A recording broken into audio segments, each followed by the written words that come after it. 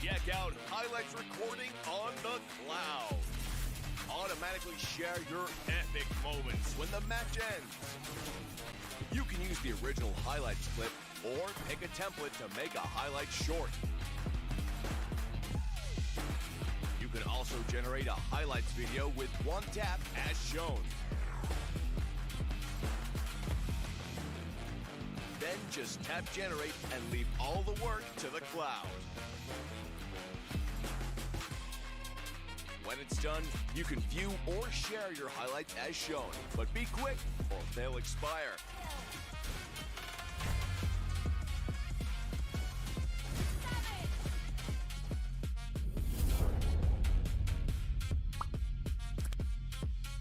In Mobile Legends every diamond count, and with bonus recharging easy, fast and secure. Jumping now, choose your top up and get ready to dominate the map. Plus, use the code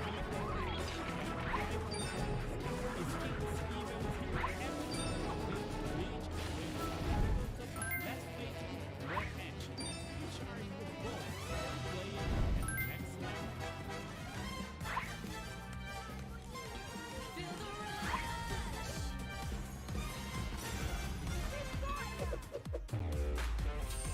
We go higher.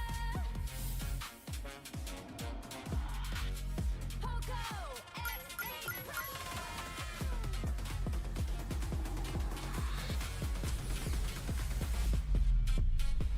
Poco X8 Pro.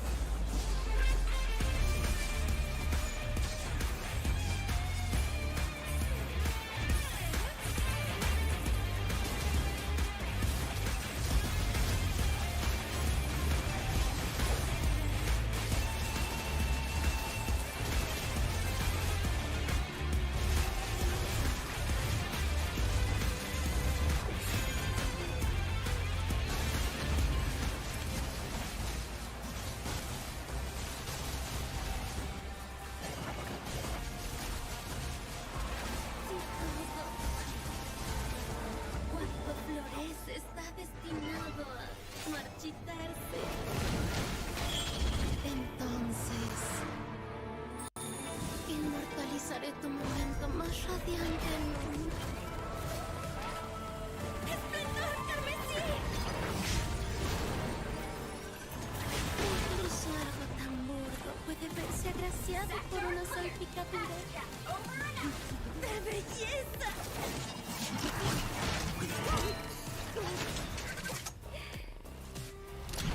¡Te sacaré de aquí!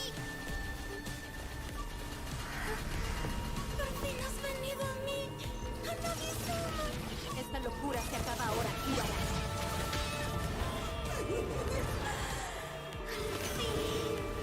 Nuestro beso de amor.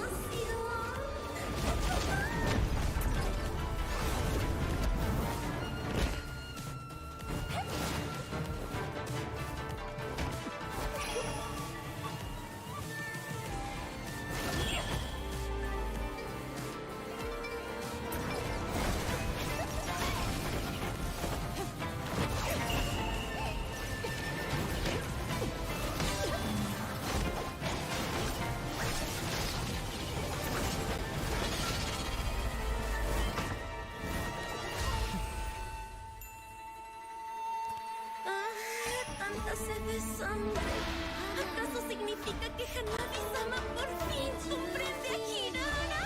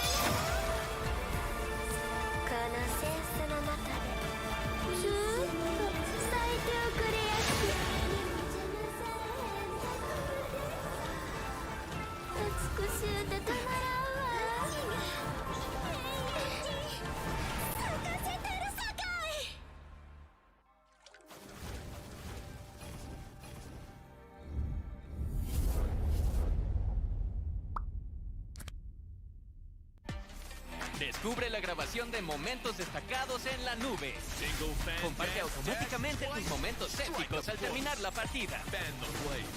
Puedes usar el clip original de momentos destacados o elegir una plantilla para crear un corto de momentos destacados. También puedes generar un video de momentos destacados con un solo toque, como se muestra. Luego solo toca generar y dale todo el trabajo a la nube. Una vez listo, podrás ver o compartir tus momentos destacados como se muestra, pero date prisa o caducarán.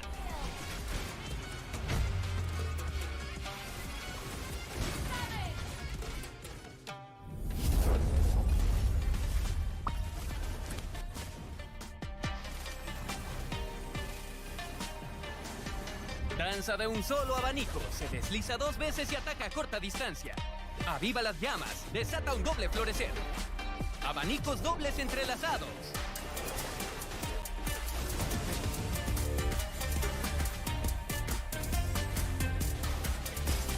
Arremete, gira e inmoviliza.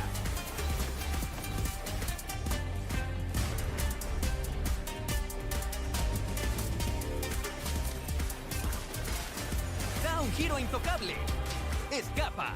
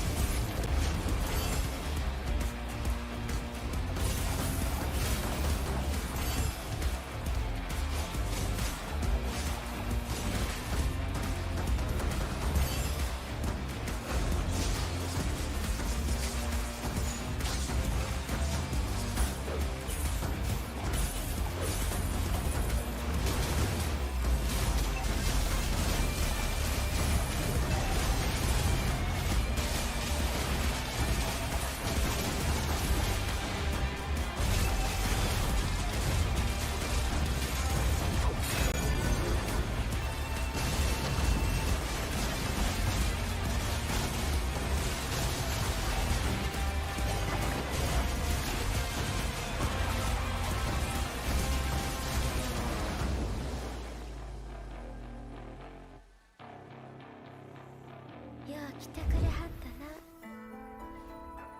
さあ今宵の幕開けや。帰らずの残り火が長くするってはるんだ。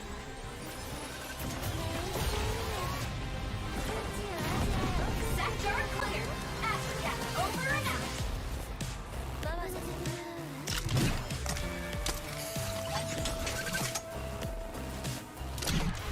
綺麗やろ。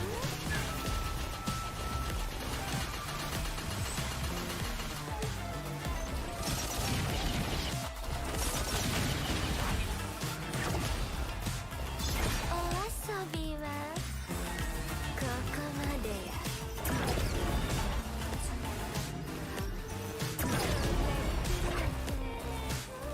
嬉しいんやろ。黄泉の絶景見せてあげる。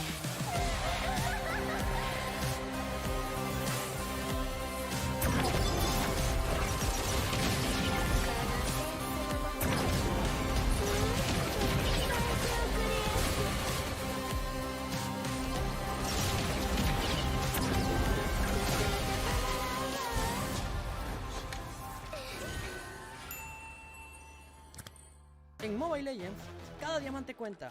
Y en Bonox, recargar es fácil, rápido y seguro. Entra ahora, elige tu recarga y prepárate para dominar la partida.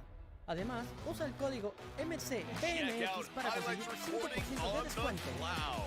Skins, eventos, héroes, todo más cerca con una sola recarga. Menos vueltas, más acción. Recarga en Bonox y juega al siguiente nivel. Hola chicos, ¿cómo están? Bienvenidos a la final de la AMER Championship. Este es el show y este es el pregame. Yo soy Roshinigami, voy a ser su conductor el día de hoy. Es más que un honor estar aquí con ustedes. Ustedes ya saben los equipazos que tenemos el día de hoy. Por un lado tenemos a ENTITY7, que se escucha una bulla. Y por el otro, que se escucha el cariño latino para su oponente. Ustedes ya los conocen, son los chicos de ALPHA7 Norte. No, mi público. Ustedes saben que acá, en mi Perú querido, al extranjero lo hacemos sentir bienvenido. Así que quiero escuchar, por favor, una bullita, como sé que todos ayer en la noche en la fiesta le estaba haciendo. ¡ALPHA7 Norte!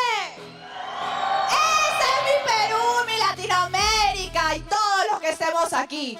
A ver, chicos, tengo unos videitos para enseñarles la trayectoria de cada uno de estos equipos, todo lo que han tenido que superar, los equipos que han tenido que enfrentar y las victorias que han acumulado. Vamos primero con ALPHA7 Norte.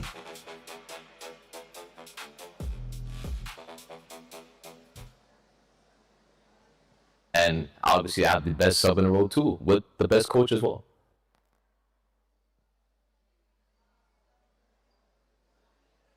Absolutely nothing. Well, yeah, they're from the south, so you know we have never been wrestling. So yeah, nothing so far.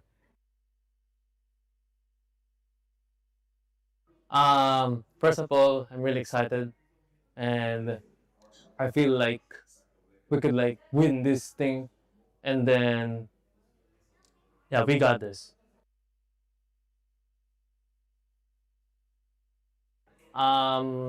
Actually, no teams, bro. Like, no one really scared us. No, I'm really not afraid of any teams right now, but I'm really excited to fight them all, and I respect those teams. Everything, because we don't know anything about them. Nothing. Nothing too, because we're kind of okay a team. They'll be okay. I think we displayed it on our match against BTA when we were under pressure, but we managed to stay composed and adapt. Just better communication, trusting each other's calls, adjusting our approach, and that's it. Y esos fueron los chicos de ALPHA7 Norte. Esas respuestas nos han dejado mucho que pensar. Ahora vamos a ver un video del recorrido de algunas palabras y una entrevista de los chicos de ENTITY7. Vamos a ver. No sé, normal, no sentí nada, tipo, me da igual. Tipo, ya estuve mucho tiempo acá en el competitivo, me di cuenta de muchas cosas, muchas realidades y me di cuenta que no son tan buenos. Yo creo que para ser los mejores tuvimos que entrenar bastante, tuvimos mucha disciplina, cada uno tuvo que poner de su parte y bueno, los resultados hablaron por sí solos.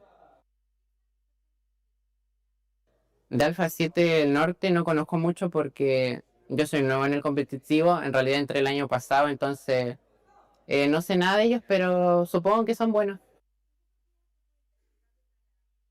En la partida donde fui Granger, recuerdo que me había empezado mal porque fue muy confiado y agresivo.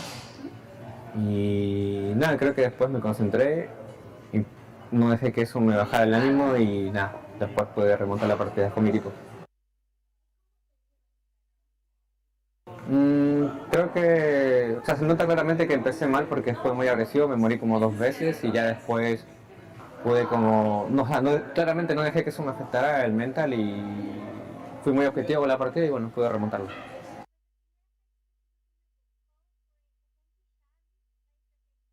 O ponto-chave é que a gente sempre foi muito agressivo e a gente conseguia ganhar muito espaço no mapa e colocar os envios em prática, sempre conseguir muita pressão, muito rápido. Acho que esse sempre foi o nosso ponto forte. Acho que desde o início a gente já via a gente sendo finalista, mas a primeira partida foi contra a Influência e a gente saiu no 2-1. Mesmo com o resultado sendo bom e a gente estando muito confiante, a gente colocou mais tempo de treino porque não era o resultado mesmo que a gente esperava. A gente esperava um 2-0 limpo. Foi um resultado não muito esperado.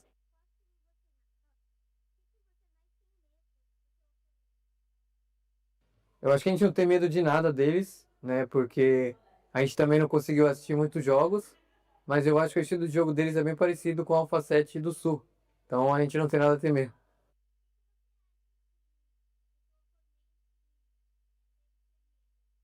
Eu acho que, como eles também não sabem como a gente joga, a nossa agressividade no começo do jogo, nosso estilo de composição é muito forte no early game, então eu acho que eles deveriam tomar cuidado nessa parte. Y esas fueron las palabras de los chicos de ENTITY7. Quiero decirle a todo el público que en breves momentos vamos a iniciar con el show, se van a apagar las luces, así que por favor manténganse en su lugar, no empujen a nadie. Yo sé que hay gente muy bonita en el público el día de hoy, claro que sí. Por favor, tampoco estén coqueteando, no se estén pasando su user, no se estén poniendo relaciones en el juego todavía, que después es difícil de cambiar, se los digo yo.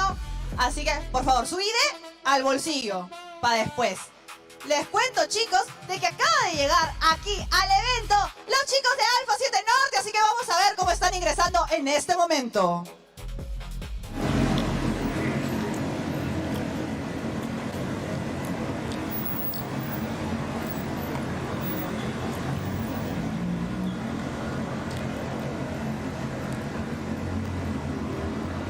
Y ahora... That's it? A7 for the win. A7 for the win.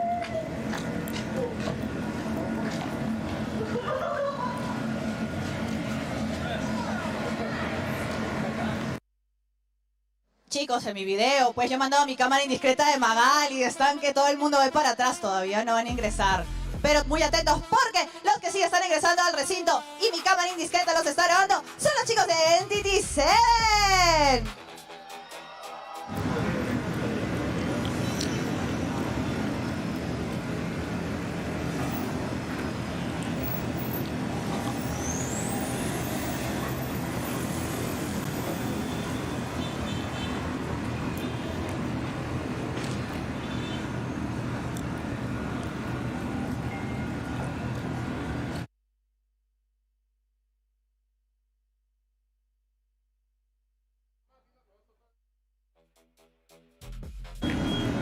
Tá vendo? Assim ele faz isso. Não ia dar certo segunda vez. Ajá, había más y no me dijeron. ¿Qué tal estuvo? ¿Bueno? ¿Malo? ¿Los vieron entrar calmados? ¿Sí? ¿Ustedes qué dicen? ¿La gente de ENTITY7 entró calmada con la mente en el juego? No los escucho. Yo creo que no quieren diamantes de premio. ¿Entraron calmados los chicos de ENTITY7? ¡Queremos diamantes! ¡Queremos skins! ¡Queremos jugar con Main Nana! Bueno, chicos, en breve vamos a comenzar este magno evento. De nuevo les voy a comentar que se van a apagar las luces. Por eso les pido, no se muevan de su lugar, no queremos ningún problema. ¿Está bien? Todo el mundo atento, todos somos adultos. Todo el mundo listo. Producción, dime si ya comenzamos con la cuenta regresiva. Y estamos listos para la cuenta regresiva y cuando se acabe habremos comenzado nuestra AMER Championship Show, la final. Ajá, nos hacen esperar, dicen. ¿Todavía falta algo, producción? Ya estamos, todo el mundo preparado.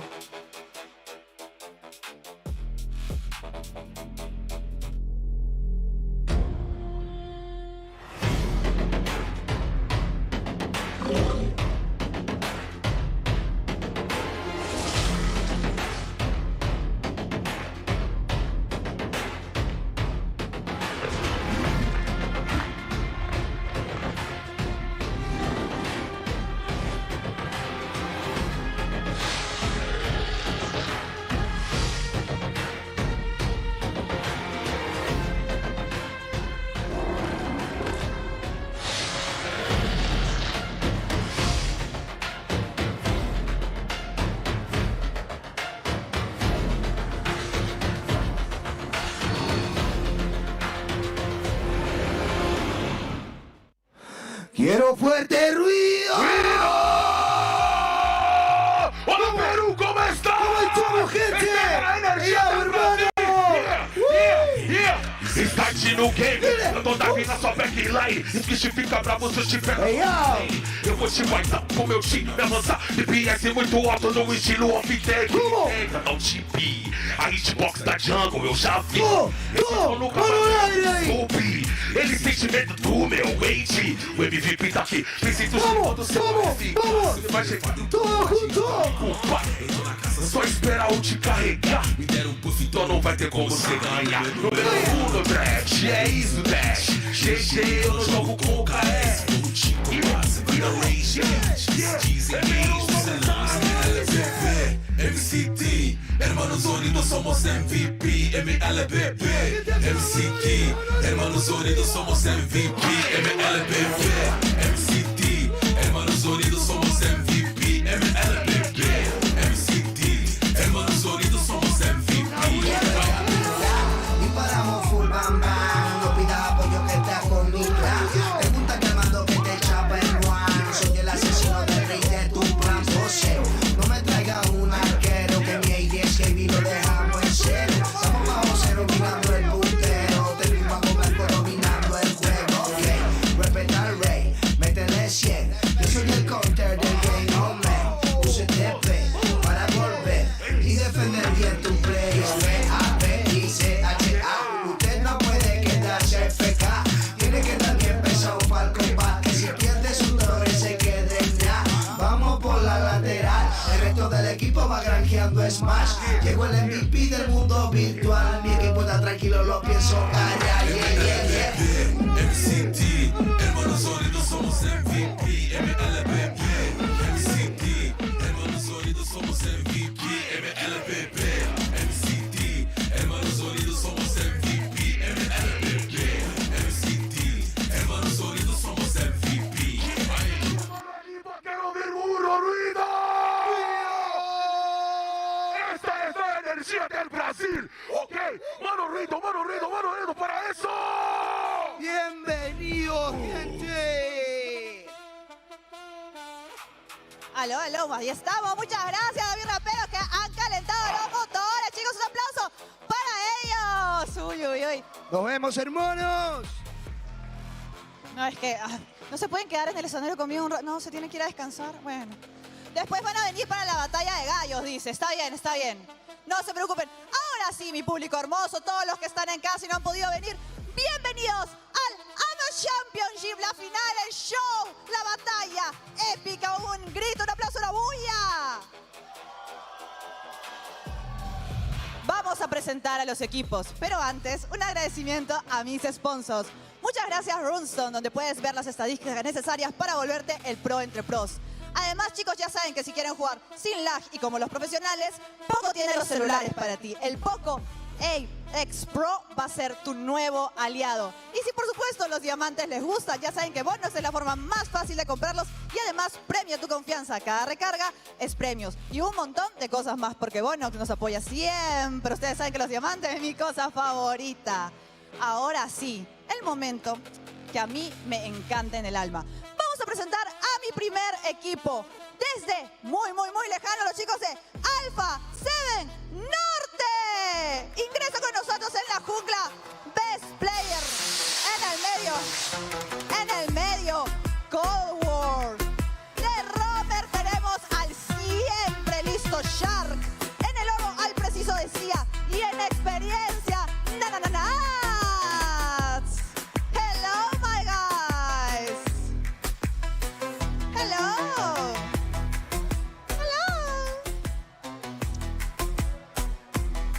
Stand next to me, guys. Shark, your team. Good. Ahora sí, chicos. Vienen sus contrincantes. Pongan cara de juego porque entran los chicos de ENTITY7.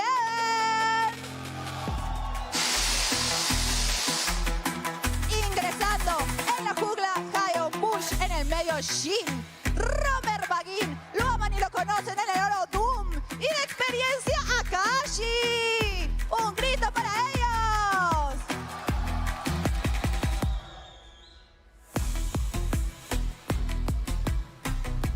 Y ahora, chicos, yo no quería una presentación tradicional. Yo quiero pelea, ver el mundo arder y guerra. Así que vamos a hacer un pequeño careo, un pequeño trash talk. Are you okay with that? You have something to say to them, right? Good luck. No, not yet. You have to? Oh, yeah, I do. Tiene algo que decirte. ¿Tú también tienes algo que decirles? Sí tengo. Pero como yo no voy a estar así, necesito que alguien me ayude con el micrófono. La conocen, la aman, su reportera y mi reportera favorita, Mapa. Caster, modelo y todo lo que tú sueñes, bebé. Rose, buenas chicos, bienvenidos a todos los que están llegando el día de hoy en esta gran final que vamos a tener y un careo interesante, ¿no? Claro que sí. Yo ya veo que te has puesto de ese lado, eso significa que vas a estar con Bagin. Me quedo con Bagin. A mí me gusta nadar entre tiburones, así que Shark is gonna be me and you, ¿ok? Ok. A ver, entonces, ¿sabes qué? Que empiecen ustedes, los vamos a dejar. Si ustedes pueden... Dan los honores. Sí, dale, les vamos a dar el first pick. Vale. Entonces, Bagin, algo interesante que le quieras decir ALPHA7 a Shark, en este caso, que sería su contrincante de la Roam. Y que en Sul fue su velorio y hoy hacemos lo entero de la serie para siempre acá. ¡Ojo!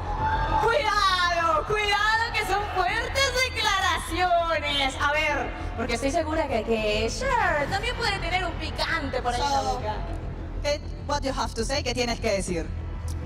First of all, thank you everyone for coming and good luck in your wildcard slot. Bienvenidos todos, gracias por venir y buena suerte en el wildcard. Así les ha dicho. Así tal cual. Así les ha dicho. A ver, la réplica.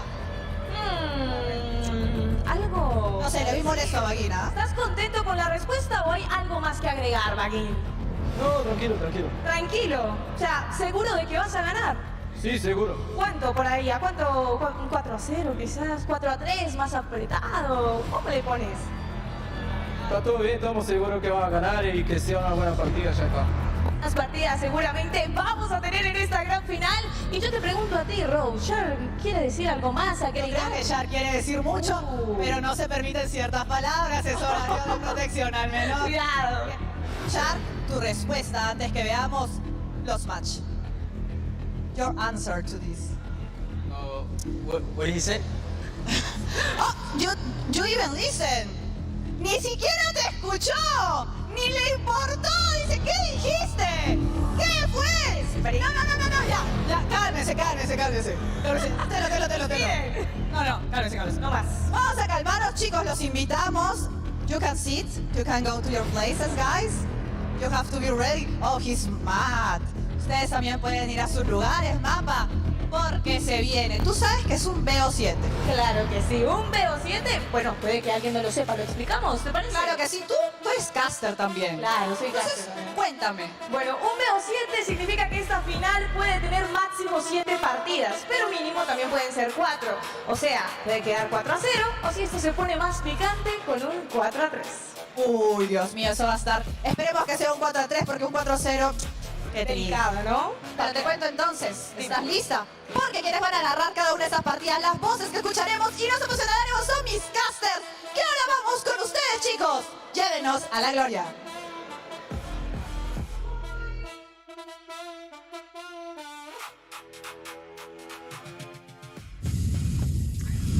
Welcome everybody to MCT AMER Grand Finals. We are finally on. Today, all eyes are on Peru as our finalists prepared for the battle for the championship. I'm Layla, your host, and joining me today are Kronos and Trex. How are we feeling today? Well, I'm feeling great. We finally, we're into the English part of this broadcast. No translations needed here. I'm hype about it. Shark, the boys from ALPHA7 are looking great. ENTITY7 looking great. It's the MCS America's Grand Finals. Kronos, are you ready for this? I'm doing fantastic. I'm hyped. I'm excited to see what's going on. Of course, for those of you who are waiting the entire time for the English broadcast to come up, don't worry, we're here. We're ready to bring you the action. But right now, if you ask me, with things going all around, I bet what Best Player and Z are thinking about all of that just for us to come from the north and take away the trophy. But ENTITY7 have a home crowd on their hands and they want to make things happen for themselves. So Layla, Trex is hype. I'm hype. The question is, are you? I am excited. I wanted to come in here with a neutral kind of, but with what has happened, I'm going to be all for ALPHA7 to take the win. It's on. Ooh. North against South. Let's go. So now listen, I wasn't going to go straight that way, but okay. No, you are not. There is no voice of reason. There is no voice of reason. No, we're going to keep it clean. Obviously, we're obviously going to keep it clean. May the best team win today. Obviously, some of us are going to have our favorites today. But I do want to say whichever team comes out on top, I hope we get a great maybe 7 games. Maybe we keep it in classic America's fashion and go the distance between both these teams. I want to see both teams give it their all. But, I maybe favor one over the other. Yes, and right, the team. Let's quickly talk because we're gonna go into the first match pretty soon. But before then, let's quickly talk about the journey that these two teams has gone through this season to get to today, right? So we had our Swiss stage, and then after the Swiss stage, they had the knockout stage, and finally they're here. Kronos. Yeah. Through this whole thing, what do you think about these two teams? How have they performed? I think if you look at both these teams, right, I'm thinking about the double kind of, the situation that's going on. If you're able to read into it, Layla, the double bracket, which is basically the north and the south at the same time, right? And also the sound of people that's coming through, that's double the entire time. I think if you look at how these teams have faced each other, it has been fantastic. They both have a very dominant road going through. Although I think ENTITY7 have taken maybe one more loss compared to ALPHA7, but at the same time, I think both these teams coming in super strong, dominated their division. I think now when you put two giants head to head, it is going to be north versus south. I'm pretty excited because I think the only time it's ever happened is on like an international stage, but for the MCT Americas to come in and this is the first season ever, and we're already seeing the hype when it comes to what ALPHA7 versus ENTITY7. Yeah, I think ENTITY7 having the home crowd advantage, but I think ALPHA7 boys are there to dominate as well through in-game statistics, in-game play. Just show off what you can do in the game. It's not the crowd, white noise probably at the end of the day. Yeah, I mean, this isn't going to be the first time that the players on ALPHA7 have been in a foreign land with another team's crowd in front of them. you know, whether it's booing, cheering, whatever it is, this isn't any of their first experiences of that. So I don't think that's going to be too heavy of an effect. Obviously, there is a lot on the line for both teams here. One could even say that maybe ENTITY7 has it a bit harder because they have to show up today. They're the ones with the fans there. They're the ones that if they fail here, there's a lot more eyes watching in person. To whereas on the other side of things for ALPHA7, you walk in, you know there's no one to impress in that crowd. It's just you and your boys trying to pull this off. So I definitely think there's no way to really get into either team's heads, but ENTITY7 as well, right? Kronos, both of these teams have been there, done this in terms of live stage performances. Yeah, I agree. I think been there, done that, and not just that. Both these teams have international experience. I think that's the key factor, right? Every single member on both these teams have international experience, and I think that speaks volumes when it comes to kind of dominating the north side of MCT as well as the south side of the MCT. So I think both of them come with international experience. Of course, ENTITY7.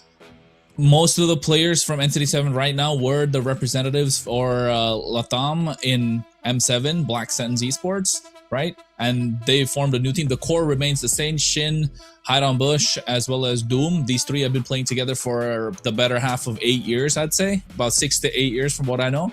And I think when you bring synergy that's been there for such a long time, it will translate into trophies. And usually when it comes to the south side of things, these are players that never go in as favorites, right? They don't have the hype behind them. They never go in as favorites, but always are a team that everyone has to beat. And they were champions last season for MPL Latam, but now coming into MCT, it's a new start. It's a new season. Yes, they won South, but to be calling yourself the champion, you got to go through the North, at least for them. And I think better challengers than ALPHA7 with the players that they have on their side could not have said it any better. It could be just utter stomps from both these teams, 4-0, 4-1 from either side, or it could go the distance. What do we think it's gonna be though? It is a best of 7 today, and I do really want to see 7 games because that's gonna be exciting. We have still the global ban system, if I'm not mistaken. We still see the crazy bans gonna happen, in game when you get to game 4, game 5, game 6, and then you have no global ban. Nothing is off limits for a game 7, which is gonna be wild. I think I want to see these teams use their signature heroes and really bring an amazing game at the game 7. So I'm cheering for a game 7 just so that I can see what these teams are made out of. I mean, not only that, in terms of drafting, right, Layla? Just in the past, since what we watched in our last grand finals for just North, or the North finals, things have changed, right? Kronos, we've seen things like the Paquito become popular. Me and Kronos were talking the other day about the Atlas. Just multiple different picks have become popular again. But before we get all to that, use this code for your box-ons, MCTBNX, and get 5% off. Layla, tell us about the box-ons. The box notes, the Bonox. The Bonox. So one of the sponsors of our event, there's some crazy awesome skins out right now. The box on the Bonox. Okay, so make sure you go check them out for your diamond tops up for a really good deal. We have the Sunreal event that's out right now. I'm trying to get my hands on the Angela skin. So, make sure you go and get that topped up with their discounts as well. So that's an amazing. I'm gonna have to go grab some. I'm gonna have to top up. I'm kind of low right now, not gonna lie. Yeah, so make sure you use MCTBNX for the code when you go to Bonox and get yourself the 5% discount when you're getting the recharges done. But you know what, another thing I wanted to kind of touch upon is the fact that every single league of MLBB in the world is kind of done, right? The final one was MPL Indonesia, which is it was just finished with BTR becoming champions for the first time ever, 4-1. But then we still got MCT left. So, put the cherry on top of the cake. That's what MCT is all about. Yeah, and then we crown our champion and they move on to MSC. So I think all the other regions are looking to see who they're gonna go up against, right? And so all eyes on this one right now. I'm excited for it. I'm very excited for it. So now that we've shouted out all the sponsors, we can talk. I'm very excited. I'm excited for. I'm a little nervous. I'm a little wondering how this is actually going to go. You know, it's ALPHA7 versus 77. What did Layla crown it as earlier? Battle of the Seven. Battle of the Sevens. Yeah. Who's gonna win first round? Okay. Who's gonna win first round? Kronos? I don't know. It's not exactly a fight, a boxing fight, I would say. But then it comes down to draft. Who's able to adapt? I think that's what Trex mentioned, right? Yeah, I know it's not a box-on fight, but then who's able to adapt faster into the meta right now with the crazy shift that's coming? Don't get me wrong, Harley's still great, Suyo's still great, Leomord is still good, right? It's not gone complete shift, but you know what shifted completely? The maximum speed that you can get on your phone, ladies and gentlemen. You got to make sure you get your Poco X8 Pro that's up in the market right now if you want to get some faster gameplay in your hands. That's what you call a transition, ladies and gentlemen. Ain't that right, Lex? Oh, very nice. I wonder if that's what the players are playing on right now, actually, for the game. Yeah. Earlier I was like saying how hot it is, and my phone literally lags like crazy when it gets hot. So this phone, if you are experiencing that with your phone, make sure to check out Poco.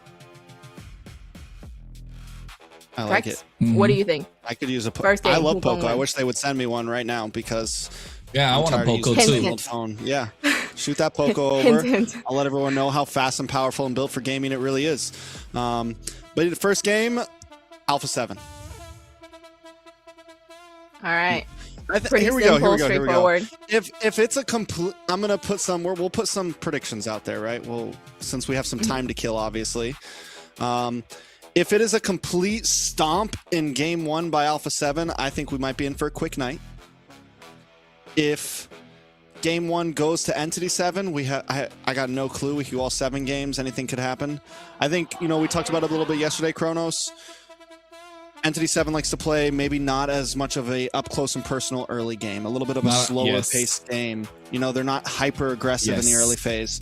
And though ALPHA7 can, they can play slow, but if they get an advantage on you, if they smell blood in the water, if they feel like they are stronger than you and they end up being a little better than you in those first few minutes, they are always going to take it to you. The only time you see these players play it slow is when they are up against world-class teams that are essentially better than them, right? Like when they get to that world stage, you'll see them slow it down a little bit because we're not really, this guy's actually a little better than me. So that's where I think early on we might really see exactly where they both stand, depending on how ALPHA7 jumps into this game 1 and game 2.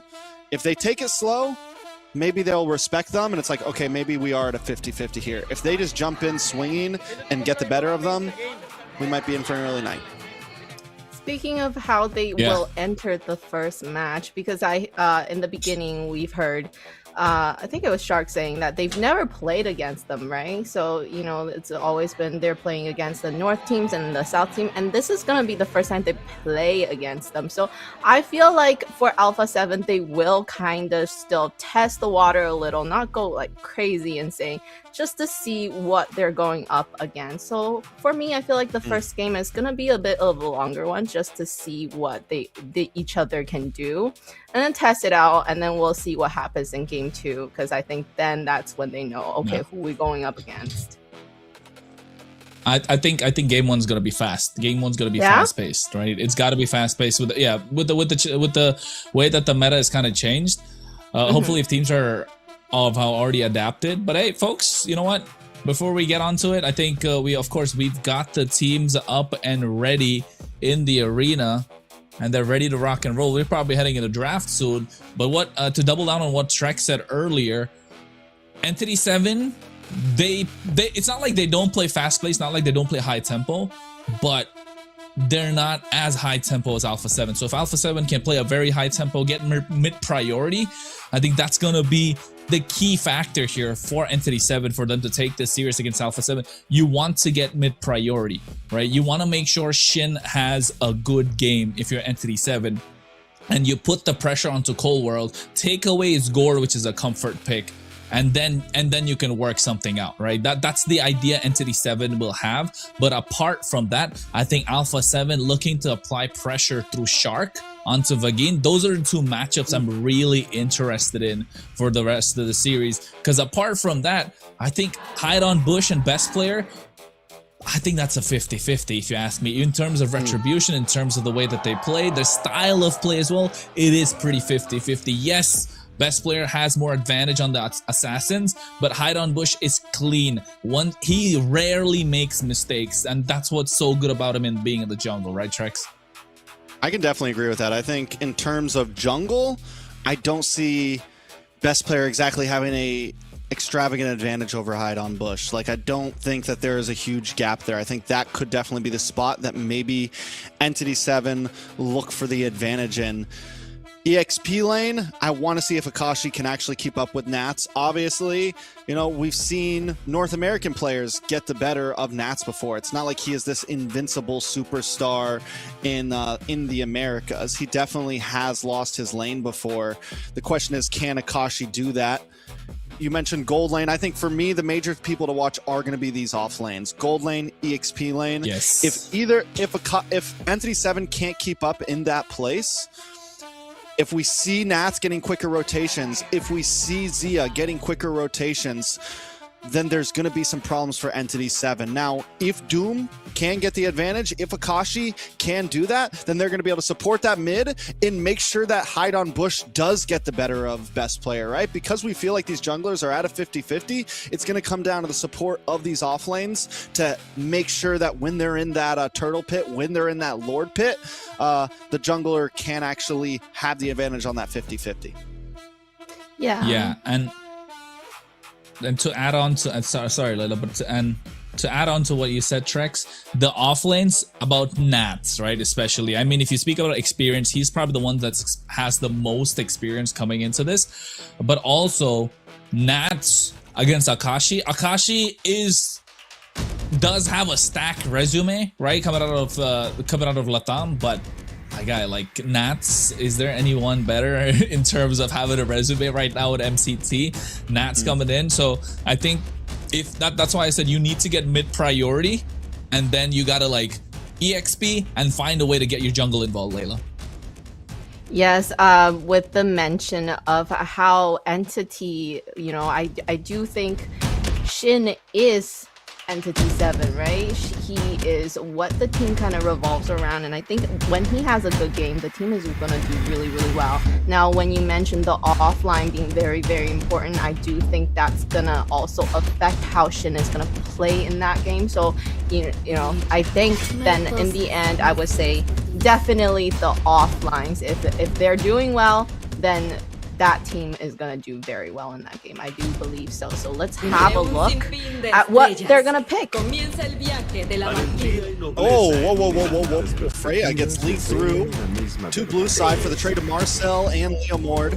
Jushin banned out, Valentina banned out, Guinevere banned out, and on the other side it's Yves, Phoveus, and Basha. These are quick picks right now, Kronos. Yeah, the Freya coming through, I think that's quite expensive. They're probably looking to see if this Freya gets into the gold lane or the EXP side of things. But the trade for the Marcel makes it worth it for ENTITY7, if you ask me. Marcel allowed to play as aggressive as he'd like and paired up with the Leomord. So now you know you got a lot of AoE. You got the dive that's coming in from ENTITY7, but the Fredrin, this is what I was talking about. The meta has kind of shifted, Trex. We know what the Fredrin can bring in the Atlas.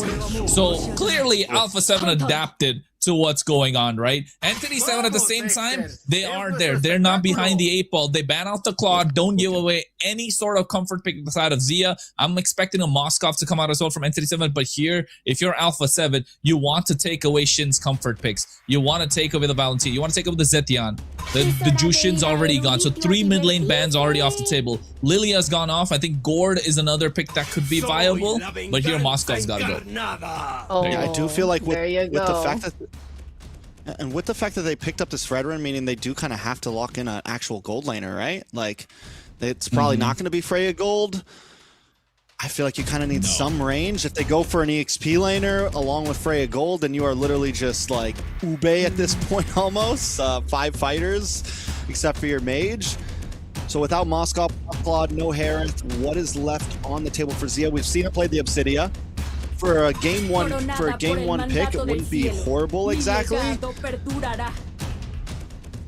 Board.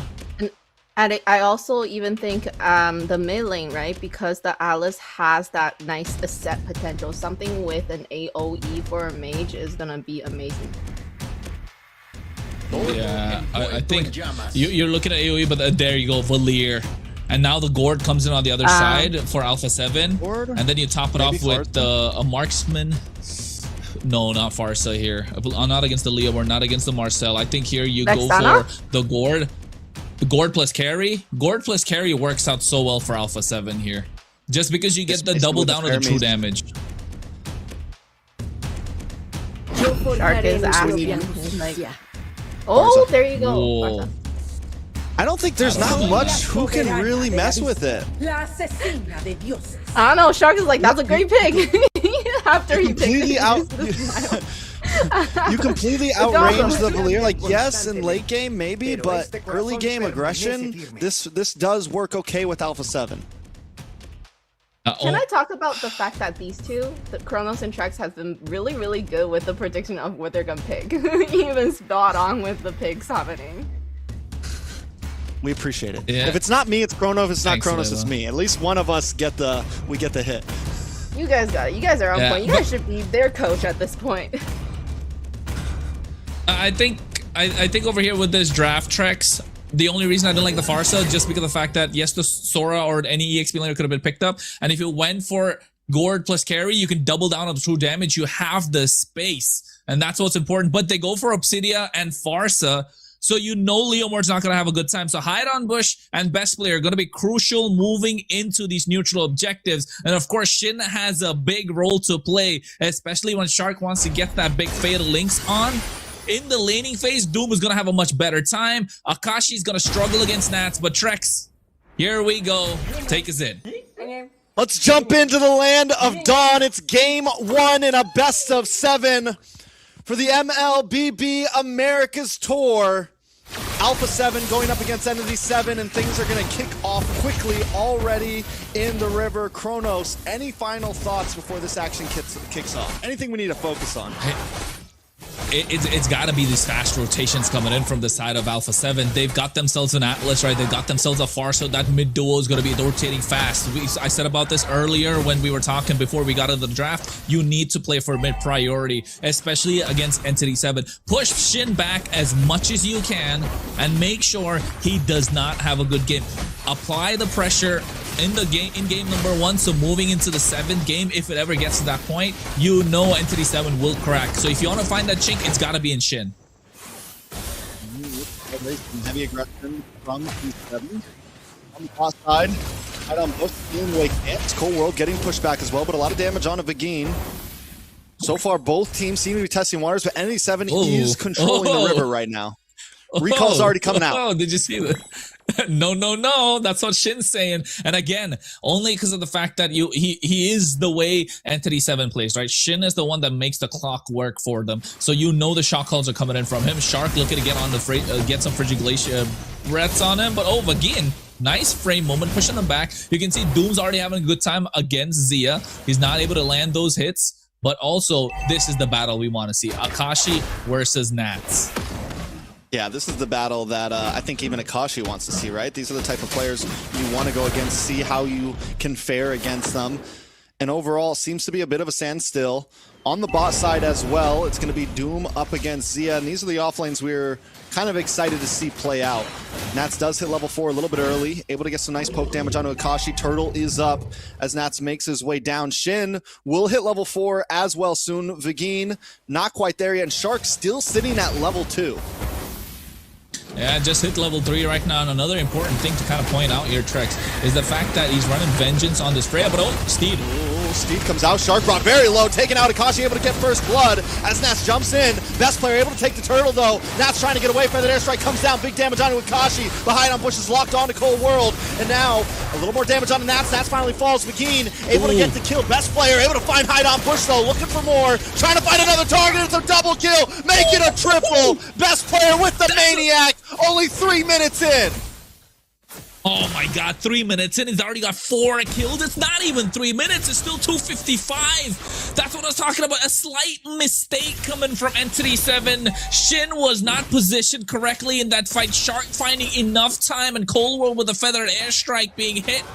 They didn't have what it took to take him down. The Steed went down early, so Cold World positioning himself really well and getting the feather airstrike down on point. And another thing I wanted to point out before that fight is the fact that ALPHA7 have big ticket ultimates. Once those ultimates are used up, the fight cannot be extended. ENTITY7 wants to go in these extended fights, but as long as Nats is present for ALPHA7, extended fights mean ALPHA7 will win. So ENTITY7 took down Nats first, but by the time they took him down, it was too little too late.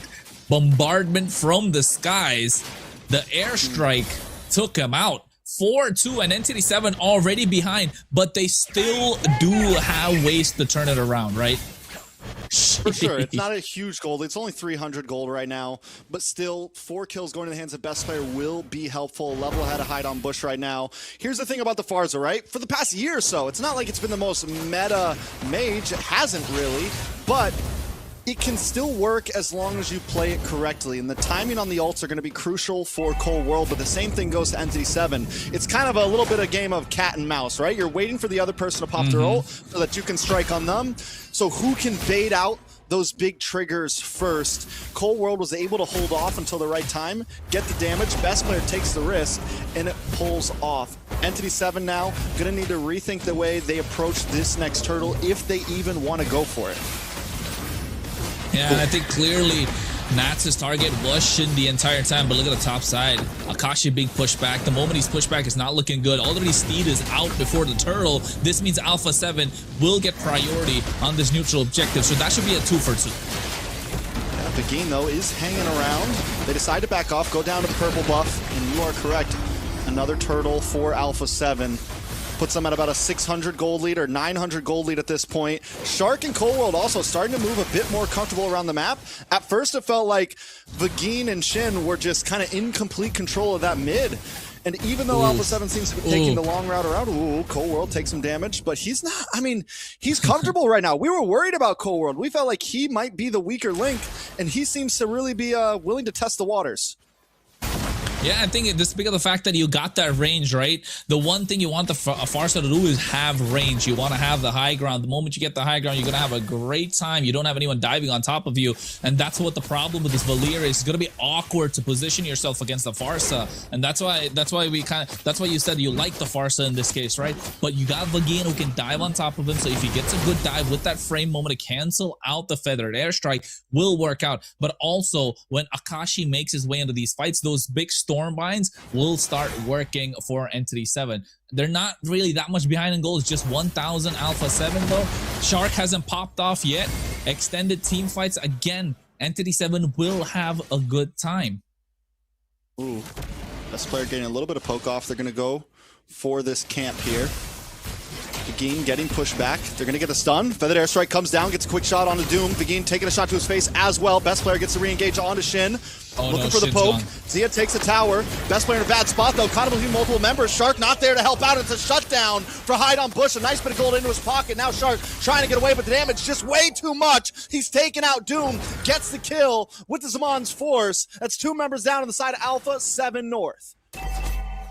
Yeah, this is what I was talking about. You push them back a little bit, make it a little difficult for them to breathe, and that's what happens. The feather airstrike came in a little too early, right? Vagine took the most of the hits, and that was go time. This is the game of cat and mouse we were talking about. Again, look, the feather airstrike comes in early. Vagine dives in, forces the cancel, and now for the turtle is not going to be available for the next 30 seconds or so. So they're doing everything that they can to get this third one and find advantage to go into the first lord. Ooh, Shark gets the grab, pulls him back, in comes Ian, getting some nice damage as well. Hide on bush, still able to get the turtle. Shark goes down. More damage. Nats trying to get away, but he falls. Hide on bush is a double kill. The appraised grab drops, but it's still not enough for triple kill. Over to hide on bush. 3 members down on the side of ALPHA7 North. ENTITY7 now moving on from inside of Zia. In Cold World, the feathered airstrike comes down, just trying to bend, just trying not to lose the tower. The turnaround from Zia, Zaman's force from Doom. Gets some free shots onto Zia. Zia looking for the re-engagement. Here comes hide on bush. Look at the damage under the tower. Looking for targets. Zia claws on, gets a couple shots off, and gets away safely.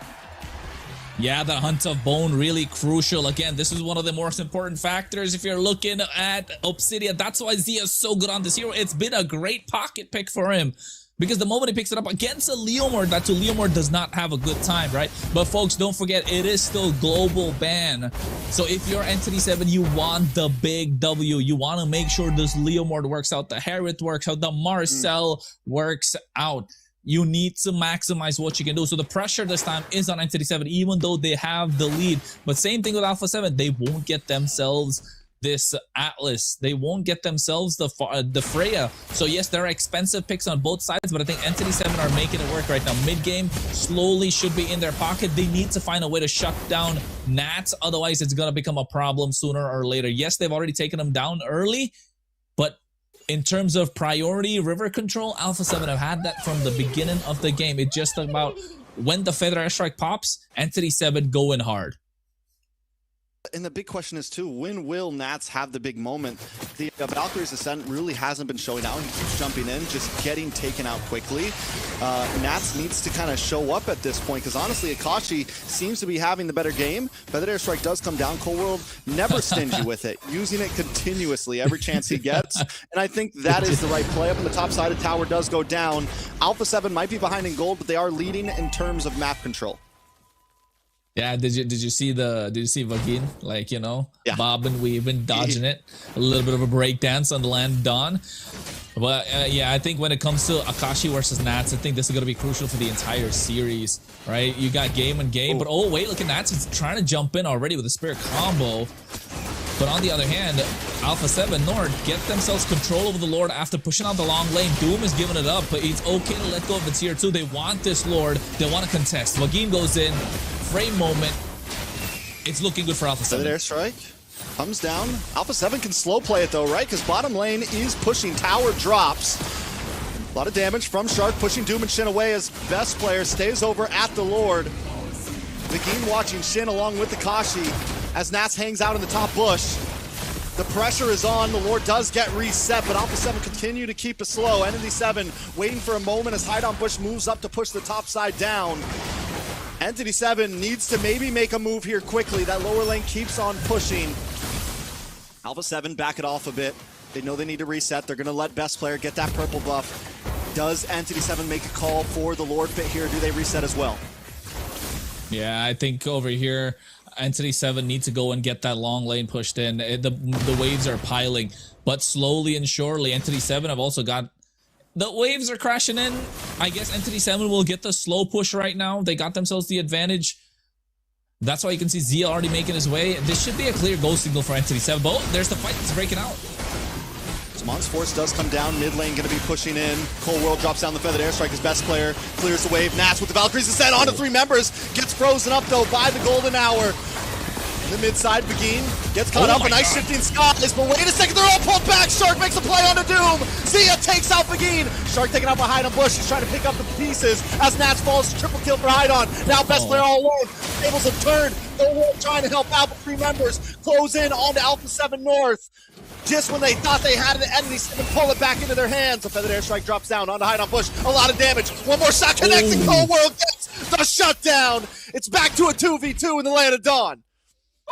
Yeah, what a shutdown. What a time to be alive if you're Cold World, right? This Farsa is slowly starting to pop off. There's no way to close the gap. You get everyone but the Farsa. It becomes a problem. But not just that, Zia in that matchup, in that skirmish, locked the Hunt of Bone down and didn't allow Shin to make any sort of plays, trying to run away with tail stuck between his legs. But now the Lord again, half 18,000 HP. Seems like ALPHA7 are going to pick this one up. Hide on Bush still not up right now. A big freeze does come in.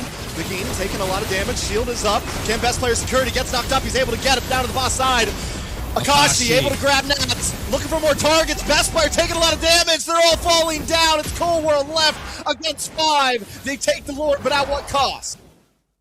Yeah, what cost? Expensive. Look at that. They can try to get on top of Cold War. Akashi really wants that. They lose them at tier 1 and the top tier 1 as well. Bot side's gonna fall. Tier 2 is gonna go down. This is what ENTITY7 wanted. This is what the Marcel brings into the table. Too much crowd control. And even in that fight, did you see the amount of shield he had? It was crazy.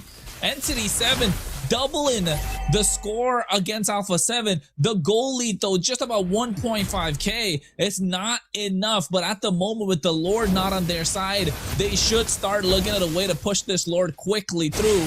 But Shark is already on top of things, and ALPHA7 slowly and surely needs to maximize what this Lord can provide. Yeah, can they take a mid-tier 3, a mid-tier 2, something here? They were able to gain a lot of ground just from that Lord Dance in the bot side, but ALPHA7 are behind right now in terms of gold, in terms of what they have to fight with. Oh, no, dude. Maybe in the open map, things can go a little bit better for them. The game continues to be a nuisance. ENTITY7 slowly stepping back in the face of this Lord. Down on the mid side, Nats alone up against Akashi and Hide on Bush. ALPHA7 gonna readjust. Feathered Airstrike comes down, lands onto Shin, brings him down to about 60%. ALPHA7 get nothing out of this Lord push currently. Yeah, if they don't get anything, they give away more of a goal lead on the side of ENTITY7. It's 3.5k on the side of ENTITY7 right now. They're kind of pushed back. ALPHA7, they need to play aggressive, but look at Vagine so deep. Everyone flicks back though. Golden Hour does not connect. ENTITY7 do gain some space. Feathered Airstrike comes down, gets a nice stun onto Akashi. Akashi able to dash away. Zamon's Force has been used. ALPHA7 looking to readjust. A wave of minions coming down the mid onto that tower as Doom makes his way up to clear it. Yeah, I think in this case, Vagine is just so good at being a bait, right? The moment he goes in, he demands and commands so much attention of ALPHA7 North that they've got to respect this Marcel, and that's why you see teams banning it out, right? It's just too much of a hero for them to deal with.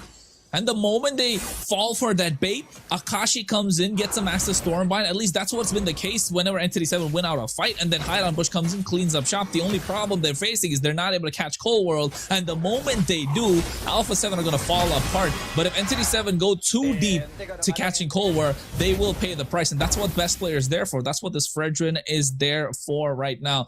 May ALPHA7 flew south of the border. They're trying to make things happen, but ENTITY7 have their guard up and ready to take the fight to them. So far, 15 minutes in, it looks like it's gonna be a long night, boys.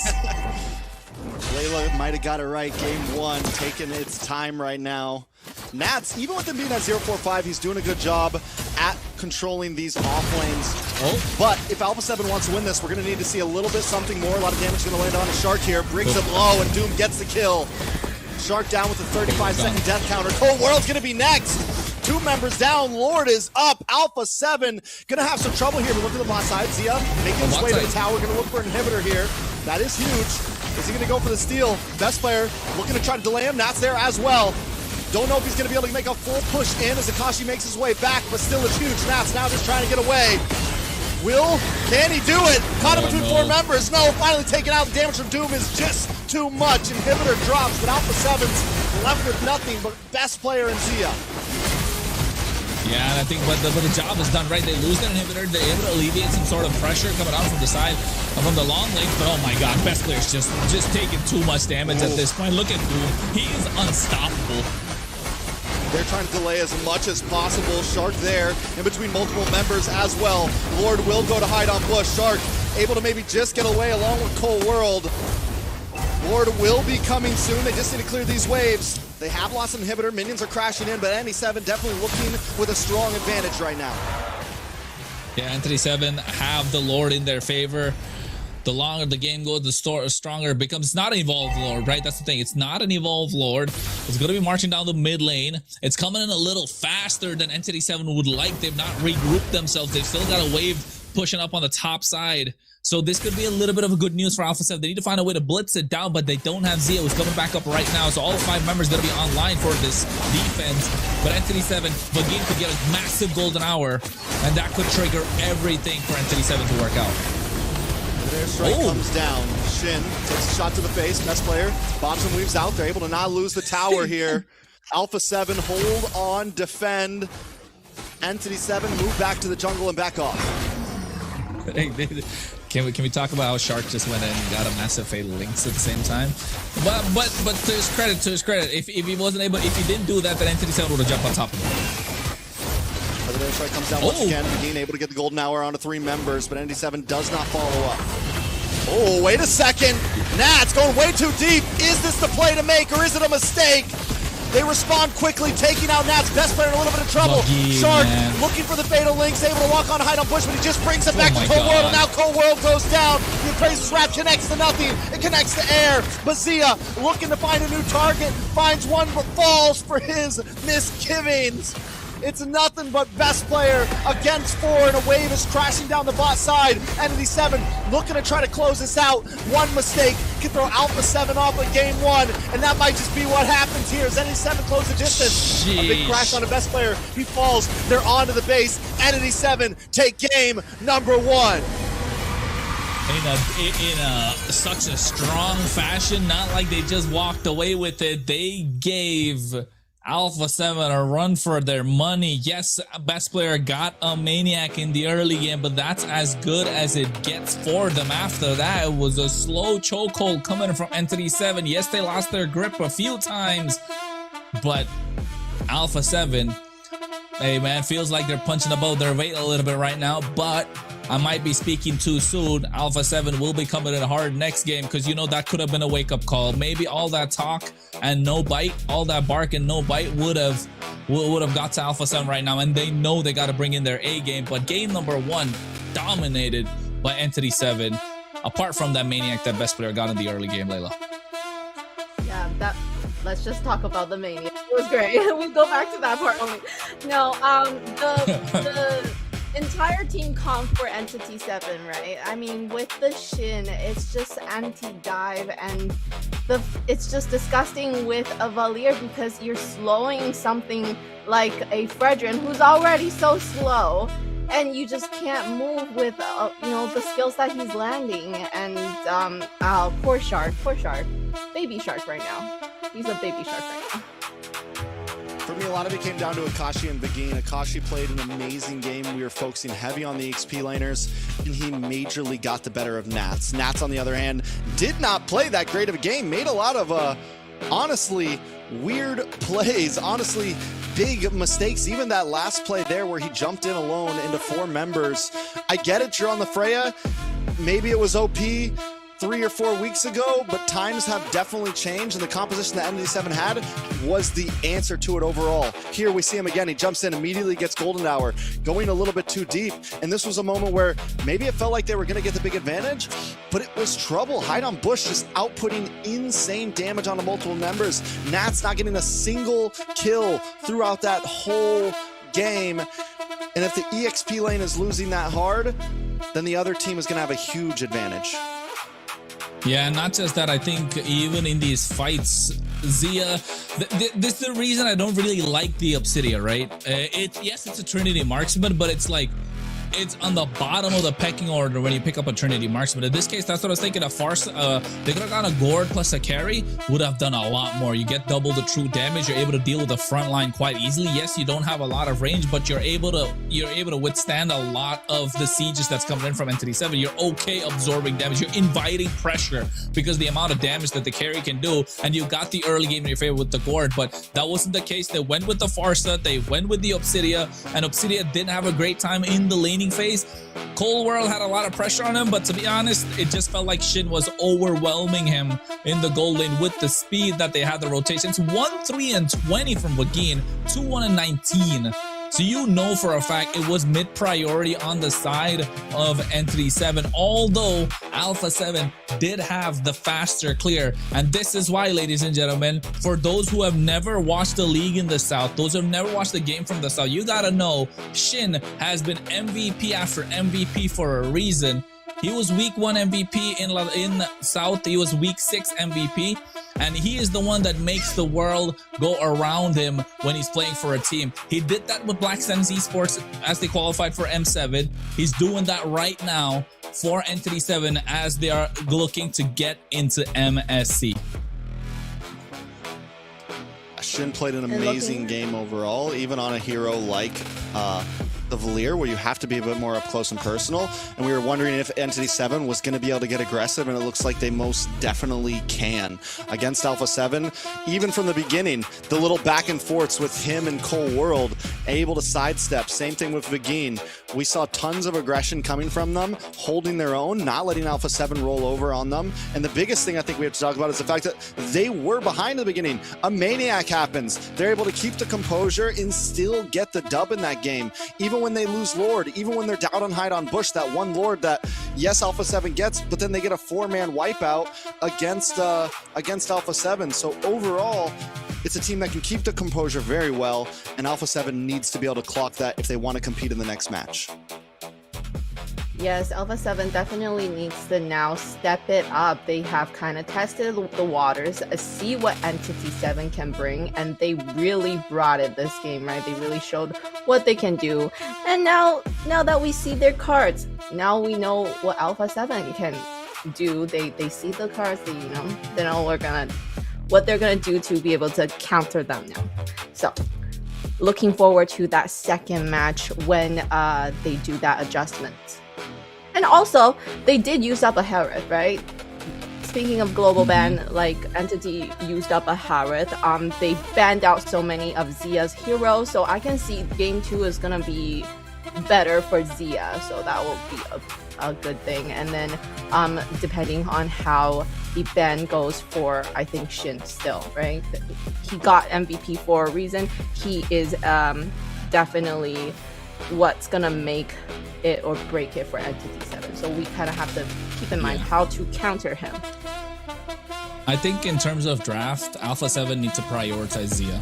Zia needs to go up on the he should go up on the pecking order because he's the one that's been the star of the show for ALPHA7 for as long as we can remember, right? When the chips are down, when everyone's having a terrible performance, it's always been Zia. He's been the constant, he's been the consistent one for ALPHA7. So give him a hero that he can get something with, right? Imagine that game, he instead of having the Obsidia, he probably had a Moskov. That would have been great for him, right? And so I think you just want to make sure you give him something that has room to make outplays, that has room to kind of dish out the damage, not rely on certain, I don't know, gimmicks, I would say, right? Because Obsidia is so heavily reliant on the Sky Piercer if he doesn't get the stack. Yes, it's a Trinity marksman, but again, single target and doesn't really do as much damage as a Moscow in that case. But yes, Zia needs to go up in the pecking order. Muchas gracias, mis casters. Y ahora tengo el agrado de presentarle a mi público acá presente y hermoso y todos los que están en casa a nuestra jueza, que es la hermosa, la bellísima, la inigualable cosplayer Sowa. Adelante, por favor, aplausos. ¡Buya! Muy bien. Sowa, me han dicho por ahí que hoy día no te han reconocido y es que estás haciendo los personajes más nuevos que tiene Mobile. Miki Rara. Así es, mi querida Rose. Para todos los que todavía no saben cuál es mi personaje, déjenme presentarles. Me faltan mis abanicos gemelos, pero el día de hoy he venido como la nueva campeona Hirara. Disponible esta semana. Ya saben, chicos. Además, también les comento que va a aparecer un QR en pantalla con el cual ustedes pueden escanear y votar en tiempo real por el cosplay que más les guste que vean el día de hoy en el escenario. Después que termine la pasarela tendrán 2 minutos para finalizar la votación. Solo 2 minutos van a tener para decidir el destino de estos cosplayers tan capos, tan increíbles, tan todo lo demás. Estos chicos han pasado una preselección hecha por ti, Sowa. Así es, mi querida Rose. Los jueces del escenario son lo mejor de lo mejor que podemos presentarles aquí en el escenario. Así que voy a pedirles a todos que vean cada uno de los detalles que los cosplayers le han puesto. I would. Yo me imagino que acá en público van a conocer I'm thinking, what would I go as if I was to cosplay? I don't know. What's the, you know? Do heroes have like a theme, right? Whatever is, you know what? I'm just talking random stuff, bro. I'll probably go as Alucard because it's easy. You just gotta put a suit on. But take a look. Is that supposed to be a Nana? Yeah, that's a Nana, isn't it? That's Nana. Hey, you throw a Molina duck. What? Who got that? I need that. Is that a giveaway? That's cool a Nana. That would be cute. I want him. I would have done Slumber Party Nana myself, but hey. I swear, that's a great skin. Slumber Party Nana Shout out to Ritz. is elite. First time I ever met her, she was Slumber Party Nana in the middle of Vegas. Well, hot. As in Look at that trophy, though. burning out there. Nana. Look at that trophy, though. That trophy is crazy. Right? MPL's got their own trophy, but MCT's got its own trophy, as you'll imagine. Right? You get the blue one, we get the green, ladies and gentlemen. That goes hard. Hold on. I like the Ruby. You know me, I'm a Ruby fan. You guys know that. I'm a Ruby fan. Oh no, she dropped her hat. Nah, the best cosplay so far, Kirara, bro. That's the new hero. Yeah, I mean, Kirara. I don't know the Is hero. it The a cosplay is scythe? fire. It's a scythe. Is hard to make, bruh. That's a big. Yeah, it's a big scythe. It's a big scythe. Scythe. Claro que sí, yo creo que todos lo podremos apreciar mejor cuando esté en el escenario. Igualito cuando le pido mi experiencia que venga, mi Rubí llega igual. I don't want to say it. Did you read that? No. I don't know if we should say it, but I don't want to. But hey, guys, you gotta appreciate the cosplay that these participants have put it in, right? Let's not forget, there's actually a prize up for grabs for them. It's 250. Is it 250 or $200 US? The winner gets 250 or $200 US. I'm not sure about that. Layla, can you confirm, please? Yes, it would be $250 US for the. I think they There you also go. get something else on top of that, though. And Wait, so for first place, is that Sicilian? Oh, that's Sicilian. Yeah, that's Yeah. Luna. Lunox. I like Cosplay it is too. pretty Very cool. pretty. I like the wings. Is that the Zodiac one? Yeah, that's the Zodiac one. Right? No. Yeah, I think so. No? Yeah, I think so. I think it is.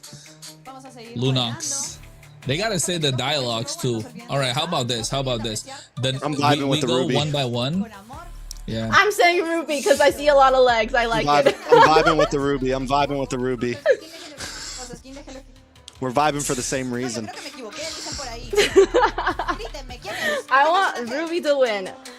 Definitely, I would say Ruby. I would if I have a vote. Aw, Angela! Hey, someone said Sanrio. Papi, papi, Y boom. te vas con tu dúo. ¿A cuánto les ha pasado? ¿A cuánto les ha abandonado su Very Ángela? A ver, todo el mundo en el escenario.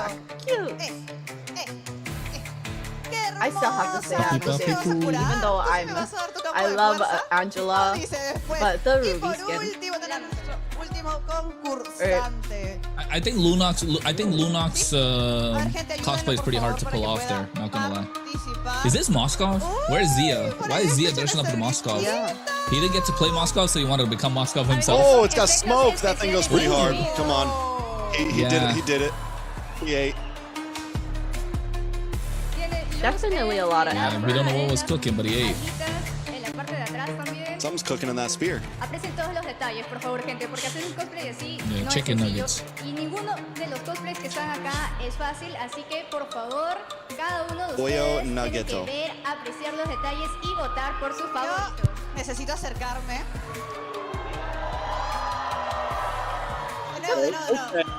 He's committing. He's I committing. am vengeance incarnate. Vexana, juro que lo salvaré. Okay. A ver, por acá también una frasecita de Nana. He's my number 2 right now. ¿Quieren ser amigos de Nana? Oh, see, they're speaking the lines now. You little baby. Aquí, por aquí, a ver. That's what I said. I translated Someone's what he got a baby said. strapped to their chest. Is there a hero that has a baby strapped to the chest? Oh, shh, be quiet. Que empiece la cacería. Cute. Ruby. Oh, she's just Ruby all day. Stop it, Trex. Ruby filter. We have a we already Ruby saw- filter on right now. Why am I not there in person right now? We know. Chicos, que ya empezó la votación, así que voten con el We know. You know what? Oh, they're having fun. They're having fun over there. Paramis. Ya nos dice tu frasecita, pero una más. Oh, Samus. Vivir es engañar a la parca. Oh, that's Fetimus. Porque es protección del menor.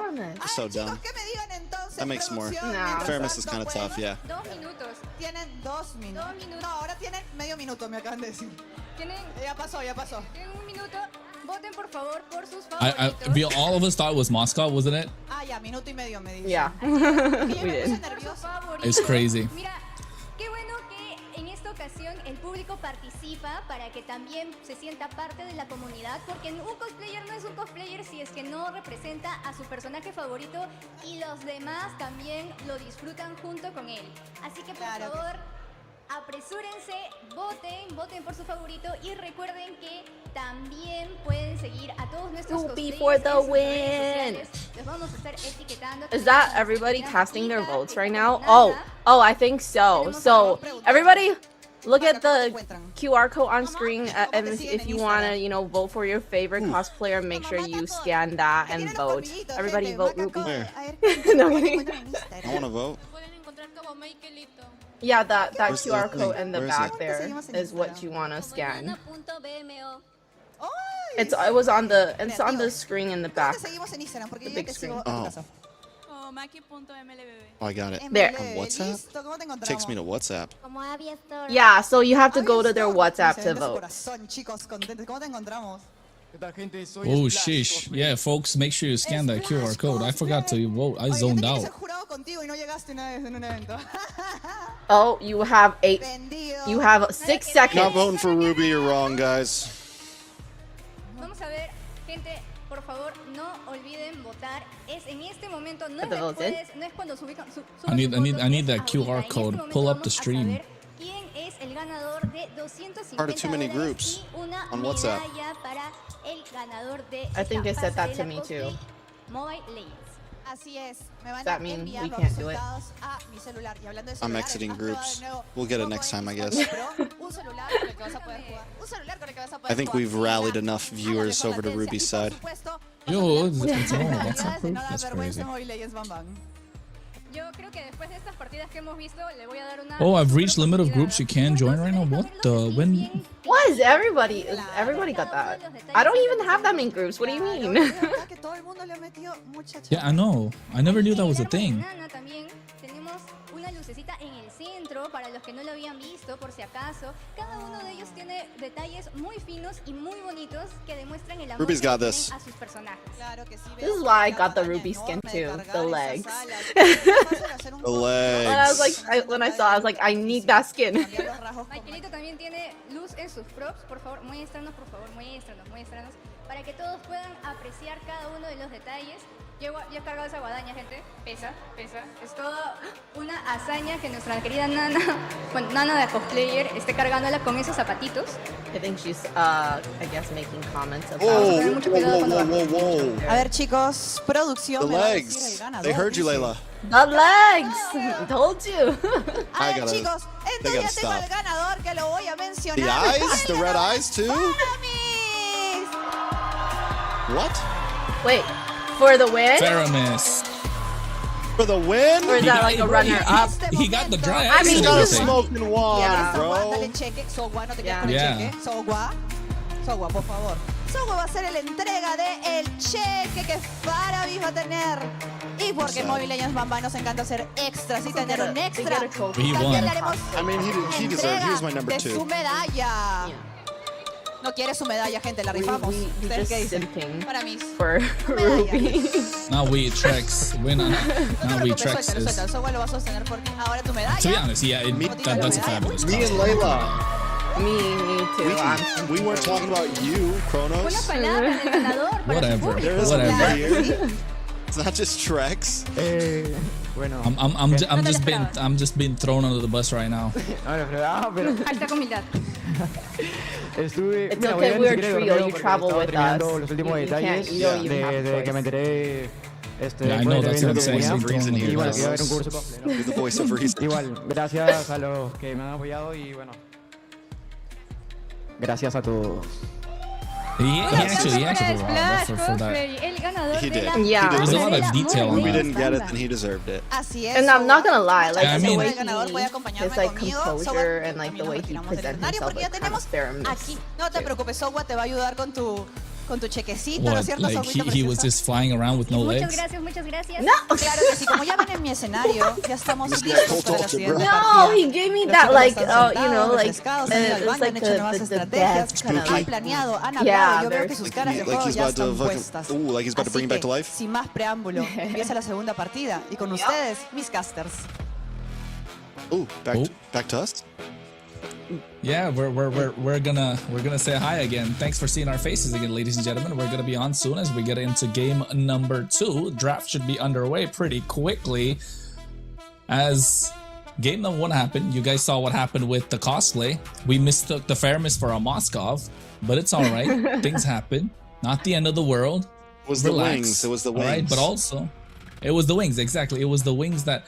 And then honestly, we were so flabbergasted with all that smoke around the wand that I thought it was a spear. I just thought, you know, he was radiating aura. Have you seen that skin? The epic skin on Moskov? It looked like that, didn't it? Yeah. Yeah, The Moskov so skin. I think the players are dragon one. kind of getting ready Yeah. for game Fear of 2, Dragon. right? I was with Speaking you. of Moskov, I'm hoping to see Zia on a Moskov in game 2. So Moskov, Harith, Claude, whatever. You know, any one of them will work. They've still got 3. The major thing is if they get one of those picks into his hands, they really got to win that game. I think what's going to be huge for ALPHA7 coming into this next series is they're probably not going to hold many punches in terms of draft. They will kind of do what Kronos was saying, where maybe we focus Zia, we focus some of these important picks. And that means it's going to be crucial on winning, because if they lose those picks, they already lost a game where maybe they had some prio, the Freya. I'm starting to put the Freya on fraud alert myself personally, but they had the Fredrin. Outside of that, nothing too major was lost, if I'm not wrong, right? I mean, it was just Farza, it was Obsidia, the Atlas, yes, Atlas. But as you can see, there are answers to it, right? There are answers to it. Even there, if you have enough of a good front line, something like the Leomord, it can be hard to dive in and really pull a lot off. So we'll see how it pulls off. I think since it's global ban, right? I think ALPHA7 are probably okay letting it go. That's one of the important things I would say. For the fact that it's global ban, they're allowed to breathe. Even though the Atlas is gone, it's okay. Shark can still pick up the Grok that we know. There's still the Cho that he's really good at. So there are plenty of options. The Kaja is another great option if they want to go for it. Guinevere, Kalea. So plethora of options to choose from. But my only thing is, again, coming back into the jungle side of things, how deep does best player's pocket go? Because if we go game 7, right? If we are going down, because we've seen this pattern in the semifinals, in the finals of, you know, the groups of North and South as well.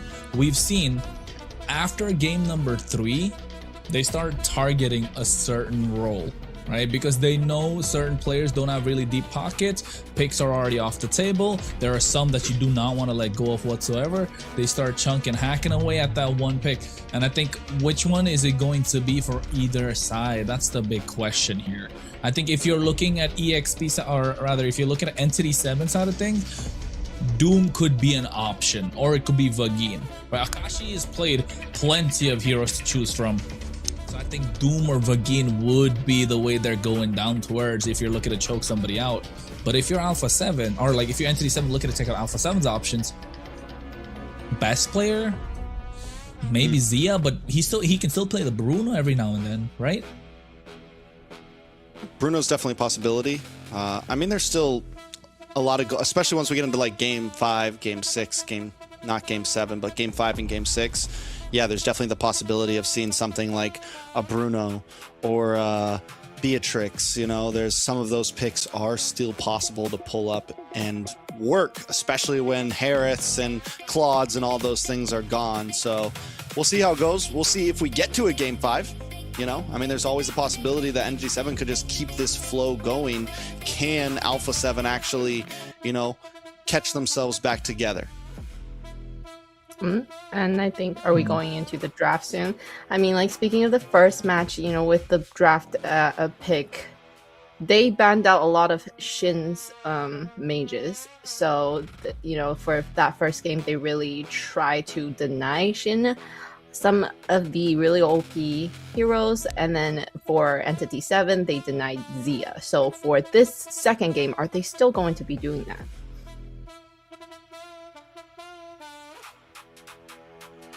I mean, we'll see. Are we exactly having some technical They're going to be difficulties? No, I mean, looks like they're definitely waiting a little bit for draft, so we do have some time to kill.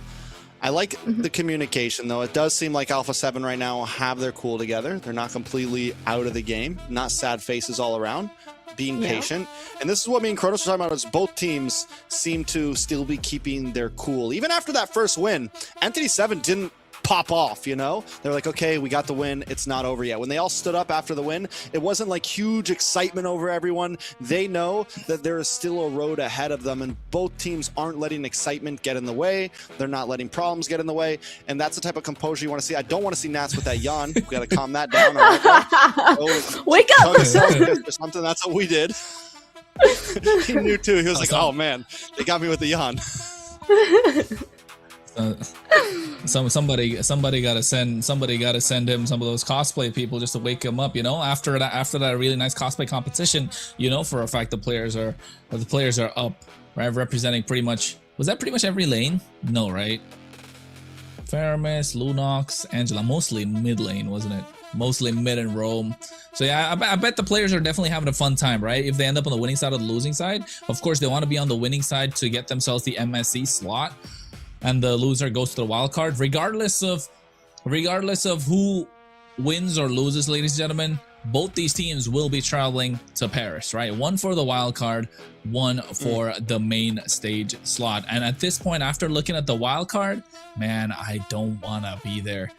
I think for the first time in a very long time, the wild card looks super stacked, right? When it comes down to an international, either M Series or MSC. I don't think I've ever seen the wild card being this stacked right now. So whoever ends up being in the wild card, they know they're going to have a really rough time getting to the main stage. But I think regardless of what happens, both these teams need to pull up in terms of what the draft has to offer. But because in the previous game, ALPHA7, the draft didn't really look too good, and I think credit where it's due. They were willing to take the trade, and they knew ALPHA7 are probably gonna go for the Freya over the Marcel, right? Since it's not a very Shark-esque hero, but we did see him perform really good with it at one point, and still building to try and get to the point where the Marcel can be an active threat. 2 minutes to the draft, ladies and gentlemen. Both the teams are prepping up, getting their strategies on point, hydrating themselves. So yeah, I think in this draft, Layla, you think they're gonna go for a trade again, or just keep it simple? Don't try and reach too far. I like what you said about, giving Zia that prio pick is gonna do a lot for ALPHA7, but I still think they should be banning Shin. Don't ban any here, ban Shin, please. Because that's I think still, and then just looking at them right now, I think Vagin, he is so confident right now, the way that he's carrying himself right now. So maybe he has something up his pocket too. We shouldn't be doubting him. He probably has a hero pool that's like pretty deep as well from the look of it. They're getting them rallied up. I want to touch on what Kronos just said. With the way that first draft went, trades are already kind of like we got a huge trade in game number 1. It completely changes the way we look at these drafts coming up, right? Because it comes down to there's no longer a Marcel Freya trade. There's no longer a Freya trade for anything or a Marcel trade for anything unless one team wants to not ban it, right? It's kind of a weird spot that both teams are put in, and it's going to make some of these bans be either very locked in for the next 4 games, to whereas we're always going to see a Freya and Marcel on the board, which limits some other things or opens up some other things, should I say. But it definitely changes the way both these teams want to approach the next few games here. Man, Zia waving to the crowd is crazy. Zia was just waving to the crowd saying, hey guys, thanks for all the support. I think both these teams both these teams got to get locked in. And you're right about the trades, right? Since these big expensive picks are kind of off the table, then what's it gonna be now? Game number 1 is off. Does ALPHA7 say, all right, guys, we tested the waters right now. We know where the level's at. We got to go, you know, all in or nothing in this game and get the aggression they want. We don't want to see Shark yawning like that, man. Yeah, we don't man, want to they see gotta them wake yawning up like over that. there. Yeah, get some coffee going for themselves. What's going on? But look at ENTITY7. They're locked in. They understand the assignment. They got it on their jerseys. E for engage. That's a fabulous jersey, by the way. I want to get one of those. Need to DM Hot on Bush and Shin like, yo guys, throw us a couple of those jerseys. Right. Just saying. Trex, you gotta pick. You gotta pick it up, bro. I like ALPHA7's jersey.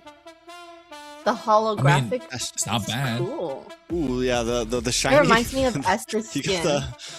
The reverse hollow. Right.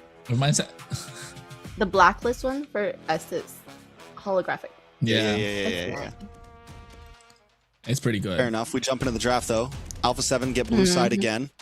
ENTITY7 ban out the Marcel this time. They don't want to let it through. ALPHA7 no longer has to worry, or ALPHA7 are the ones that are going to have to worry about banning the Freya if that's something they don't want ENTITY7 to get their hands on. Yeah, they gotta ban it out. You gotta respect the Freya, right? Gonna have to replace the Eve ban that they banned in game 1. So and you don't want to give Shin a Eve, man. No, they banned that out, definitely. They should still ban that out, and the Lilia too, I think. But with like ENTITY7, you know, they played Marcel and they played Haworth, so they're banning those 2 heroes. So you know that they really brought it in the first game. They took 2 heroes that they thought was gonna be very important. They do give up the Freya here, though. There we go. Paquito. Pack. I've seen a lot of Paquitos out there. It's meta. It's probably the it's probably the only pick right now that's justifiable as blue side pick 1. Right now, apart from Marcel. If there's a pick that Nat should do well on, it should be this too. Yes, I agree, but that's what I was afraid of. You don't give Shin his comfort hero, man. Not the Eve. Not in game number 2 when they already got game number 1 in the bag. They're okay to take it just because of the fact that they get themselves the Valentina, which is a great trade. They get the Claude even, so that's adding more firepower to ALPHA7. This is what the blue side brings in right now, right? You get that 1 power pick that you're willing to make the trade for, and then you get a lot in return. But at the same time, ENTITY7, we say we got the Freya. Don't let it slip. Pick it up, and now you know these neutral objective fights are gonna be dictated by either Cold World or Shin. The Eve though and the Freya, I mean overall ENTITY7's draft works well together too, right? They get the Freya, this time they get it paired up with something that combos very well with it, and that is the Eve, something that can trap you in the box, something that can hold you in, and then the Freya keeps you in even longer if you're able to pair up those knockups around the RWM. On the side of ALPHA7 though, yes, it's aggression, it's comfort, it's exactly kind of what these players would want in their hands. If there's anyone that I want to see play the pack, it's definitely Nats, but I thought the same thing about the Freya, so at this point, I'm a little bit worried about Nats coming into this game on another very aggressive EXP laner. Can he be the one to, you know, start getting those kills on the board? You're right, because now they're missing that heavy front line. Yeah, Paquito does do really well under the Freya though. And they don't have a Basha, so what kind of jungle are they going to have that is gonna act as a front line for them, right? Well, we still have we still have Shark to pick a front line for them as well. The Hilda's gone. Trex, to double down on what you said, Pack does really well against the Freya. That's one of the ways that you kind of, you know, that's one way to kind of stop the Freya from getting out of control. Pack does have fast clear. You're a threat to the Eve, but here Marcel's already taken off. Hilda's gone. Gato Kacha comes in. So there's a couple of ways to deal with the Valentina, right? There are a couple of ways to deal with the Valentina. You either go too crazy in terms of the ultimates that you have, so you're confused with the Valentina, or you just don't give anything. But in this case, they've got a lot. They've got the Valkyrie Descent, the AOG, the Violet Requiem's also pretty decent. You get yourselves the RWM. I think that's the most favorable one if you're Cold World, but in this case, what do they go for? They got to get themselves a Roam, Khalid to get some mid prio. This is very strong. Valentina, Khalid. We know how the meta started when MCT started, with these two being prioritized high up the pecking order. But look how far they've fallen off in terms of what the meta has to offer right now, Trex.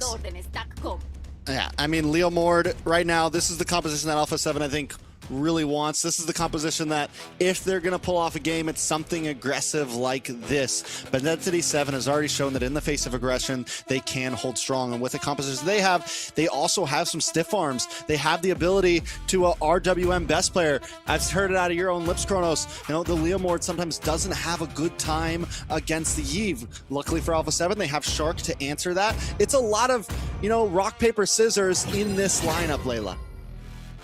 Yes, I'm just looking at ENTITY7's comp, right? The Eve and the Guinevere and the Gato. Can you imagine that?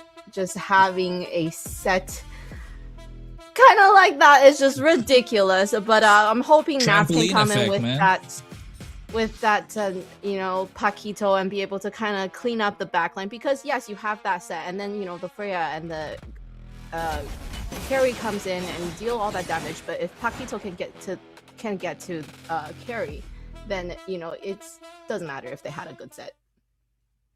All right, it's game number 2. ENTITY7 takes it all in game 1 in this best of 7. Now Alpha looking for the revenge game. Can they do it to tie up the score, Kronos? Yeah, really good start though. If this is the way to tie up the score, it's a really good start for ALPHA7. 20 seconds in, already a lot of damage to Vagin. You force out the region early. So now you know for a fact that they're not able to get priority in terms of rotation. This is what the Valentina plus the Khalid offers, right? High damage output in the early game. You get yourself control of the river. And now along with the Leomord, you add more problems. You force Highland Bush to make a rotation in the mid lane, free up a little bit of breathing room for Vagin. It could be first blood early. Ooh, Shark is forced to flicker back. Kind of stuck on best player right now. Little Wander, I think, does go to the side of ENTITY7 in the mid side. ENTITY7 now pushing in, looking to steal a camp from the side of ALPHA7 North, and down goes Cold World. First blood over to Shin right now. Shark Force back as well. This is what I was talking about, man. You don't want to give Shin his Eve. He's been a monster. But ALPHA7 did have a better start, though. It started going wrong when Highland Bush made the rotation early into the mid lane, catching Cold War and Shark off guard, Shark biting more than he can chew, and then all of a sudden, force the flicker. You force Cold War back, and Shin is having a good time. He flickered forward for that kill too, right? So no flicker is going to be there for both these mid laners. Shark is not going to have his flicker on time as well for this turtle. Vagin should have the revitalize maybe just after the fight, but Doom has been the target. Need to slow down this carry as much as possible. Give Zia the advantage as they prioritize the Claude in the draft. As Zia did pick up the Purify. Vagin with the Revitalize, no Purifies on the side of ENTITY7. They don't really need it, right? On the side of ALPHA7 North, Cold World, Shark, Nats are going to have to watch out for those big knockups. They are going to have to watch out for all of this crowd control. They went for the more aggressive flickers. They went for that aggressive play that they like to do, but it's already not really showing up for them. They're down a kill. They don't have control of this Lord right now. Best player going to make his way in. A lot of damage onto Vagin, but he's able to flicker back. Best player able to get the kill, though. Now, with the steed out, Zia goes down up at the top side. Best player falls to Akashi, and it's looking bad from the side of ALPHA7 North. More damage on the Cold World. He tries to dash away. Doom able to flicker in and pick it up. 3 down on the side of ALPHA7. ENTITY7 get the turtle as well. Akashi looking to get taken down. Nats able to get the kill. Finds an angle and able to get that jab to pick that kill up. Akashi, he's getting the job done though, right? He's getting the job done. He's there in these fights. He's being a nuisance. He's able to make these fast rotations. And we're talking about them bouncing up and down with these knockups, the trampoline effect in play for ENTITY7. And so far, even Doom pushing back Zia. Oh no. A little bit of a knock-up on a Nats. Nats down to about half health. Oh no. Gonna get knocked up again. Akashi with the Valkyrie Ascent. Can Nats get away with the re-engage? Gets the jab, but still goes down. Akashi gets the kill. The bullying onto Nats in this series so far is relentless. He's 2-1-0 right now. Zia also having trouble in the gold lane. ALPHA7 having trouble across the map. Trix, are we seeing a little bit of chinks in ALPHA7's armor right now? We saw this earlier when they went up against Vendetta, right? We saw this a lot when they went up against Vendetta in the north side of the North group. when now it's just slowly being exposed a little bit more. Churobami did a fantastic job against Cold World, right, when it was ALPHA7 versus Vendetta, but here against Shin, it's a whole different ball game. It feels a little too much, even though they got mid priority. Like Shark and Cold World should have mid priority in this case with the Kalidas plus the Valentina, and they did get the early aggression. The mistakes are coming in from positioning. I don't know if I completely put it on Cold World, because in game number 1, Cold World's positioning was amazing. He saved some of those fights. Cold World did a great game in game number 1. If I had to pick anyone who really kind of made the most mistakes, it was Nats in game number 1. In game number 2, yeah, Cold World getting a bit diffed. It seems like there always seems to be one player so far from at least game 1 to game 2 that isn't holding their own. Right now for ALPHA7 North, still wouldn't put it completely on Cold World. Zia shouldn't have gone down in that last fight. Best player goes a bit too deep, taken out. I think overall ALPHA7, whether it's underestimating, whether ENTITY7 is just playing kind of the better game, yeah, there's definitely cracks all over the armor of ALPHA7 North, but in comes the big flicker from Shark into the backside, but Nats still alone. RWM does catch, and RWM as well catches best player Nakashi, slams down, looking for the next target up on the top side though. Shark is still alone, and ALPHA7 is split up. This is what we're talking about. Everyone attacking at different angles, but not working together. Nats unable to get the final shot, and he goes back to his lane. Another turtle into the hands of ENTITY7. Talk about splitting their legs apart. Ankle breakers coming on from ENTITY7 right now. And they get Cold World in the mid lane as he was trying to defend the tempo that we were talking about earlier, Trex. When it comes to ENTITY7, they don't like to play high-tempo games, but ALPHA7 do it now, taking their own game against them and taking down Zia on the top side. Sandwiching the Claude. It's 9-3 right now. They've got themselves a 2.5k goal lead, and is looking up for ENTITY7. Meanwhile, best player and ALPHA7 needs to find advantage. They need to find neutral objectives to get control of the game. And this is what you were talking about as well, the Yi versus Leomord. Oh, Shark just wastes the Sandstorm. Doom able to flicker back into safety. ALPHA7 looking for plays, but unable to actually make them succeed. It's just too telegraphed. It's just too easy to read for ENTITY7. ENTITY7 just seems to be playing a regular game. Not even really trying that hard, honestly, and ALPHA7 are in shambles as we speak. Falling apart slowly and steadily, but I think ALPHA7, we know these players, they've got the experience, they're okay. They're good at prepping themselves up. They need a pep talk. They probably got it too while watching that cosplay show. So maybe they were too focused on the cosplay show. Yeah, bro, that was pretty fun, not gonna lie. But I think here ENTITY7, you're right. They're not playing anything out of the ordinary. It's just a clean game. They're able to make some fast rotations. I think early on with Akashi being able to make a fast rotation compared to Nats, it became a problem. And that's what happened in the previous game as well. Nats did not make an early rotation, which costed them a bit of the early game from the EXP side of things. And that kind of that's hurting ALPHA7's chances. And I don't think ALPHA7 kind of expected this coming into this matchup, making a little bit of a mistake in terms of underestimating your opponent. That could lead to bad things. What's interesting too is ENTITY7 likes to play this grouped up composition, right? And even from game 1 to now, ALPHA7 is the first one to get a tower. They're the first one to secure some of these big objectives on the enemy side. But ENTITY7 keeps beating them because of this split up composition. ALPHA7's having trouble dealing with them in the team fights, right? ALPHA7 plays the map well in the early game. They play the map well in the mid game. But in terms of when it comes to a 5v5, it seems like someone's always a little out of position for ALPHA7 North, and ENTITY7 continues to get the better. You can even see them now. ALPHA7 taking more of a 1-3-1 approach across the map, towards ENTITY7 on the other hand, Shark by himself right now. You have everyone a bit more split up. Yeah, I think ENTITY7 grouped up together, able to rotate fast. Oh, but Nats here. Ooh, RWM does come down. Cold World out of position, gets taken out. Akashi with the killing spree. Ooh. And now Akashi jumps back in.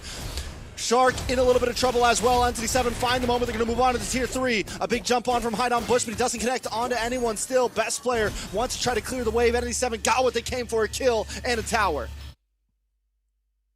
Yeah, I think at the moment right now, they got themselves the tower. The pressure is on. ENTITY7 have picked up the pace of the game. I don't think we've ever seen ENTITY7 play such a fast tempo. They're confident. That's what this speaks. When you know a team is playing such high tempo games, they are confident. They're oozing out confidence right now. And ALPHA7 Nord look like a shadow of their former selves, to be honest, because this is not what we expected out of them. Nats, yes, he's doing a good, okay job so far on the Paquito, but he's not yet popped off. I wish we could take a look at the items to see how far they are. Best player having to use the steed just to clear the wave. Not a bad play completely. I mean, it is what you want to try to do. It's okay to use the ults to get rid of these waves. ENTITY7 keeping steady pressure on them. A big knock-up on a Shark. Shark in a bad spot. Doom gets the kill. Hide on Bush on this Guinevere has just been a monster. He does not miss right now. The trio. It's the trio. Will be spotted by Akashi. Vagine goes in, takes a lot of damage. Vagine with the Revitalize, able to get all of his health back, essentially. As ENTITY7 works away on this Lord, ALPHA7 cannot make a way in. They got the trio working out of their favor. The trio of Hide on Bush, Shin, and Doom. These three have been playing together for as long as people can remember, right? And it's showing the synergies on point. They don't even have to communicate. Shin is pretty much there whenever Hide on Bush goes in with the spatial migration. He gets the right target. And the lack of respect without the Purify coming in from Cold World just shows in this case. But yes, I mean, you'd want to pick up the Flicker just to be able to make these outplays. And they're punishing him for that particular aspect. Nats hasn't had a clean angle to go in whatsoever. Zia has barely farmed up the Trinity to try and get on top of the back line. Look at the RW. Oh my God. AOG on to 2 with the knock. Up on the best player in the Violent Requiem. Zia comes in with a blazing new weapon. The damage just not there. Everyone from ALPHA7 does get away. Hide on Bush goes down. Tower about to drop on the mid side. Tier 2. Vagine forced to back off. Oh, Nats. Nats trying to make his way around. Looking for a target. Can he make a play here? ENTITY7 decides to back off. They lose a member. They take the Tier 2 in the mid. Is that a good spot for ALPHA7? Nah, man, it's not a good spot for ALPHA7. They're losing their Tier 2s both on the top side and both in the middle. Oh, Shark, no, what are you doing? Oh, my Lord. RWM does catch Doom, though. Everyone survives. Oh, you know what, though? In that fight, Doom forced the Flicker out of Shark. They got the RWM through the IMU, but Doom still didn't flicker. The Flicker still didn't pop off. So it's confidence. These small interactions that take place within the game, it just speaks about player confidence at a certain point, and now best players just cut off completely. The dive under the tower. Best players should be able to get away here. A lot of ults used on the side of ENTITY7. Literally all of them, except for Hide on Bush. No tower down. It's a good position for ALPHA7. I mean, one thing that I can say to give them a little bit of slack here is ALPHA7's done a good job at keeping up with the map once again. Top lane, they're actually winning on. Mid lane is the problem, and it's going to cut off their rotations in terms of these Lord fights and trying to make it up to that top side, trying to make it up to that long lane quickly. Well, they need a way to work things out. If you're ALPHA7 on at least in the long lane, like you mentioned, they do need to work things out for ENTITY7, but they don't have their Tier 2, so the waves are going to be pushing a little bit more. Vagine by himself is able to zone out 5 members of ALPHA7 right now. They're grouped up. They've got nowhere to go. They're too scared to be picked off right now. Only Purify stand in the hands of Zia, but Hide on Bush has been lethal with these spatial migrations. Akashi is 5-1-2. This is what we were kind of expecting out of Nats in the previous game, right? When he had the Freya in his hands, but Akashi 5-1-2 on the similar kind of a Vengeance Freya, able to be the front line, but also dish out the damage. Just working out in terms of the composition, the tempo, the rotations. ENTITY7 are making it work like clockwork, but ALPHA7 needs to find advantage. He's got to come with the hands of Zia. He's got to make that split work. He's got to push through. Oh no, Nats here might get caught though. Vital Requiem already expended. Nats forced to use the Flicker. Hide on Bush gonna chase him down. He gets the shield, trying to get to safety. A minion blocks the ball. ENTITY7 back to Lord now. ALPHA7 maybe looking to try to contest this. Shark gets vision, will get caught up, force the Flicker back. Zia continues to work on the mid side. RWM does come out. Ooh. A lot of damage on Best Player. Best Player may not be able to get away from this. The re-engage though. RWM Cold World as well. Can they make the play here? Begin brought low. Zia able to get the kill. And now finally ALPHA7 is trying to make the turnaround, but ENTITY7 continues back as Doom takes out one. Nats finds Akashi, but a double kill over to Doom. Make it a triple. ENTITY7, most mainly Doom, will not stop. It's 5-0-1 on this carry. It spells doom for ALPHA7. That's what it is at this point. He's putting up the 3 fingers as well. He's got triple in his pocket. 5-0-1 on a carry right now. It's only 14 minutes, Trix, and we're already starting to see Doom is becoming a problem. We saw it earlier against Shark, forcing the flicker, even with the quicksand guard. But I think right now they're oozing out confidence. Again, I cannot say it enough. ENTITY7 taking it to ALPHA7 right now. They've got no answers for it. He got the Trinity, got himself the Wind of Nature. That's why he wasn't able to go down after the winner, after the BMI Blazing Duet play. Now building in towards a Malefic Gun. There's no way that ALPHA7 are going to be able to reach him apart from maybe a flicker from Shark. Oh. AOG doesn't connect, but it does open up space. RWM comes down from Shin. Able to get the knock-up. Down goes best player once again. Tower falls as well. ENTITY7 looking to end this early. Blazing Duet jumps in. Cold World, double knock-up from behind on Bush. They're going to move on to the base. Shark tries to get the stun, but it's still just not enough. Everyone's wiped. And it's 2 games in the books for ENTITY7. It's 2 games in the book for ENTITY7. It's a wipe towards the end as well, taking no prisoners whatsoever. And oh my goodness, it was absolutely insane with this game that it went about, because you know for a fact that ENTITY7 are looking to wipe the floor with ALPHA7 North. And the rest of the North that's watching right now, you must be baffled, because nobody really expected this coming into the series, right, Layla? Right, exactly. Everybody, I think, all had that. We had that in mind that, you know, ALPHA7 is the team to beat, and it doesn't seem like that. I do still think that there is a possibility that these teams are flying in, you know, from US, from wherever. They need to kind of get settled. I do have I think something to do with that maybe. And then just being in a environment where, you know, they're in an environment where nobody's speaking English. They're like kind of in a environment that's not nice for them. I think. Listen here. Layla. Listen here. I can about come to say into this. you're reaching. I will come into this saying I am a fan of ALPHA7, but there are no excuses. We do not hold punches I'm about to say, on yeah, this desk. you're I can reaching be right now, biased, Layla. but I'm also not going to hold punches against the team that I am cheering for. ALPHA7 needs to tighten up if they want to win this. ENTITY7 has their number right now. Look at the KDA. Cold World 0-5-4. Shark 0-4-6. Even Nats, we talked about EXP Lane. He seemed to be doing well in the beginning of this game. Still not completely showing up, and best player as well. Just, I mean, all of them seem to be in some positions at times that they just shouldn't be in. Here, everyone's split up. Every time they get into these fights, someone is not where they're supposed to be. ENTITY7, on the other hand, are playing like a well-oiled machine. They are a unit right now. No one is ever out of position. Everyone knows exactly what their job is, and they are capitalizing on that job. And you know what? Speaking about how Nats and Akashi have been taking this lineup, we've been talking about Nats for a while, right? Everyone knows the resume of Nats. For those of you who don't know Akashi, he was the representative for Latam before. He played with RRQ Akira, right? He's one of those players from RRQ Akira when they were dominating the Latam League. And he had a bad couple of seasons, but now found his way into this lineup of ENTITY7 with Doom, Shin, and Hyde on Bush. And they clicked, and they've clicked, and it's working to perfection. This is what I was talking about. Look, Shark forced the flicker, and look at Doom. Use of the Phantom Step preemptively, so he doesn't have to use the flicker when the RW is dropped down.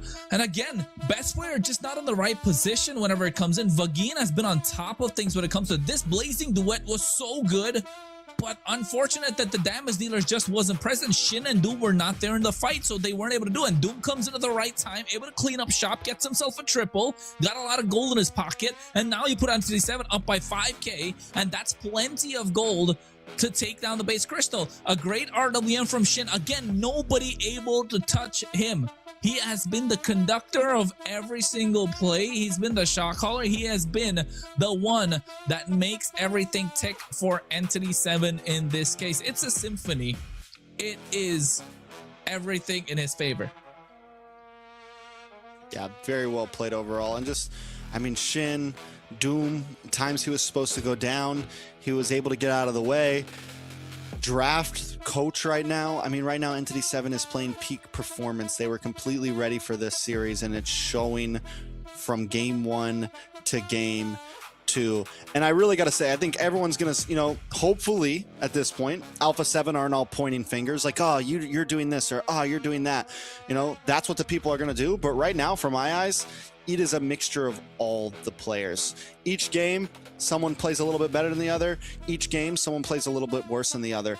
All of them have made mistakes. Zia, on the other hand, maybe not too out of place. We haven't seen anything huge from him, but he can't pop off if not given the time. And even there, in coach's hands, why do we let that carry come in so late? That was what, a 4th, 5th pick carry? Was it? Yeah, it was a last pick carry. It was a last pick carry. So I think, yeah, I just like even then they favor. I'm looking back at the bans, and it's Hilda Yuzong banned instead of banning out Gold Lane. I think they thought too much into the fact that maybe this Freya was going to be Gold Lane, and it's just. Oof. I mean, at this point, it's bad. Shin's got MVP back-to-back, so when does it get to the point where you start, you know, like, hey, we need to get this mid-prio? I know a lot of people were not, like, you know, a lot of people don't watch the MCT South group, right? And people don't really expect a lot come from him, but I've been telling you, Trex, I've been telling you for a long time, like, if it was ALPHA7 South, I'd be like, okay, ALPHA7 North can do it. ALPHA7 South are very prone to making mistakes. They get heated up in the moment, and I mean, shout out to Paquito. He's one of my guys in terms of what he does in Rome, but you know, he makes these mistakes that are crucial in these crucial moments, and that's one of the reasons why ENTITY7 were able to get this big dub in the South group. But yes, when it comes to ENTITY7, Heidenbush, Doom, and Shin don't really make a lot of mistakes. They don't make risky plays. They don't make plays until it favors them. And you know what else favors you, ladies and gentlemen? The code from Bonox, MCT BMX. Make sure you get that 5% discount when you go there and recharge your diamonds, so you can get those Sanrio skins that are coming up right now. All right, we're gonna go into the epic rap battles of history. Rap battle coming up. They're gonna take a break, right? They're gonna compose and they're gonna summarize what happened. I'm gonna compose too. Take a break. ¿Cómo están? Me presento, yo soy MCS y no vengo solo. Yo vengo acompañado con mi brother desde Brasil. Sí, hermano, ¿qué fue? Una fuerte bulla para él, hermano, que nos visita desde Brasil. Para mí es una gran honra, es la primera vez que estoy en que tengo toda energía del Brasil para ustedes y quiero ver la energía del Perú, ¿ok? Quiero ver su energía, la energía. Yeah, so we had a sneak peek from Trex. His rap is pretty good too. So later on, let's have him do a little rap for us. I'm excited. So definitely for the rap battle. Everybody. Necesita alguien encargado de ponerte a ti a bailar y a mover el cuello. Yo quiero que reciba. You know what though? I think it's gonna be members of the audience that come up for the rap battle as well, right? So I don't know how we're gonna vote. Is it gonna be votes on whatchamacallit? With the it's gonna be votes through the. Muchachos, yo sé que algunos desconocen lo que son las batallas de freestyle. Sé que a algunos les gusta, quizás no, pero hoy nos hemos venido a divertir y a compartirles algo diferente. Porque aquí hay personas, tanto como los gamers y las personas que se sientan aquí a batirse a duelo, también hacemos batallas pero de freestyle. Y eso es lo que hemos venido a hacer como una exhibición para ustedes. Porque hay una liga muy importante a nivel mundial de freestyle, que es FMS. Freestyle Master Series. Para algunos los que conocen, igual hemos traído grandes talentos. Ok, vamos a presentarlos. Ahora. La primera batalla. Sí. Ok. A mi lado derecho tengo a alguien que le dicen el rey del hardcore. con ustedes, aplausos. Eso es, los aplausos son el respeto que ustedes se merecen también. ¡Papita! Primera semifinal. Y se enfrenta a alguien que también ha batido récord con todas sus batallas. El mejor amigo de un grande, el Jace. Yo quiero que reciban con fuertes palmas para Benty. Muy bien.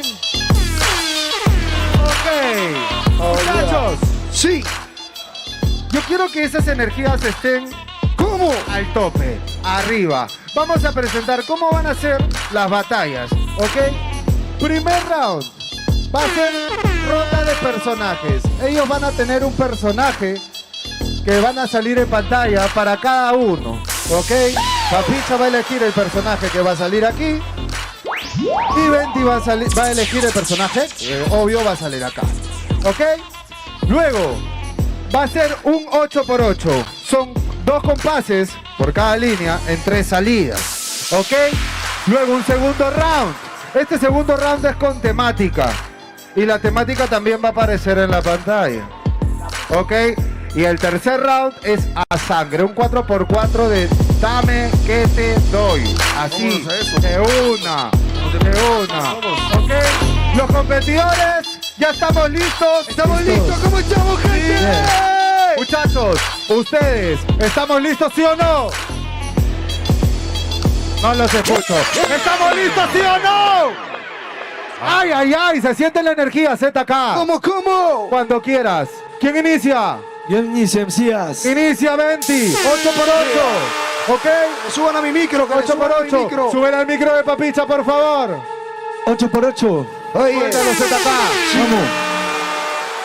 Mándame el beat aquí en Minier. Todos con las manos arriba. Mano arriba, todo el mundo, mano arriba. Mano arriba, todos.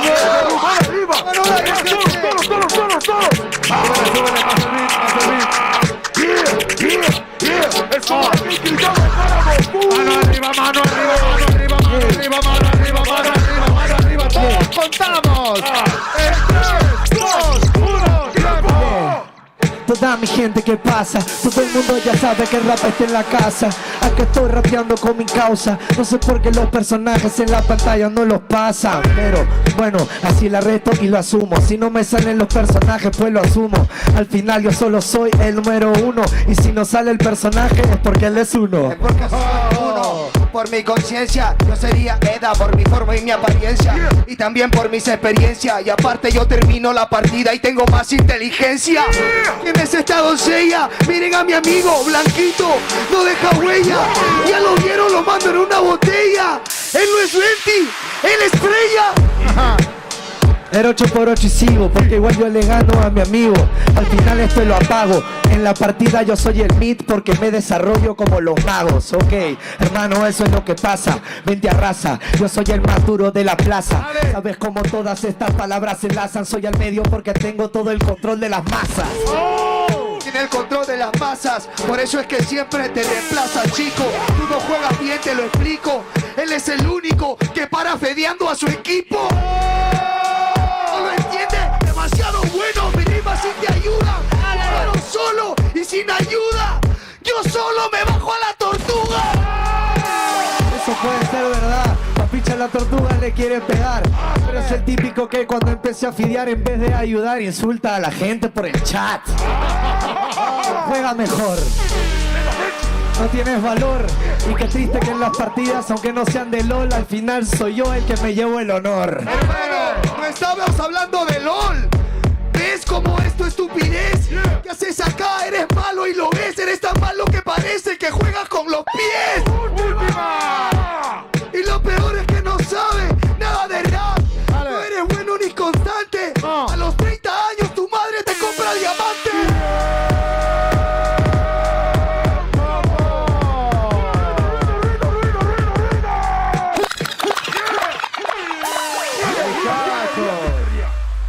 Aquí la gente se está matando, Dios mío. Aquí la gente se está matando. Vamos con el segundo round. Segundo round.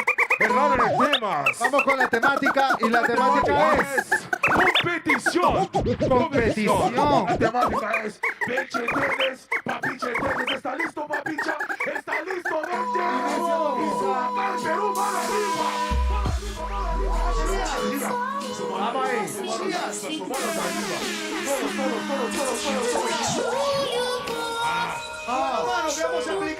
hermano. Esto no se hacen las cosas. Esto no es loco, no es loco. Mano arriba, todos. Mano arriba, todos.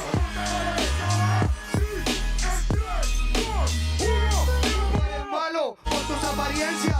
No tienes nivel, te estoy dejando en evidencia. Malo por tu apariencia. Cuéntales que yo te paro perdiendo en la competencia. Eres malo. Venti, no tienes enlace. Te dijeron que la mano en la clase. Nunca dejes sola tu base. Ey, de verdad que esto me parece ilógico. Con lo que me insulta siendo su prójimo, me confesó que Papiche es un tóxico. Estoy afuera del juego, por eso manito cuando rapeo te pego. Papicha su único juego nunca va a ser Mobile Legends, lo único que sabe hacer es armar Lego. Ay, hermano, la clavaste mi hermano. Te trabaste, por eso es que sano. Cuéntales que te banearon la cuenta por mengano y porque parabas pulseándote a niña de 15 años. ¡Eres tan malo! ¡Venti, corre! ¡Mira la puerta, corre! ¡Venti, te acabo de romper la torre! No me hagas molestarme, mongol, porque de verdad que ese es un huevón. Papicha, ¿qué te pasó? ¿Que yo le hablé a una menor? Hermano, te estás confundiendo de rol. Ese era el tuyo. Por eso tu nexo lo hago y lo destruyo. Papicha, yo ya soy el campeón más grande del juego y tú sigues siendo un capullo. ¿Un capullo? Se trató de nuevo andando por Javi. Eres el parásito y no lo sabes. Eres un vago y quieres jugar de carry. ¡Oh! ¡Dale! No eres nada. Hermano, es el pasado. Venti, eres un fracasado. Tu madre, tu abuela y tu tía te reportaron. Hermano, yo no te insulto porque de verdad eso de rapear es mi gusto. No te voy a hacer ni un insulto, pero yo estoy carreando y Papicha escondido en los arbustos. Último que viene en la jungla, así que Papicha, porfa no te confundas. Porque así en la junta se pierde la primera partida y se gana la segunda.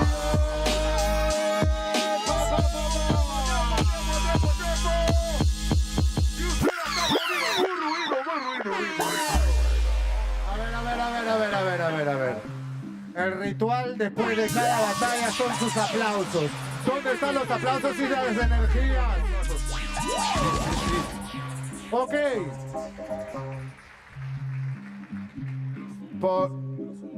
Por temas de tiempo, vamos a elegir al ganador. Y el ganador lo eligen ustedes. Entonces, vamos a hacer el aplausómetro. ¿Ok? Comenzamos con Betty. Primero. ¿Cuántos eligen réplica aquí? Pocos. Por ahí veo pocos. ¿Tenemos de réplicas? Puede ser. De réplicas, producción. ¿Será que ¡Aplausos para Venti!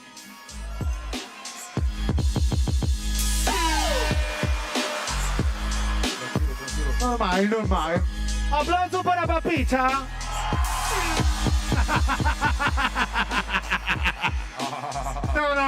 No me queda claro. Aplausos para Venti. Ahora. Para Papicha. Papicha es el ganador.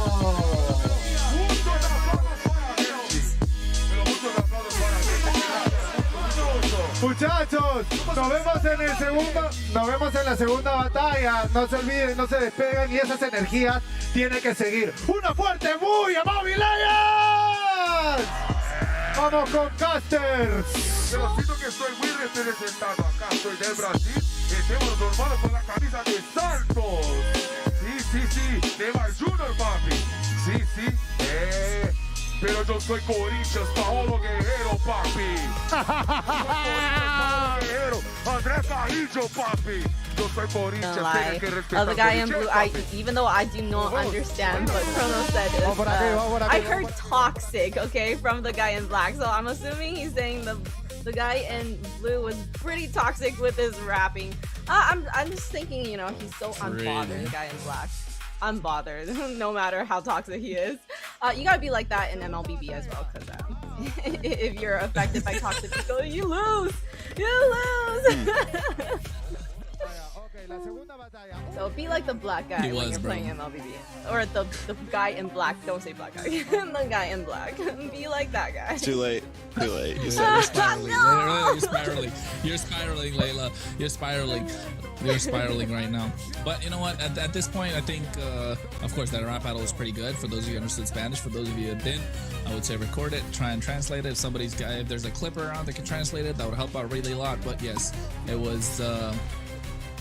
was absolutely insane. But you know what? At the same time, folks, don't go anywhere, because Trex, I think you got some news.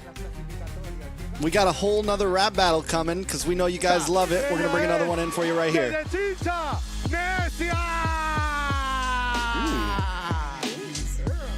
Presencia femenina. Ok. Lo mismo, 8x8 el primer round, el segundo round igual, pero el segundo round es con temática. Ok. ¿Quién inicia? Arranca Necia. Ok. Vamos a darle ahí. Todos con las manos arriba. Movilen todos con las manos arriba. Todos. Vámonos. Mano arriba. Vamos,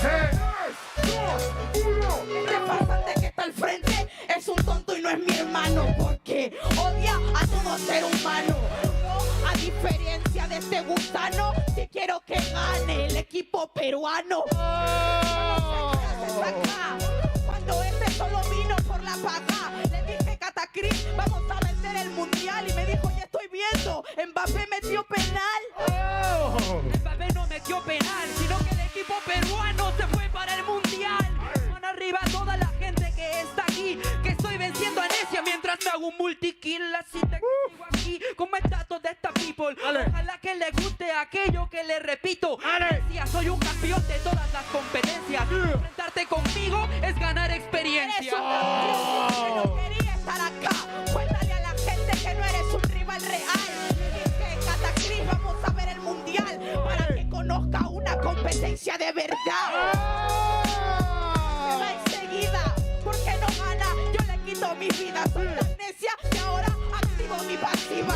Te curo en tu cara y te gano la partida. Y me gana la partida, a no ser de que mi Nexus todavía sigue arriba. Así que hermana, tú no eres la mejor. Queriendo batallar sola nunca vencerás al Lord. ¿Qué me está pasando? Yo le estoy ganando y se debe en todo lo que intercede. Van arriba de la gente, que hoy día le ganamos ustedes. Hoy debo ganar el AMER, me siento ENTITY7. No dijo buena frase. Eres un minion, eres un mini.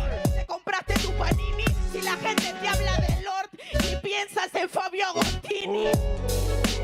Vas a tu casa, cabrón. Necia te gana en esta competición. Él es la Pulapu y yo soy Yuzón. Que va a ser un guerrerito contra Gran Dragón.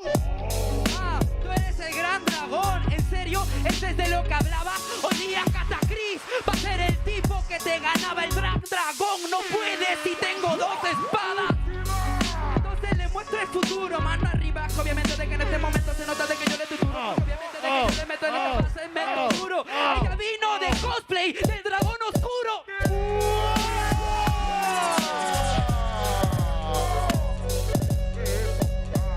¡Tiempo! Ok. Ahora solo. ¿Viste el nivel que hay aquí en Perú? ¿Viste el nivel que hay aquí en Perú? Hermano, ahora un segundo round. Y la temática es cooperación. Cooperación. Pero, ¿qué fue público peruano? Las manos arriba, las manos arriba, las manos arriba, las manos arriba, las manos arriba. Suelta la Z acá. ¡Oh! ¡Oh! ¡De arriba abajo! ¡Y ya! Y se lo damos en 3, 2, 1. ¿Por qué dices de que yo no rapeo bonito? Si sabes de que te valoro hasta el infinito. Ya sé muy bien, porque a ti no te necesito. No vas a ganar el AMER si flameas a tu equipo. ¿Y sigo? Realmente ya no lo había entendido. No te preocupes, esto es cooperación. Puedes puedes vencer el nexo con la coordinación. No te necesitas porque nadie quiere tu visita. Arriba no viste la batalla por hacer tus escritas, pero bien que te paraste cuando modeló la señorita. Que no compite, no reciclo. Yo a ti no te visito porque alguien que juega solo no sabe trabajar en equipo. No saben trabajar en equipo. Ellos son mi equipo. Mano arriba, equipo. Eso es lo que necesito. No me importa el cosplay porque yo rapeo solito. Arriba de toda la people que está acá. Todas las personas que les gusta el rap. ¿De qué sirve ser una persona y ser individual? Si tus dedos cuando haces kill se van a lajear. De la cooperación, porque no eres de la cooperativa del verdadero hip hop. Ves que no sigues el algoritmo y hoy día recién te enteraste que esto era 5 versus 5. Porque no sabes nada. Eres un tonto, eres una ensalada. De mi salida yo te quité tus entradas, así como le hiciste a tu ex enamorada. Mi ex enamorada es que ya lo es y por eso me hablaba. El día de ayer me dijo de que me amaba. Hoy día no quiere cooperar, pues no me apoya para nada. Hermano, ¿qué debes? Mejor trata de hacer las cosas que atreves. Tienes que parecerte a ENTITY7 y apoyar a todas las personas que te quieren. Las que te quieren y te aterras. Tienes cara de que juegas bajo tierra. ¿No te das cuenta que parece sirve porque en medio se pone a jugar en la guerra? ¡Ale, última! No sabes nada del escenario. Este skill la quiere pegar de barrio. No eres un competidor, sino un licenciario que no sirve ni de mercenario.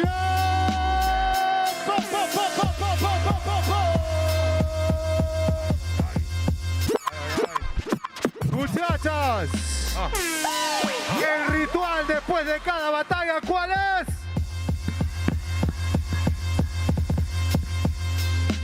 Energía. Eso se llama cooperación. Eso es cooperación. Eso es cooperación. Una fuerte bulla, Bobby Legend. La bulla.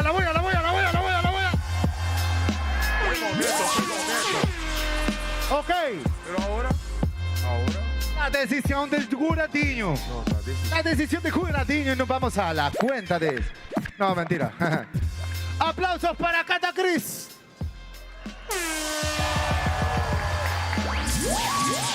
Pero ahora. Aplausos para Necia.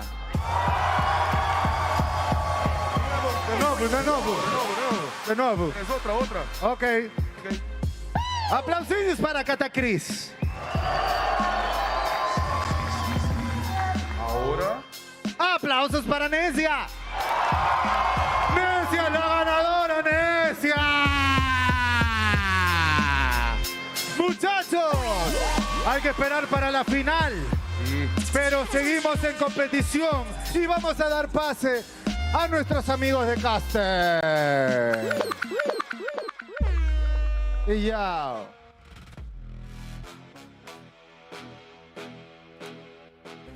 Welcome back. That was a great rap battle there. We saw 4 competitors really rapping their heart out. Pretty cool. Not gonna lie, but now the players are back and they're getting ready for Game 3. Now, if you're just joining us, ENTITY7 has really brought it. They are now 2-0. They've won the 2 matches that already and going into this 3rd match. Trex, what do you think Alpha needs to do to be able to win this 3rd match? Play better. Play better. How? How is the Don't make question. mistakes. Honestly, I don't like. A lot of times, we would talk about this when we were casting ALPHA7 games. Sometimes there is just it's hard for me to like pinpoint anything exactly, but for me, a lot of these plays have been mistakes because, again, you look at these past games, they are playing the map well. They're not exactly losing in terms of map control or macro or anything like that. They're losing in these team fights when someone's just making kind of a bad move overall. They're either approaching them to split up. We saw it on, I think, the 3rd or 2nd turtle fight. Shark goes for a big backline dive. While the rest of the team is on the other side of the pit fighting, gets caught up by the RWM. Best player is alone. Nats is alone. There's just a lot of plays where there's a lot of miscommunication, it feels like, on their team. We saw it in game 1 from Nats. It's not exactly that they're losing in terms of just getting beat by a big diff. It's that they're just they're not playing like ALPHA7 right now. That's all I got to say. Like, it's uncanny watching them play like this, honestly. And ENTITY7 is in flow state. They are playing very, very cleanly. Nobody is making mistakes on their teams, from the draft to the gameplay. And again, to back up my claim on that, ALPHA7 is playing well on the map. They're always the first one to get towers, 2 towers sometimes. Their macro is clean. But where you see mistakes really start to shine from a team is in the micro, right? Is in those team fights. And that's where ALPHA7 is crumbling right now. Kronos, what do you think? Give me. It looks some, like it looks like Knicks against Spurs, bro. Like all of a sudden the Knicks are pulling up. Hey, at least Spurs got one game. Like Wemby no more. No, I'm about to say Wemby feels like Wemby no more in this case, right? Like Wemby made the mistake, and now all of a sudden things are falling apart. But you're right, at least Spurs got a game. But in this case, with the way that's going, feels like it's gonna be a 4-0. Even Onyx got a game off of BTR early. Even Falcons got a game off of TLPH. Just saying, things are 4-1, 4-1. We didn't get to see a lot of 4-0s, but in this case, I don't know, man. Is it going down the road of being a 4-0, right? Because that's what it is. That's what it feels like right now. That was a draft that was the picks that were kind of picked up by both these teams. As we know, we are looking at global bans. It's valid until game number 6 and game number 7. All picks are available. That's the rule of the global ban. For those of you who don't know, the 1 pick used cannot be used for the rest of the series until game number 7. For either side. So yes, it depends on what pick you pick. It's not Fearless where 1 pick from ENTITY7 can affect ALPHA7. No, it's not like that. It's about ALPHA7's picks. They can't use it for the next until game number 7. The same thing with ENTITY7. But you're right, Trex. I think in terms of decision making, it's been terrible from ALPHA7. I think it feels like, you know, ENTITY7 kind of broke their ankles while having the ball. It just feels like it's dunk after dunk. They're not able to do anything, and after a couple of dunks, he's just been shooting 3-pointers and just swishing the entire time, and there's no way for ALPHA7 to make any sort of comeback. They did get that Maniac early on in game number 1, so spirits must have been really high, but it got shut down pretty quick after realizing that they did not have any good position around the map, and they did not have any good position when it came to moving around, making rotations. You and I were kind of, you know, talking about it behind the scenes as well, looking at how the mid prio was definitely there on the side of ALPHA7, but they never capitalized on top of it. They were never able to convert that into a neutral objective. They weren't able to convert that into any other advantage across the map. And ENTITY7 were really good on applying pressure. In game number 1, they did it in the mid lane, although Cold World did put on a good performance. The rest didn't. Shark kind of crumbled under the pressure that Vagine and Shin were putting down. Nat's not able to make these fast rotations, making mistakes. But you know what, folks? ENTITY7, just like Runestone, never make mistakes when it comes to getting your data on point. So make sure, if you want to liven up your esports journey and line up broadcasts, look at runestone.gg because they light up esports. Ain't that right, Layla? Yes, we've really been able to analyze the game and be able to follow along these amazing actions in the game thanks to runestone.gg. Coming back to ENTITY7, you're right. You know, even with the mid lane prio, I need to see ALPHA7 play like a team right now, because I think that's the whole everybody's saying. They're not playing like a consistent team right now.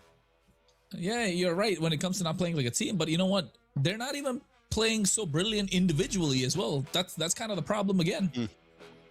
I don't know. I feel like every time we're seeing ALPHA7 lose, it's during a big team fight, right?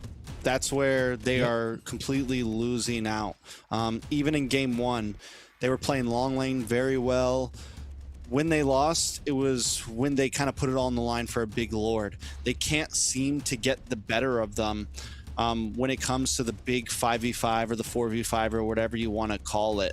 That's when it seems like all of their comms just go out the window, right? And it's interesting because they do seem to be communicating well, during the slow times of the game, and they can get the better of ENTITY7 during those slow times. But ENTITY7 has done great in draft in terms of making sure that they're ready for these team fights. Last draft, it was everything to make sure the hide on bush would be able to land those violent requiems from the knockup from the Valkyrie Descent to the Gato. Everything paired well in their draft, and it's something that ENTITY7 does do well. ALPHA7, on the other hand, it's true, everyone seems to kind of, yes, they had comfort picks last game, but it was everyone meant to just kind of do their own big plays. It wasn't as cohesive as ENTITY7's draft, but we're coming into draft 3 now. ENTITY7 does get blue side. ALPHA7 this time opting for the red side. They ban out the Claude, and that means there's no longer any of the big 3 gold laners for ENTITY7.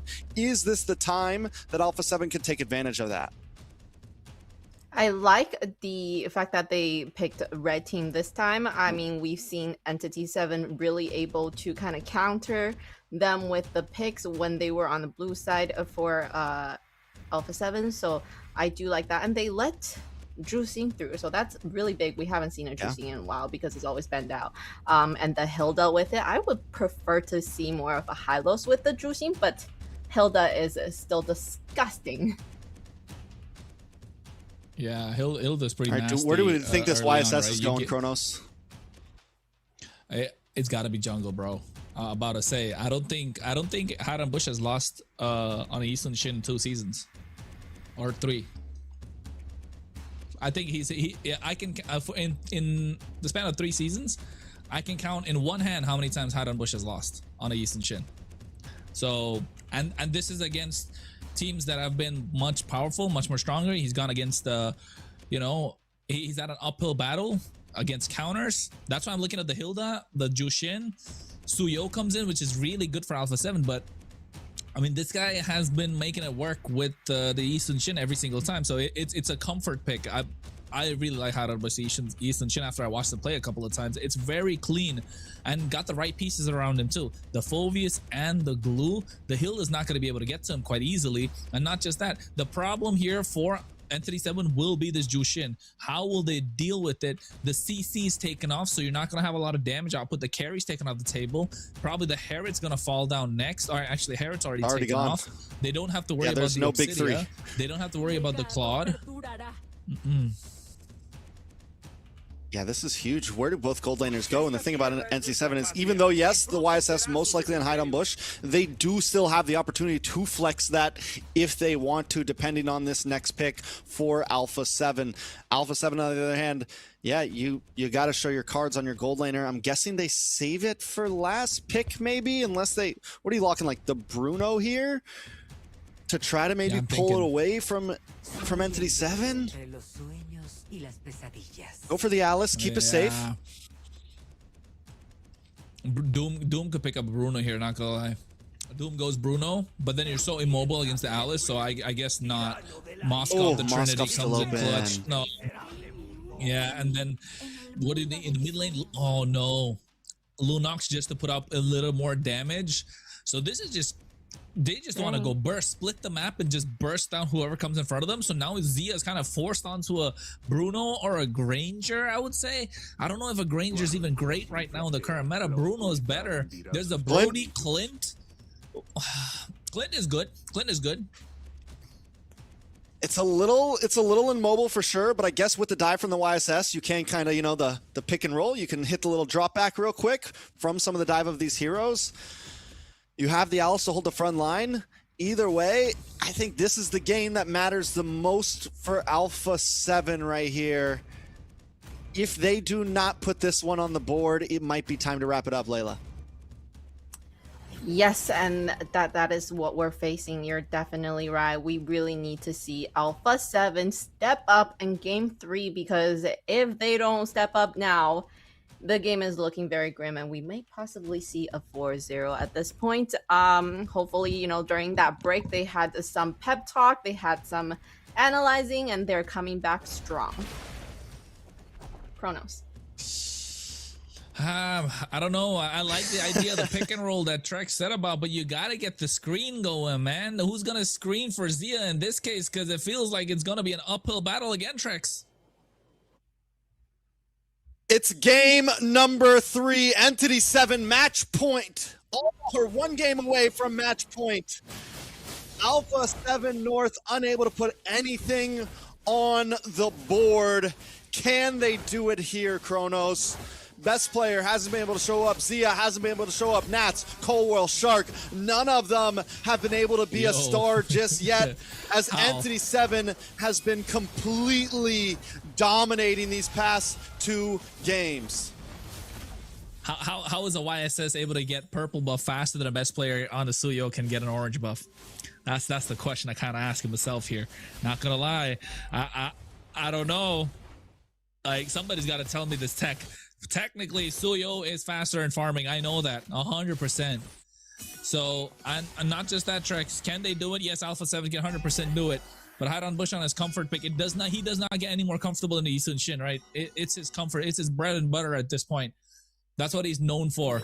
But ALPHA7 here, they have aggressive composition. They've got Nats on the Alex. He's popped off on this in the entire MCT. We've seen it happen. Coldworld gets the Jushin in his favor, in his hands. Shark on this hill. They like to play aggressive, but they've got a little bit of front to back with Zia on this Clint. Nobody to dive onto him, so it is comfortable where ALPHA7 are sitting with their draft. Is it the best draft? I don't think so, but is it good enough for them to get the big dub? Yes, it is, for sure. So now ENTITY7 need to play this right. They've got double marksman. They basically got 3 cores in their department, but they've got to use it wisely. But ALPHA7, on the other hand, it's only Zia. It's Zia or nothing in this case. Best player also has Zia. Let's not call it off too. This is also a comfort pick for best player. There is some opportunity, a lot of damage though. The foot forward along with Beacon. Best player able to get the first turtle. ALPHA7 still keeping it safe, not pushing it out. Secure the first neutral objective. Yeah, they get themselves the first neutral objective quite clean. ALPHA7. We need, you know what? I kind of want to see ALPHA7 making rotations to favor Zia as much as possible, right? They've got to make that happen. You want to give Zia as much advantage as possible, just so that he ends up carrying the mid to late game. Early game, the Clint hurts. It hits like a truck, right? The gunslinger really does hurt, but you got to make sure you capitalize on that. You want to make sure you put pressure on Doom. You want to force ENTITY7 to make rotations on their weak side and prioritize that. Ooh, good damage on a Shark. I mean, for the first time in 3 games, I do think we're seeing Coldworld and Shark play a bit cleaner in terms of river control. Vagine and Shin unable to really make that opening. But again, this isn't unusual for ALPHA7. Their off lanes, yeah, they're doing a good job. Nats, Zia holding their own. But in the end, how are they going to fare when it comes down to the big 5v5? Are these comms going to continue to do well, or will ENTITY7 get the better of them? Because once again, they have a nice lineup for a 5v5. They have the glue. They have Akashi as well, who can cause this disruption. Try to split ALPHA7 up so that Haidan Bush and Dune and Shin can clean up those stragglers. And that has been the strategy. And if ENTITY7 can pull it off again, ALPHA7's going to have a lot of problems. Yeah, I think not just that. Another thing I kind of want to look at is who's going to get the Sky Piercer. Is it going to be Kohler or best player? Because it's got to be one of the two. You can't be, or there's even Zia, to be honest. So they can go, which way are they going to go with the Sky Piercer? So who is going to be the one that they're going to rely on to dish out the damage? Who's the one they want to feed the kills? Yeah. No, I mean, in this case, you don't have any kills. It's 4 minutes in. So usually you probably see best player pick it up, right? If you're the Suyo at this point, usually 4 minutes, 30 seconds where you see the Sky Piercer being built completely for the Suyo. But there's Zia that could go after the 3rd item, or after the 2nd item, make it the 3rd item. Coldworld can go after getting the glowing wand. So you're right, Trex. Never mind. There you go. 4 minutes, 30 seconds. He got himself the Sky Piercer. Told you. Best player gonna start chipping away on this. Haidan Bush down at the orange buff. ENTITY7 don't want to contest it. A lot of damage from Coldworld onto Akashi. Akashi does get the dark wave along with the pursuit, putting some nice damage down, but best player still secures the turtle. Vagine and Shin backing off, but a nice Throne of Ruin will get caught off by the grab. Vagine has to ditch and run. And taking a lot of damage. In comes first blood from best player. Now it's going to move on to the backside, trying to invade onto this purple buff. ENTITY7 for the first time in 3 games on the run. A purple buff stolen. ALPHA7 with a decent advantage in the early phases. This is what they need to do. This is what ALPHA7 needs to do. Be in the face of the opposition because they got Eastern Shin on the other side. You want to be in the face of the Eastern Shin. You do not want to allow him to scale. You want to become a problem, and that's what Nats needs to do, and he's been doing that to perfection. Making rotations this time. Present in these team fights. The previous 2 games, he was a little late to the party, but now making a faster rotation. He's got the Alice in his hands. He can make massive plays. They don't have the Trinity in their hands until the late game for Doom. And then again, he doesn't have the range exactly to be able to kite what Nats can provide on this Alice. So ALPHA7 playing this a little bit more safer, respecting what ENTITY7 can do with their damage, and slowly taking the fight to them. Look at Doom. He's taking a lot of damage already. Meanwhile, Hide on Bush from outside. Can he outplay this? Oh! Best player finds him, hunts him down on the boss side, though. Nat's taking a lot of damage. Shin looking for one more hit. Can Best Player come in and save the day? Brilliance comes out. Faris to back off. One last parting shot as he backs off. Nats gets away to safety. Yeah, and I think right now 2 stacks of the Sky Piercer, this is what Best Player needs to do, right? This is what the Suyo is so good at. Put the pedal to the metal, and all of a sudden, ENTITY7 don't know what hit them. Vagin forced to clear, will be pushed back as well. This will go down. A lot of damage. Cold World continues to chip away, takes another one out, a double kill into the hands of Cold World. Kashi shows up a little bit too late to the party. ALPHA7 want to push in on this mid tower. They don't have the minions, though. ENTITY7 able to clear them and get back to their base safely. I got to say this game, Cold World are finally moving as a unit, where Cold World is at least sticking with someone throughout this game. In game number 1, he played good, but he was like a goalpost in the mid side. In game number 2, the same thing. This time he's moving around the map. Yeah, he's moving around the map, and not just that, Best Player following up too, right? Best Player's making rotations on point. It's clear. They have cleared their head. ALPHA7 North are here to play. They're just not here to watch cosplay and rap battles. They want to get the trophy. They want to get to the MSC and Hide on Bush. Yes, this Eastern Shin, I've hyped it up. It's been great, but you need the space. You're not getting the advantage that you usually do get. You're being pushed back right now. They lost pretty much all their tier 1s. The mid lane hanging by a thread at this moment. And not just that, who's going to catch Zia after a certain time?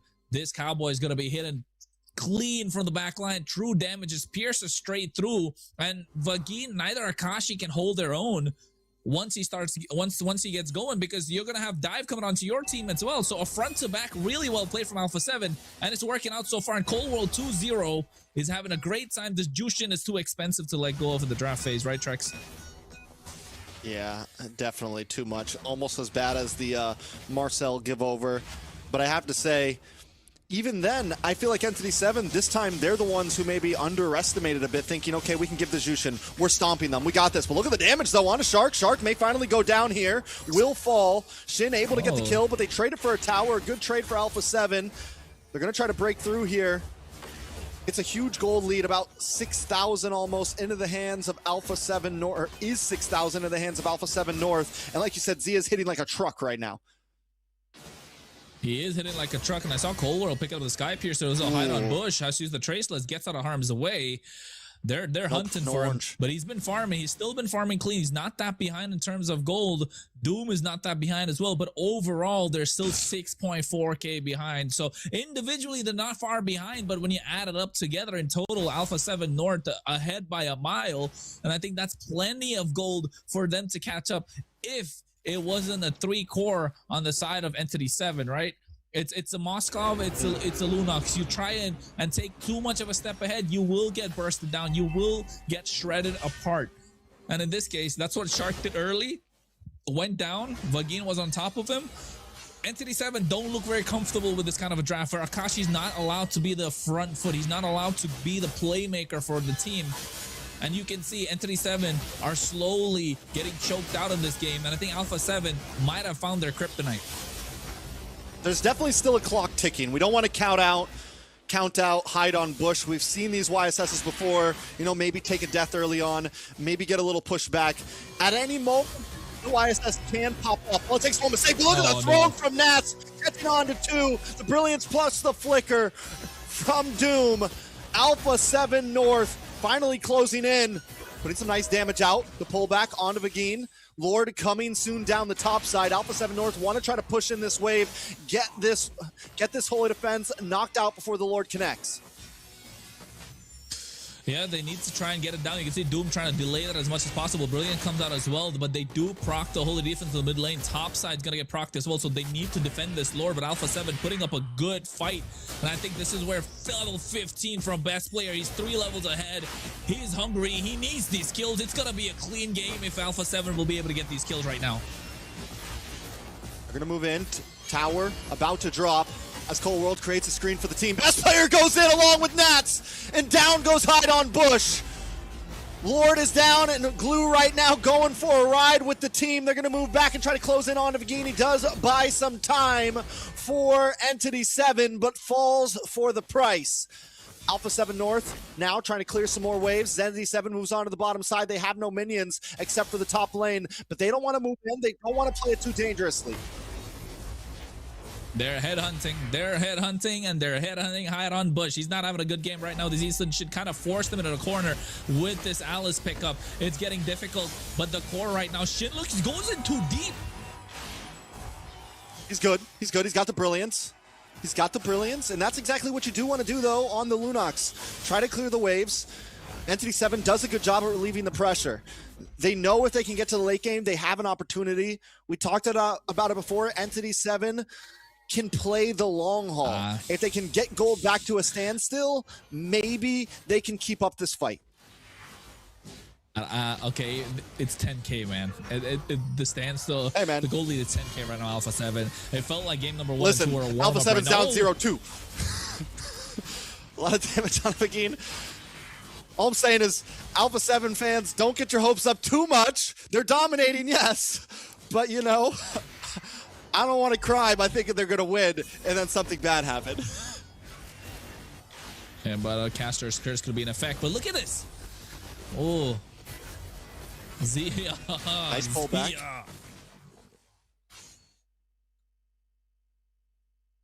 ALPHA7, though. Do we think they're doing this right? Should they just be drilling at home? You're right. It's a 9K gold lead. I think at this point, though, this Lord might be crucial to try to end things. Yeah, this Lord is 100% important for ENTITY7. I don't know if they'll be able to contest this even. Hide on Bush, not there yet, level 15. They don't really have to contest it. They can hold their own. They can just wait for the Lord to come in. The only problem that they're facing right now, if you're ENTITY7, is Nat on this Alice. He completely bypasses Vagine as well as Akashi and gets straight to the back line. So there's no way to stop him. And he demands attention with a Throne of Ruin. Enough time for best player to come in with that Blade Surge and able to find the Soul Sever and become a problem. Look at Doom. He's trying to get on top of Shark, but doesn't have the items, doesn't have the penetration. It's becoming a problem. They need to expend a lot of resources just to take down this Lord. And I think if ALPHA7 go for the jugular here, it could be a good way to get the win. If not, they're just they might be delaying the power spike of ENTITY7. Big stun from Vagine gets brought back. He is on Zia right now, but it still might not be enough. Lord comes in. It does buy them some time. ALPHA7 forced to go back. They're going to take out Vagine, and then with Lord gone, they got to try to clear this with just a wave of minions. Zia down to about half health. In goes a big Throne of Ruin onto 2. Hide on Bush takes some damage. Akashi down. ALPHA7 trying to move on to the tower. That'll be it. ALPHA7 finally put a game on the board. They put a game on the board in a confident, dominating fashion. They found the answer, right?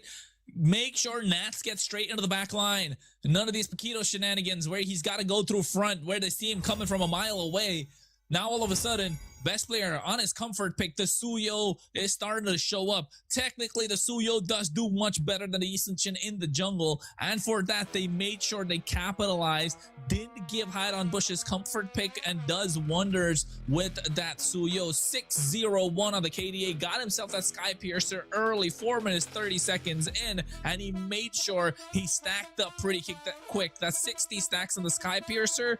And they made sure ENTITY7 felt the wrath of ALPHA7 North coming through, and 67% team fight participation from Nats was enough. Shark was able to zone the back line completely, be a menace. These are the picks that we're used to seeing ALPHA7 North comfortable with, Layla. Oh, they're looking very good right now. You know, when they were in the early game, they were doing so good. Like Drek said, don't get too excited, right? And that's what I was like too. I want to make sure that we're not celebrating too early, but hey, these guys pulled it together. You know, that break really did some wonders for them. They came back really strong, ending the game in 13 minutes with a dominating fashion. You know, I think my big question on this is going to be, how deep does Doom's pockets go here, right? Even on the Moskov, wasn't able to perform amazingly there. ALPHA7 did kind of control. I will say mid lane, Shark and Cold World finally put on a great game. Same thing with Nats. He was finally able to rotate and get some of these advantages. And we're starting to see where maybe the draft might start to be running thin as we creep into Game 3 and Game 4. Yeah, I think that's one of the most key factors as well, right? ENTITY7 kind of used up some of their comfort picks, used up the picks that could get them the dub early on. And this is why Global Ban is such a great thing, because now ALPHA7, they've still got a lot of picks to pick from. And in the MVP, of course, 6-0-1 on the KDA, best player looking to finish them off. You know, that pose, it's got to mean something at this point. Is this the last of what we will see from ENTITY7? Will it be a 4-2 from now? They've got momentum on their side, and we know how strong ALPHA7 can be when their momentum is on their side, Layla. I think you're right. You're spot on about the global ban. ENTITY7 did use up a lot of the heroes that are very expensive heroes. So from this point on, what do they have, right? Alpha, on the other hand, has still a lot of heroes that they haven't used up yet. So it's looking very good for them from this time, this game onwards, I would say. Yeah, to an extent, right? Yeah. Obviously, there's still some picks that they're lacking on, but I will say one thing that they've really kind of favored their foot, you know, is that gold lane. And Zio, we know, can win games, right? He's still got the Harith, he's still got the carry, he's still got the Moskov, he's got a lot of possibilities. And on the other hand, we take a look at the gold laner on the side of ENTITY7, Doom. And all he's really got left is the Claude in terms of like top 4 marksmen. It's going to have to start going into things like Clint. It's going to have to start going into things like Obsidia, Beatrix's, Bruno's. And you're going to be playing those up against Harris, Claude, etc. So that was an intense battle between these two teams. We're gonna go right back into another rap battle to see the semi-finalists for this rap battle, right? Where only 2 of them are gonna make it. So let's have a look at that. Bueno, que ENTITY7 tiene unas jerseys para ustedes. Entonces, eso es para ellos. Sí, para ellos. Sí, sí. Ok, ¿cuántos hay, amigo? 1, 2, 3. Hay 6. Hay 6. 3 aquí, 3 allá. ¿Está bien? ¿Quién quiere su premio? ¡Oh! ¡Acá! Espera. Un toquecito Z acá. Cuando hay premio ahí sí apoyan. Cuando hay premio ahí sí. ¿No? No conveniencia, no conveniencia. Pero no se preocupen, amigos, igual vamos a jugar con ustedes. Ok, tú primero. Ok. ¿Cuál es el grupo que está más empilado? Más chonga. ¡Esa cosa!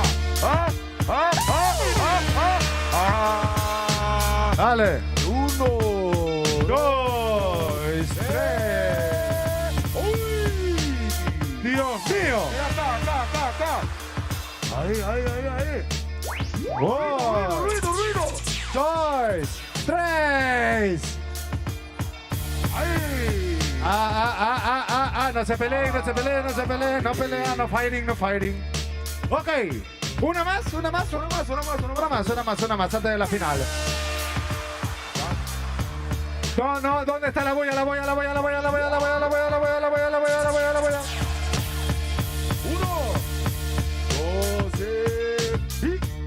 ¡ay! Es un privilegio ser alto. Y la otra. 3, 2, 1. ¡Ay! Buena. ¿Acabamos? A ver.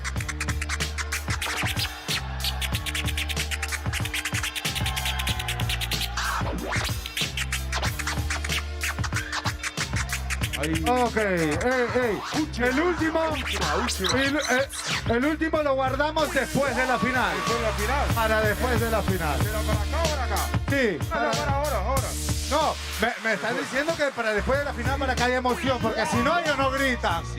Ok. Ok. Si van a apoyar, se van a llevar su premio. Yo se los aseguro. Ok. Bueno.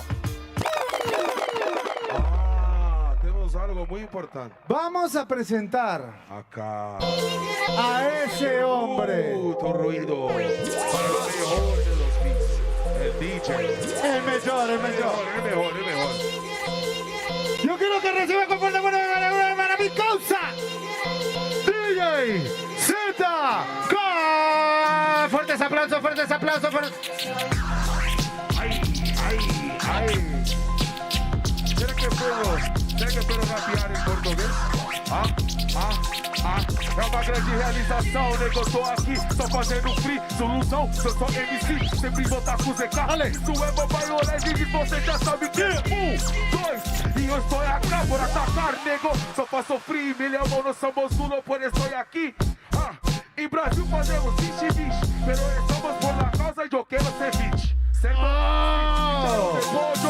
Nota mucho, nego, e agora as humanos arriba. Esse é um momento muito bom e lá no Brasil a gente fala que isso é pra botar a mão pra cima. Ok, ahora le toca al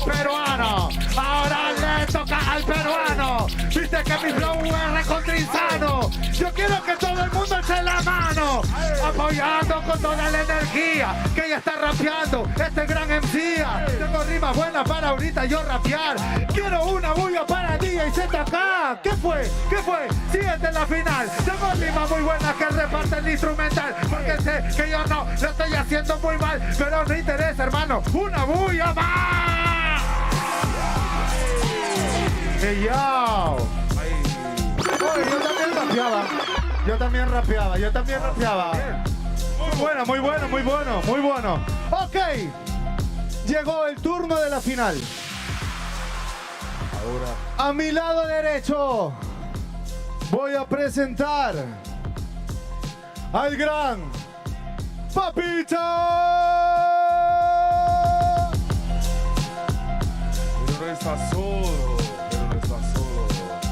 No. De nuevo. ¿Qué pasó con esas energías, público? Esas son las energías que tenemos los peruanos, ¿sí o no? ¿Dónde están las energías?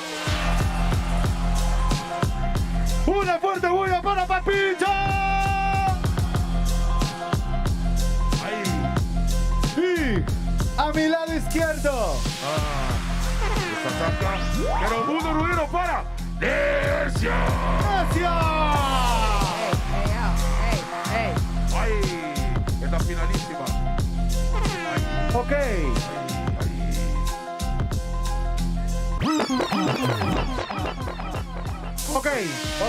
Vamos. Con las rondas de las batallas van a ser 3 rounds. Todos los rounds van a ser en 4x4. Me retorno mi micrófono. Primer round, papicha. Primer round va a ser ronda con personajes. Ahora sí vamos a utilizar personajes. Para Necia, el personaje va a ser Baxia. Y para Papicha va a ser Frederick. ¿Ok? 4x4 primer round. Sí. 4 salidas, 4x4. Sí, 4x4. Ok. Mobile Legends, ¿estamos listos, sí o no? No. ¿Estamos listos, sí o no? Manos arriba. Es como la quentita del Goku. Mano arriba. Súbele volumen al micro. ¡Nos lo damos en 3, 2, 1, tiempo! Le gritan al mediocre si sabemos que no es bueno. No sigue el modelo, yo soy una rueda. Voy a todo terreno. Dime qué se siente estar con el camión sin freno. ¿Por qué me insulta, señorita? Si yo te trato bien, yo no batallo con escritas. En la Baxia Loop, en la cita. Porque sale en la partida, pero no la necesita. Te insulto porque no tienes bien sonido. Que todos los sobrina porque no juega contigo. No juega contigo, ¿qué le está pasando? Baxia, hazme el favor, y si eres Baxia, Katakris tenía razón, obvio que te ha entrenado tu maestro, el Gran Dragón. El Gran Dragón no le celebro y de sus palabras no me alegro. ¿Saben por qué no le celebro? Porque ese dragón no es rojo, el dragón es negro. El dragón es negro. ¿Entienden? Ya perdió, vas a perder, pierdes por no saber. El Baxia sin jungla no sube su nivel. No saber, de eso quiere hablar, como él mucho sabe. Entonces le vamos a preguntar. ¿Sabes mucho del juego y sabes mucho de rap? A ver, dime, papicha, ¿qué es petrificar? Es petrificar, matarte en el combate. Manos arriba, que le gano en arte. Obvio que soy Frey en el combate. Entrené toda mi vida para volverme un tanque. Frustrado, viste que eres un fracasado y no representaste a tu condado. ¿Qué va a ser Baxia con un triste soldado? Yo no soy Baxia, lo que te traje me se confunde, utiliza el camuflaje.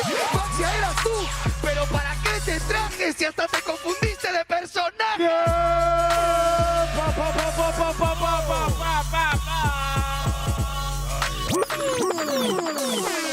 Aquí están las alas del Gran Dragón. ¿Cómo es el ritual después de cada round?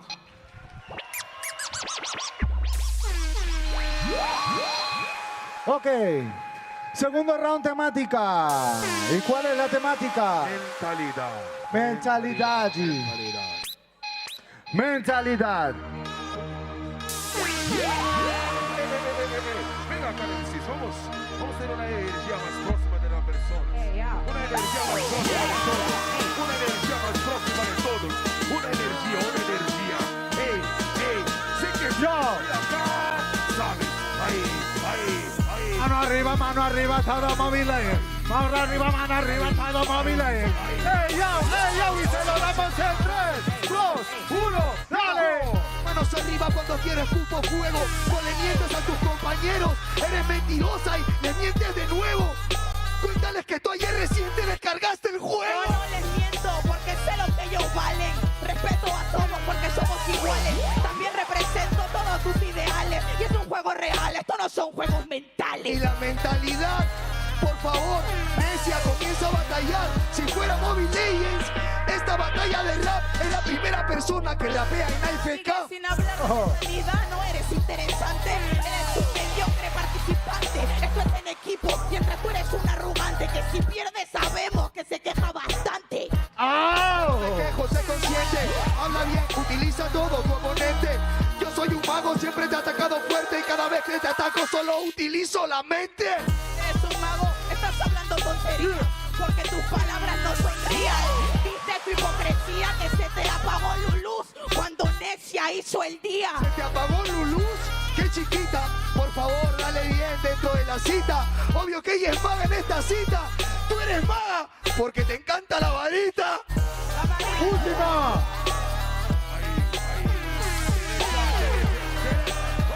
¡Se lo damos en 3, 2, 1! ¿Cómo le gritan si no tuvo ni un contraste? Y esta mujer te manda a lavar los trastes. Eres un desastre. ¿Por qué no cuentas que el celular con el que juegas te lo robaste? ¡Tiempo!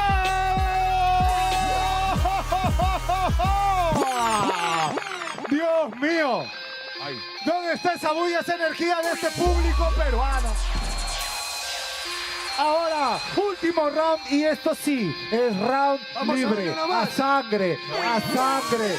Aquí va a haber matanza, pelea, batalla. El último round, sus manos arriba, todos, sus manos arriba, para este momento. Ahora sí se está. Suena el instrumental a Minier. Todos con la mano arriba, ¿qué fue? Todos con la mano arriba, ¿qué fue? ¡Hey, ya! Todos contamos a la cuenta de... Pero el papicha, este loco no mueve sus fichas. Está molesto porque Necia le gana la batalla. Esa que lo pincha. Aquí nadie es su hincha. Quiere parecerse a mí que se ponga pincha. Va a ser un gato con la negra de Papicha te enseña que cada vez que rima la pista te lo entierra, ya ramea. Oye, te ganó en la primera. Necia es 22 en la carrera.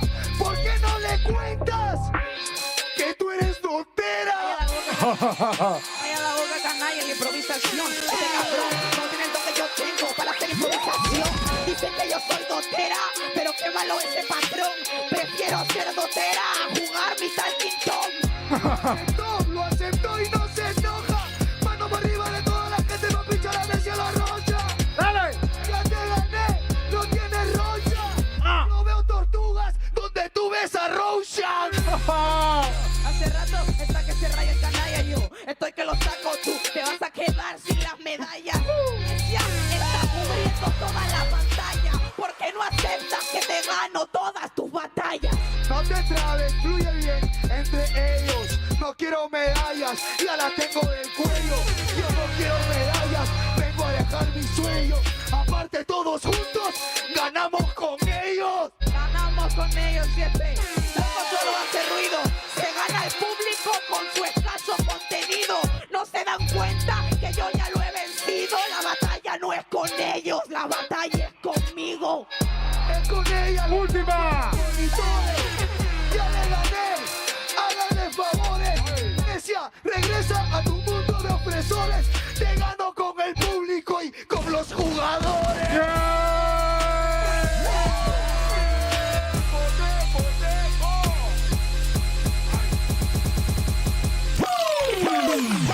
¿Dónde está la boya?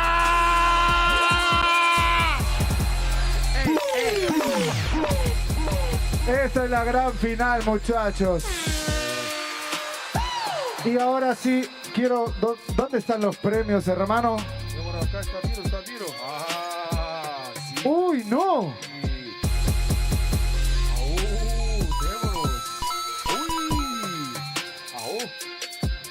Miren este medallón. El ganador se lleva esta medalla. Y miren el premio. El ganador se lleva $1000. ¿Dónde está la bulla por eso? El freestyle también se merece la energía.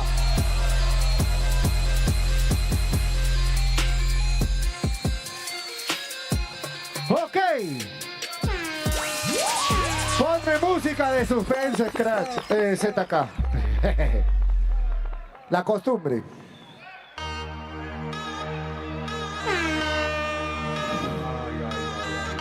Quiero aplausos, aplausómetro. Pero primero para todos ustedes, para DJ ZK, para Suelo desde Brasil y para MCS. Ok. ¿Para quién será esta medalla? No lo sabemos. No lo sabemos. Aplausos para Necia.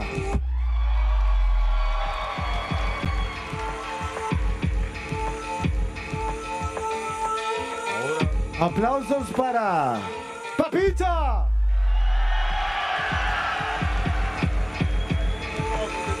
De nuevo, Necia. Papita. El ganador es Papita.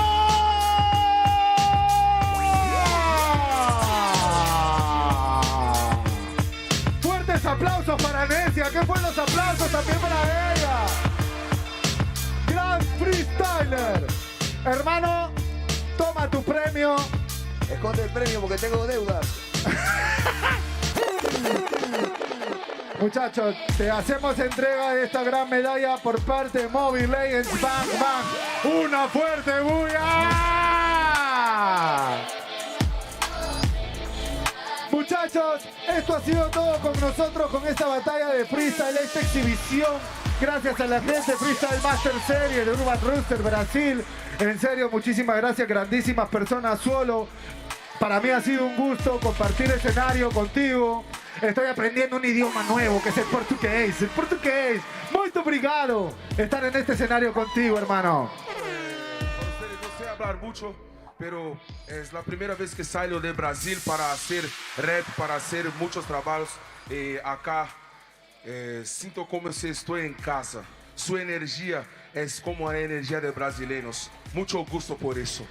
Que esto possa se repetir, que lo possa se repetir más veces, que possa vir acá, possa dizer uma coisa a vocês.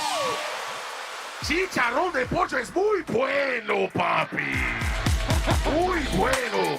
Chicharrón de pollo, ceviche, pilsen calón, cuqueña. Yo voy para tomar una cuqueña ahora. Mucho gusto. Pienso que... Aplauso. ¿Qué pasó? Mucho aplauso para Brasil. Estamos acá. Obrigado. Palabras del campeón.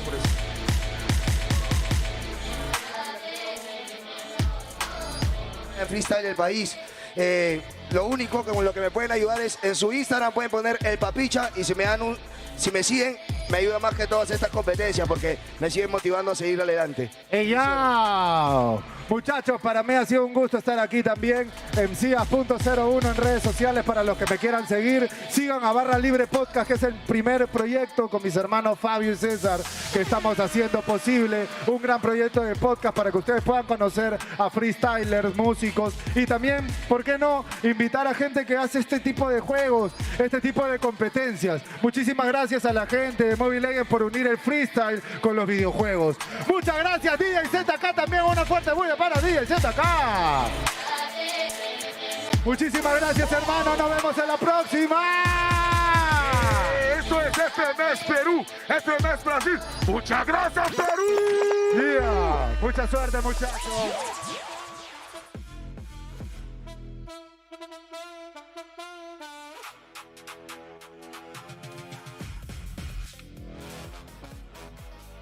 That was an amazing rap battle and the winner, well deserved.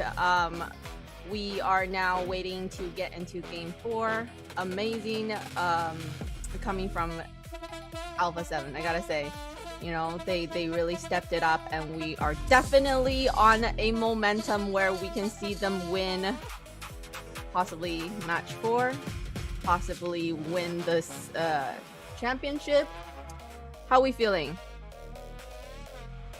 Trax is like, not yet. I'm not not saying yet. anything. Wants to see more. Whoa. They have to prove themselves Okay. first. So far, ENTITY7 does still look like the stronger team right now, and at least in this series. My questions, and ENTITY7 is going to have to prove me and probably everyone else wrong coming into this next series is, how deep do their pockets go in this draft? With Doom running out of major picks, can he win games on the Clint? Can he win games on the Beatrix? Can he win games on the Bruno? Because that's what we're going to need to see. And this is where we kind of get that spreadsheet, right? Kronos, in terms of that, he is the one running thin. Is he going to be the one to kind of be the deciding factor toward when we look at Zia? All he's really used in the big 3, big 4, whatever you want to call it, is the Claude. There is still a Harith on the board for him. There is still a Carry on the board for him. There is still a Moskov on the board for him. Could be huge. I agree. It will be huge just because of the fact that now ENTITY7, rather, they're drafting, they got to keep Zia in mind.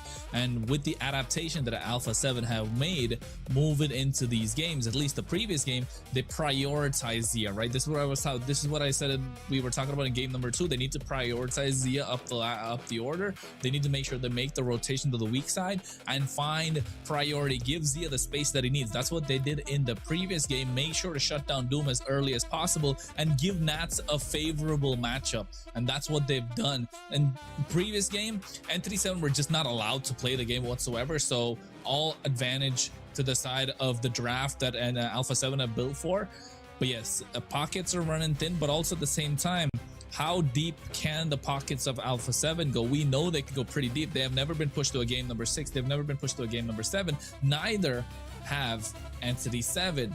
So I think now after a while, are we gonna start seeing the Joys? Are we gonna start seeing the Hayabusas pop out of best player? Well, let's not forget, he hasn't played a Fanny yet, right? He still can play the Fanny. We haven't seen the Fanny being banned out so far. So that's probably a pick we're gonna see. Again, another pick of Cold World we haven't seen so far is the Gord. It's been a pocket pick. It's always worked for them. And whenever, you know, they need momentum, they need a big swing in their favor, the previous game, they always play Gord, get the dub, and now all of a sudden they got the massive confidence coming into the next game. So I feel like that could be a crucial pick here for ALPHA7, the Gord and the Fanny.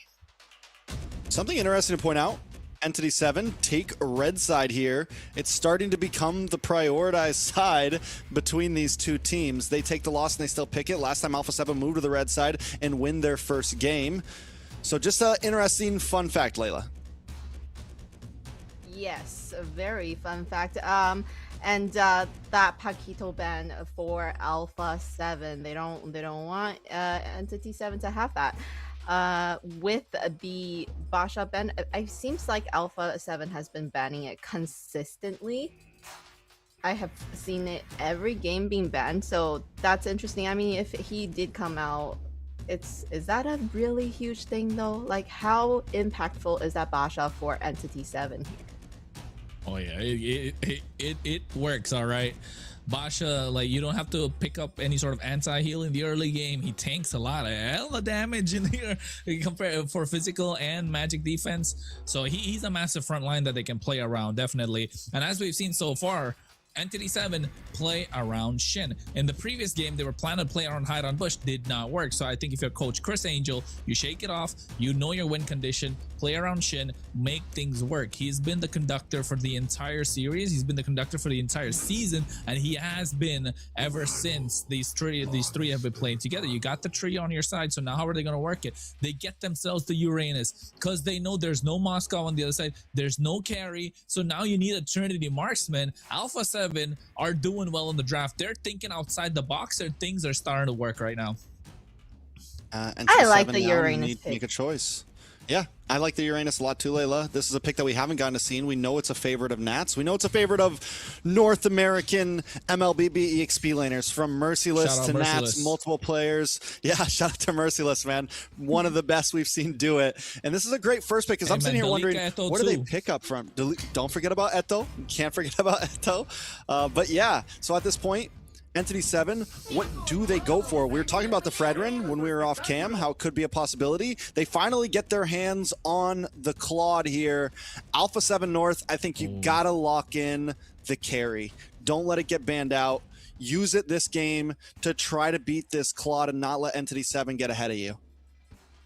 Yeah, I think you go Kaja carry here for yourself. If you're ALPHA7, you want to make sure this Kalea becomes a problem. But also, the moment the Kaja goes in, the Kalea, I mean, it's a battle of micro, so probably not. But carry, is it necessary though, Trex?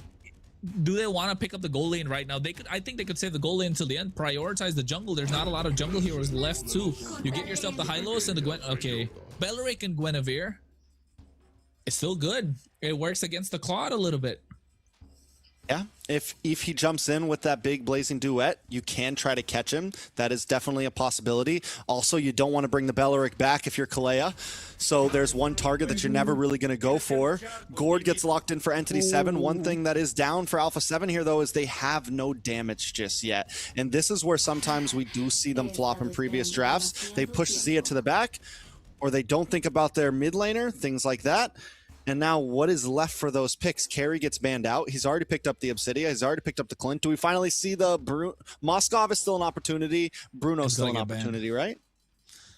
Moscow's going to get banned 100%. Like, they're not going to let the Moskov go. It does well into the Claude. It does well against the Gord too. It's really well with the split map plays, especially with the Uranus that they have. They're going to get overwhelmed with a lot of cross map plays with the macro that ALPHA7 can bring in. So I think Moskov is going to go from the side of ENTITY7. I like the Yu Zhang being banned out. That says that they want to kind of play a backline mate. So that's why they immediately ban out the Zetian. So I think Moskov is probably the only choice that is left for the side of ALPHA7 right now, and ENTITY7 needs to plan for it. What are they going to pick up that could be a problem for this Moskov? They already used up the Sora earlier, so banning out the Alice right now.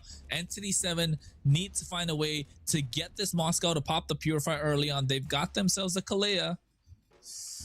Oh, what EXP? They used up the Phoveus too. They don't have Paquito. They've used up the glue. Lapu Lapu is one of the only options left. It's great.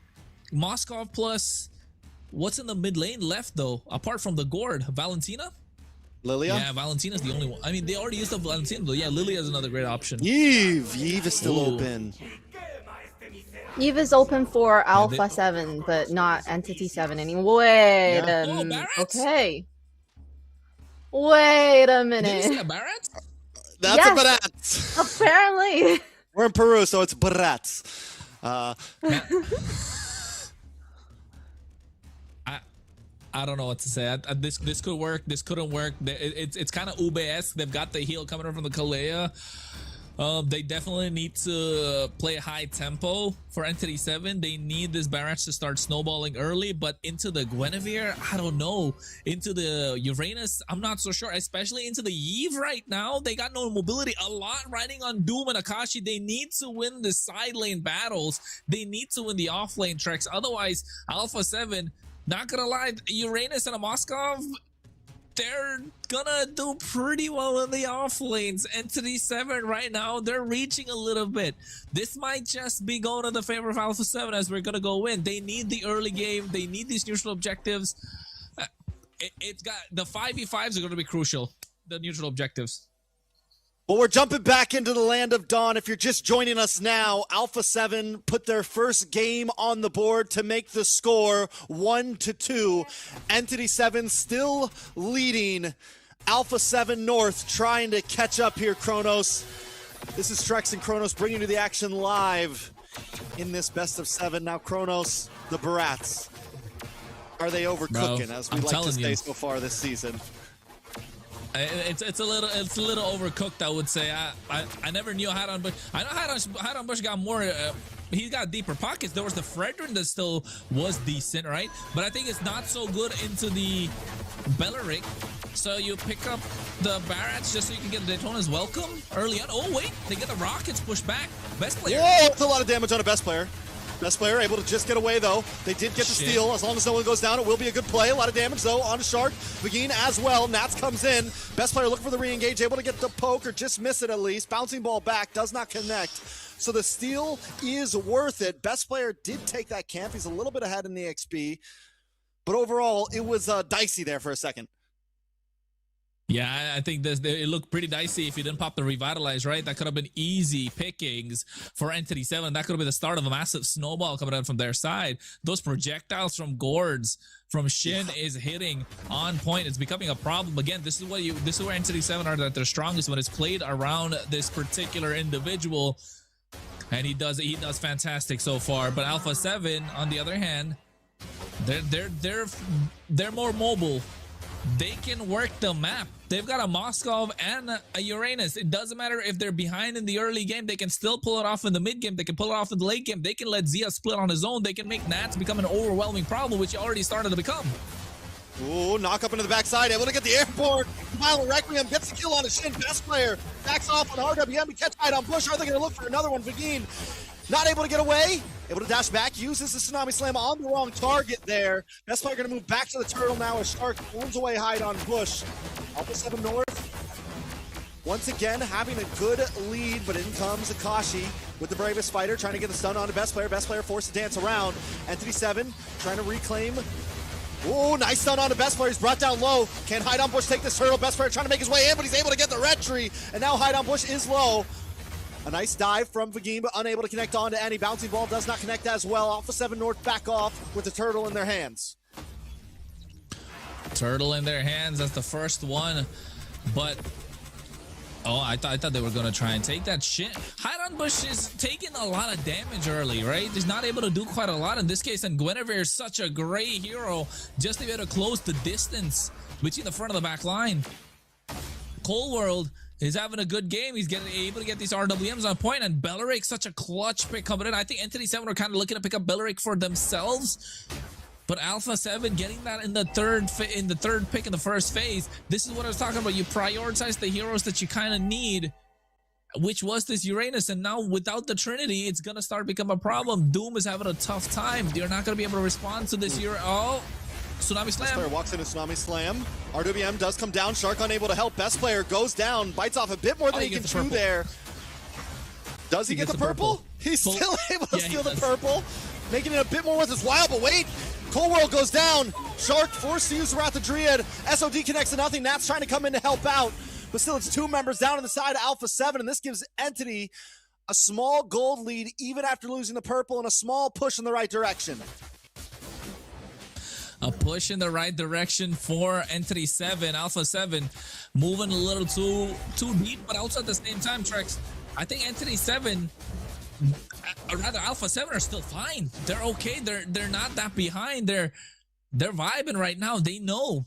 They pushed them back into a corner. Barras, I bet that was the reaction they had themselves, right? Okay, what's going on with this pick?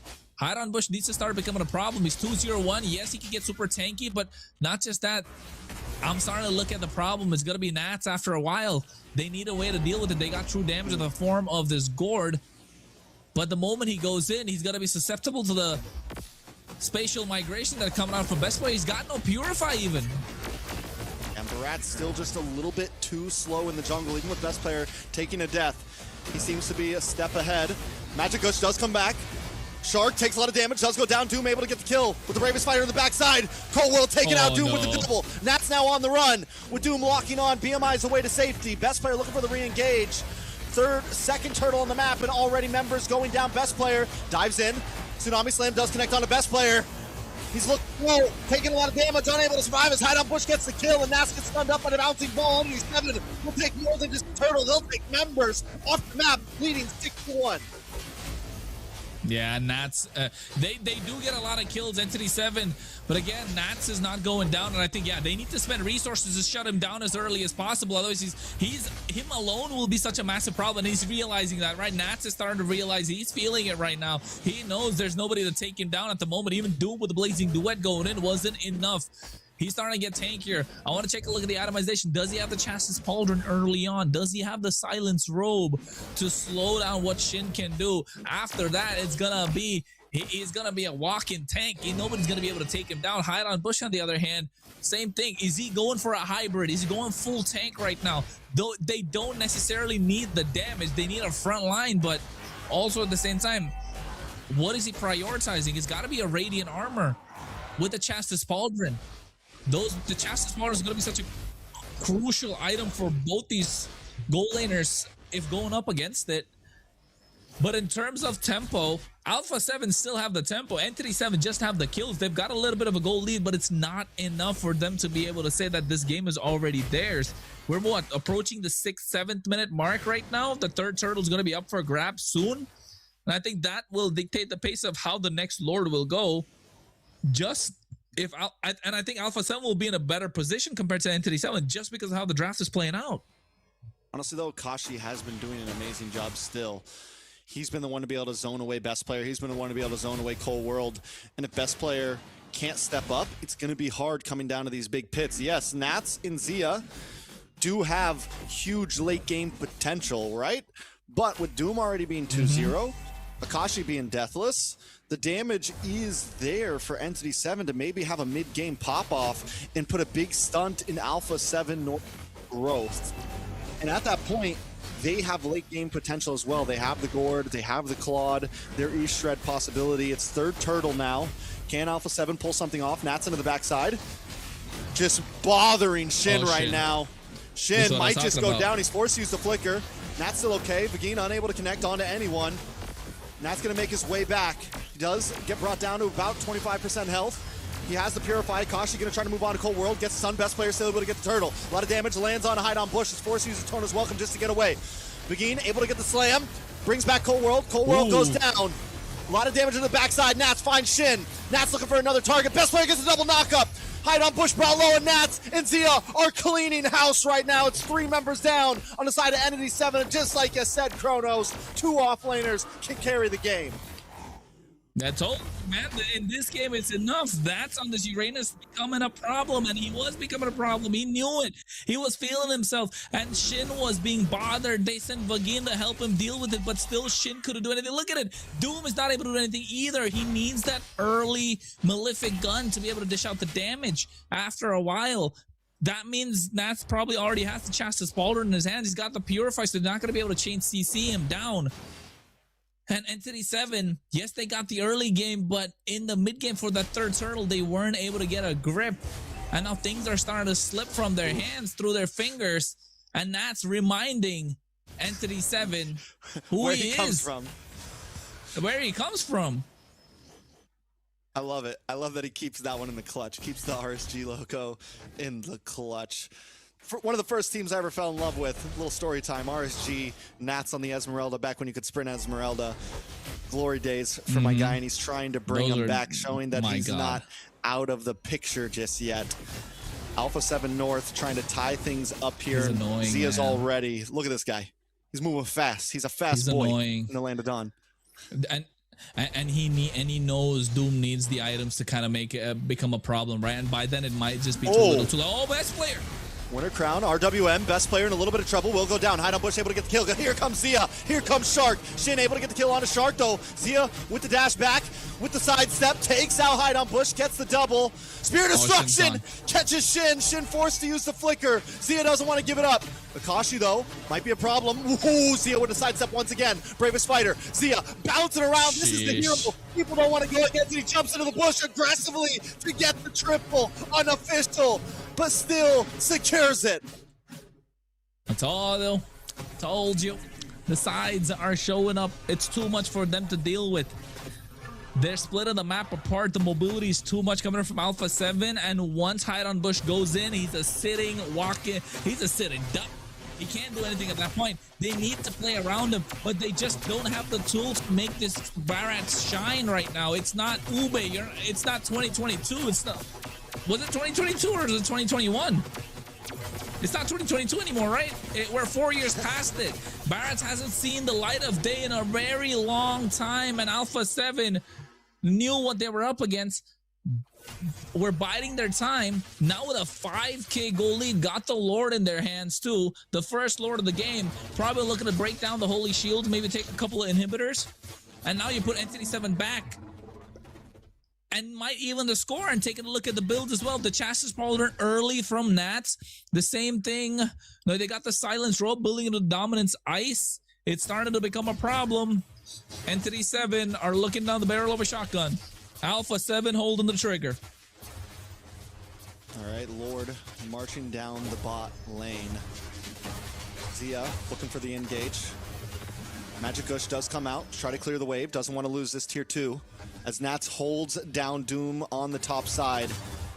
They're going to take the tier 2 on the mid. Wave coming down as well. Holy defenses are going to start to break. Nats going to charge to close in as well. Oh, no. Tsunami Slam tries to connect. Almost gets a knock up onto Akashi. CC immune, but not anymore. RWM connects. Akashi taking a lot of damage. Begin tries to come in. Nats able to use the consecration to get away. SOD. In goes Zia. Maybe he's biting off way too much, but he dashes back. Give me the cam on Zia. He gets shut down by Shin. Unable to get the kill. Maybe trying to perform a little too hard there. Shark down as well. ALPHA7 forced to back off. Begin doesn't want to let it up. Doesn't have the Tsunami Slam. Can't bring Nats back in, but he at least gets some damage. I think Zia going in was a risk, of course, but then it was a calculated risk, because if you take a look at the items on the side of ENTITY7, they didn't have a chance to slow him down. Yes, it was against a lot of members, but they were all lined up in the Sphere of Misery. But yes, if he got at least one kill, he would have been happy. Was not able to get anything out of it. A good defense, but do you see the amount of resources they kind of expended just to take down Shark, right?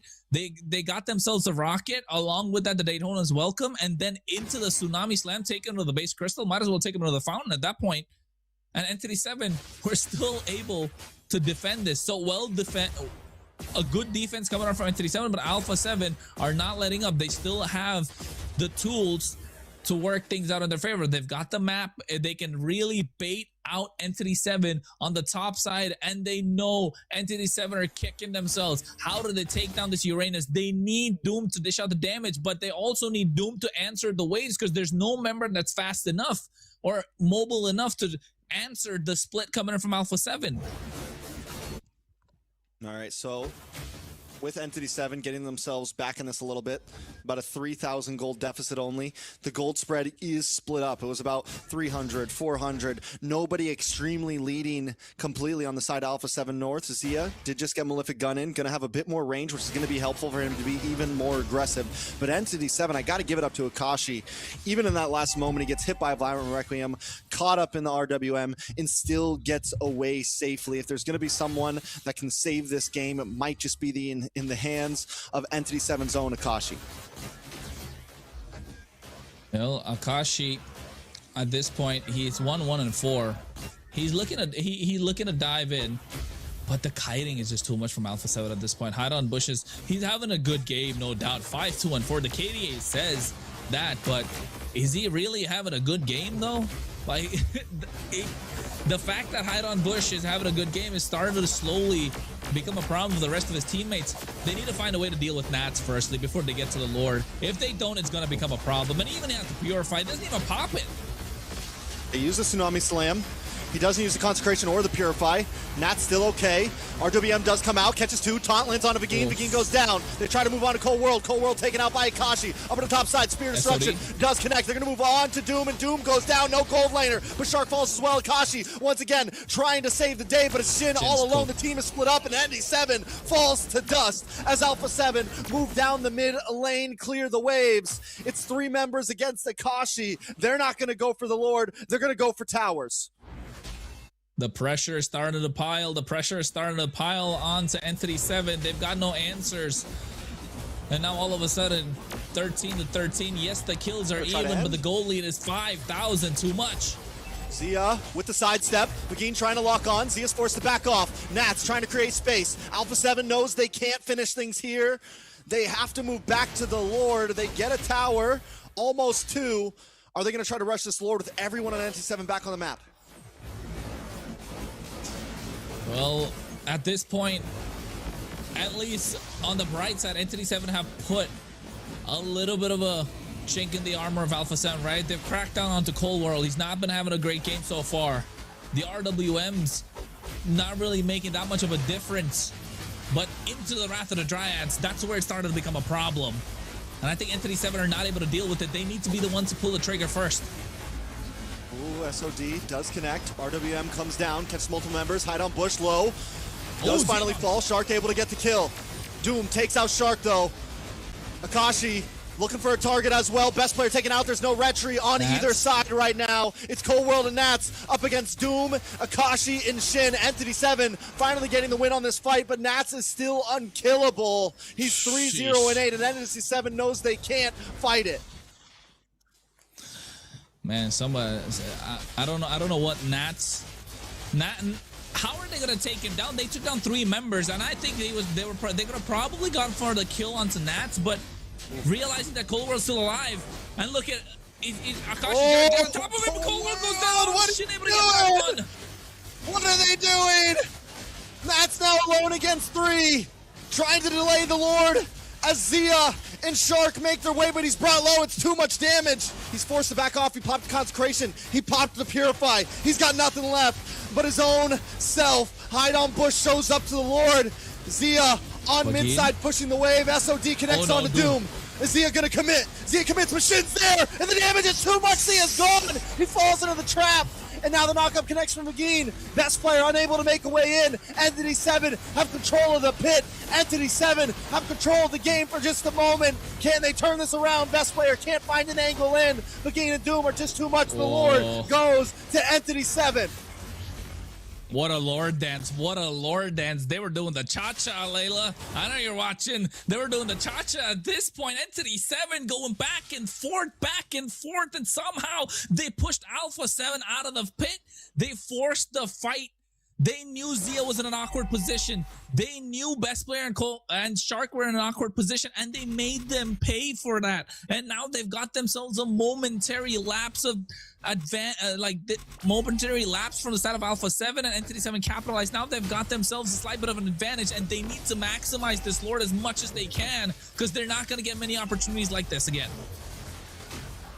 ALPHA7 North running a little too hot right now, and ENTITY7 just threw water on the fire. Nats takes a lot of damage. RWM does come down. A Tsunami Slam onto Best Player. Best Player looking for a target as Doom chips away. Down goes Hide on Bush, but the Immortality does pop. He's still standing, able to walk back. Lord finally drops. Snaps into the backside, able to take on Hide on Bush. Best Player there as well. Vagine is the next target. Doom up against Zia, but the Immortality's no longer around, and now ALPHA7 is on the run as ENTITY7 tries to turn it around. Akashi picking up the pieces. A huge magic push. Jay. and members of ALPHA7 are dropping like flies. Doom into the backside. Nats trying to survive, but he just can't do it. Not on the fly. He's taken out. And ENTITY7 are looking down the barrel of the gun. It's Shark against the world. A Canyon Minion to defend. Shark, can he do this? Can he try to save it? ENTITY7 isn't going to let it happen. Shark goes down for the magic gush, and ENTITY7 make it to match point. Oh, no. Oh, no, not like this. ALPHA7 had control of the game. They had a better draft. Shin needed to get the Sky Piercer for things to start working in the favor of ENTITY7. But what a lore dance. They were pushed back into a corner. They didn't have their mid lane inhibitor. The way they sustained in the pit was just so brilliant. ALPHA7 had no answers to it whatsoever. Back and forth. And look at this. Nats was 419 of the KDA. They knew they couldn't take down Nats, but Nats was not the problem. He was just the big bait. You want to make sure you take down the damage dealers that are behind him.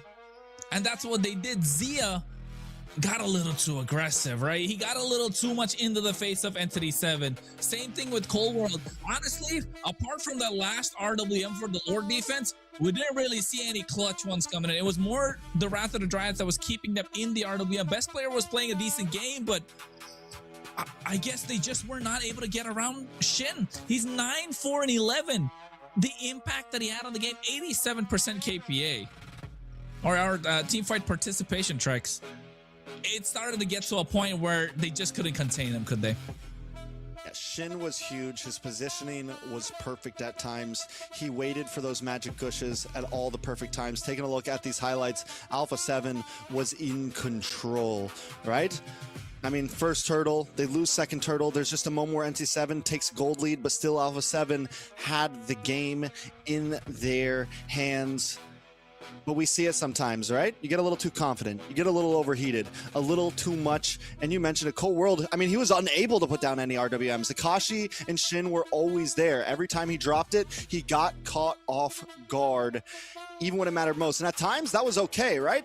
They were okay with letting Cold World bite the bullet as long as Zia could pick up the pieces elsewhere. But towards the end of this match, we're going to see later, I think there was one crucial point, one crucial moment. ALPHA7 get the big clear. They go for the base instead of the Lord, and that buys ENTITY7 a little bit more time. It buys them that next Lord.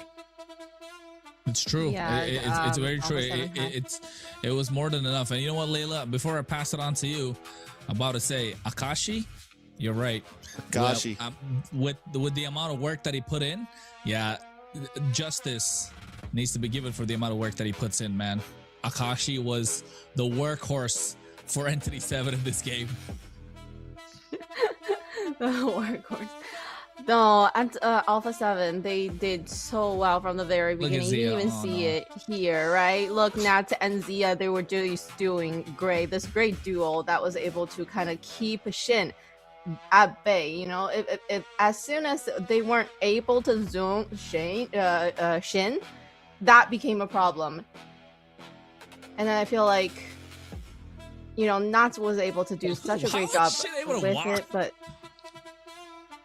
and then Shin, you know, as soon as he is not being harassed by Nats, he was able to dish out the damage and really turn that game around for ENTITY7. Yeah, this is the mistake I was talking about. They pushed Nats into a corner, and now all of a sudden, nobody's there to deal with Shin.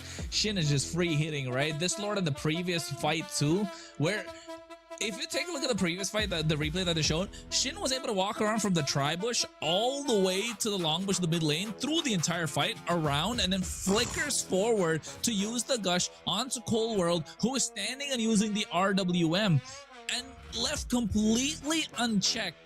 I think ALPHA7, after getting the little bit of a lead, got too overconfident, overheated, like you mentioned, Trex, and then started tunnel visioning to what they wanted to do and forgot the main objective, which is got to shut down Shin for you to win the game against ENTITY7. Yeah, Akashi, a monster, bro. They just couldn't do anything against him. Even there, I think that was another perfect example of them just going too far out. They were able to get 2 kills. They didn't have to chase there. They could have easily, they got their base defense. They still had a good advantage on the map with Nats and Zia. But once they go a little too deep, and this is, we saw it in that Lord fight, we saw it here in this defense twice. just a little bit too much confidence, right? A little bit too much like, ooh, let's go for this. Let's finish this. We got this. We got this. We got this. And it completely, they overcommit. They split themselves up and they get taken out. Match point. You're right. This is why we were saying, Layla. This is why we were saying, whoa. This is why we were saying whoa. You gotta calm down. You can't get too ahead. You know, the red light's still on. It's not green yet for ALPHA7. And with match point, I don't know, Layla. It's all you. You gotta talk. What you gotta say? I don't know. We're done. Going into match point. I mean, we definitely would have preferred them to win match 4 so that going into it, they don't have that much pressure, right? And match point for ENTITY7, ALPHA7 has a lot to lose. If they lose this, that's it. No, yes, MSC, but they're definitely not that spot at the international stage. They're going into wildcard against these really big teams. You know what I'm gonna ask, Trex. You know what I'm gonna ask. But hey, MVP Shin highlights. Take a look at the position that he had. Right, look at this final. The gush coming out. He's still able to get the kill on the best player. The stacks started racking up. Nats became a problem, and he knew Nats was gonna go down because he had the support. He had the Sky Piercer stacks, and it became a problem for them to deal with. Hey, that's Melita, right? The Spanish caster. Shout out Melita. Exactly. Shout out. Phew. What were you gonna ask, Kronos? So if ENTITY7 win this, how well do we think ALPHA7 will do in wildcard? No, not the wildcard. Honestly, I think wildcard is pretty stacked. Like either of these teams going to the wildcard, I think they're gonna have a tough time. I'm doubts for them to make it out of the wildcard. Not gonna lie, you got Versatile Time the wildcard. You got FUT Esports. They're doing absolutely great too, right? And then you got is it Guangzhou, if I'm not wrong, Guangzhou Gaming, that's there in the wildcard as well from the side of East Asia. Yeah, and then you got VSG coming in from Europe. So I think pretty stacked lineups in the wildcard. I'm not gonna lie, I definitely don't want the European side and ECA side of things for wildcard looks pretty strong, if you ask me. So I would not want to go against Versatile Time. They gave Team Spirit a run for their money, and so did FUT Esports. They gave Aurora a run for their money. It wasn't a one-sided affair either, anyway. But I think at this point, what I was gonna ask Trex is, if ENTITY7 win this, are we finally gonna say the South topple the North? You know, I just want to let everyone know, Bonox, use the code MCTBNX to get 5% out. Box-ons, Bonox, bonus box, whatever you want to call it. Either way, use that code right there, 5% off. I can't, after this little ad-lib, I can't really remember what Kronos asked me. Anyways, there we go. Match point. I don't want to say it either, man. Match point. No, this will be what? The second time ever beating us? I'm okay with that. I'm okay with that. That's good. We got a better track record. No, but hey, this sets up the heat for season 2, doesn't it? What is it? Hey. We're gonna be jumping into, what are we jumping into, Layla? We're jumping into freestyle rapping, so let's have a look at that. We got some nice performances coming up. Hola, se escucha. Sí. Sí.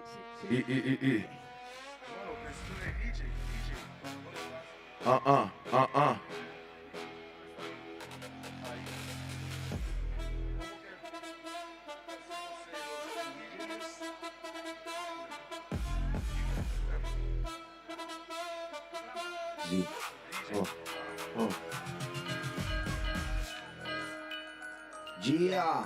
Ahora ¿Cómo sí. está toda la gente? Pónganse bien, hermano, pónganse bien. Vamos a hacer el último freestyle con ustedes. Ajá, ey.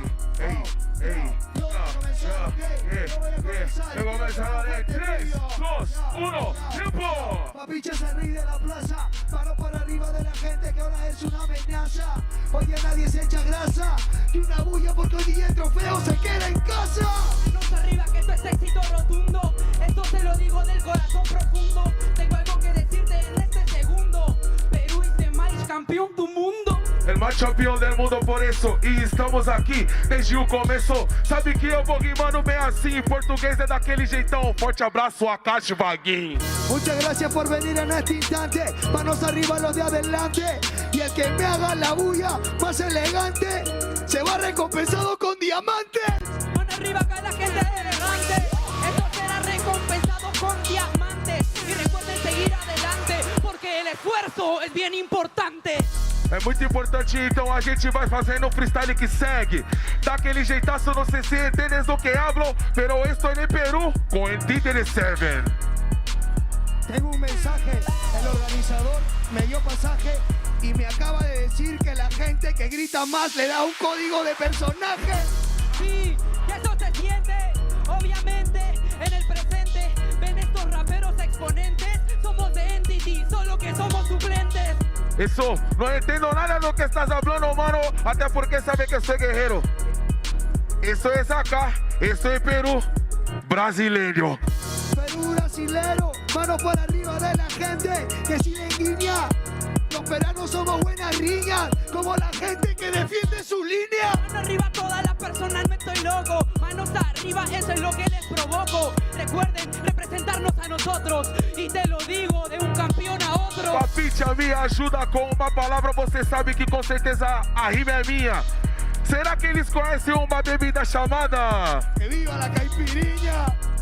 ¿Cómo está toda la gente? Les voy a contar algo de hace horas. Hace rato en la mente tenía una locomotora y qué buena estaba la animadora. Esto es ritmo rápido, esto es ritmo mágico, esto es ritmo hip hop, obvio que lo meto en automático. Gracias a la gente por momentos mágicos y ellos por mantener los dedos bien rápidos.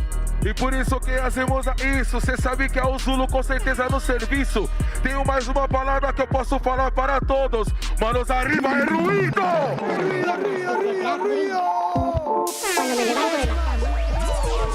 Ok, y seguimos. Ajá, ajá. Y... Ahí... Ahora, pa. Perfectamente enunciado el fenómeno de la autodestrucción. Ahí...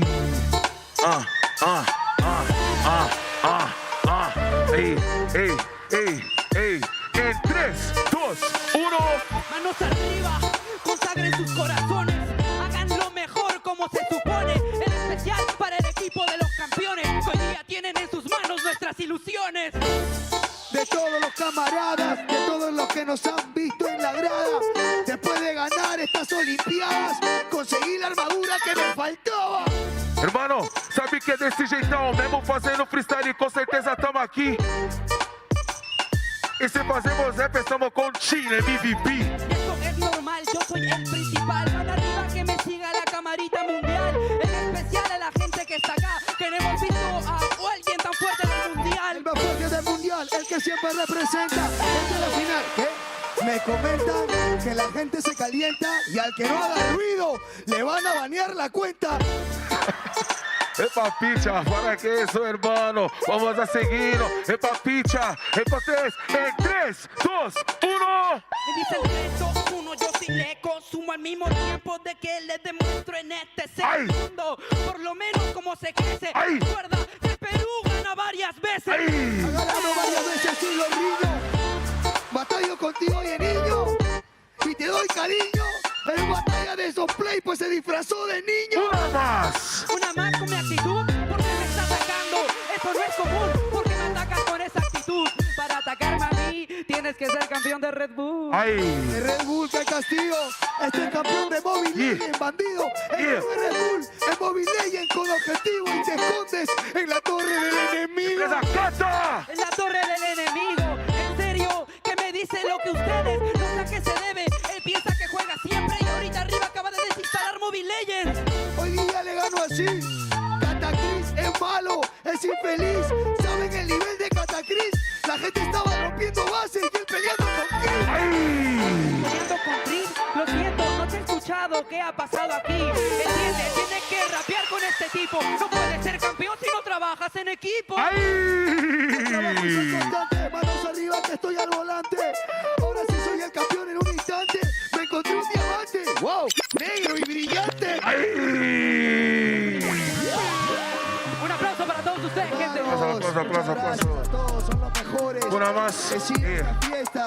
Una más, una más. Muchos hermanos. Una más. Una más. Y 3, 2, 1. ¡Ahí!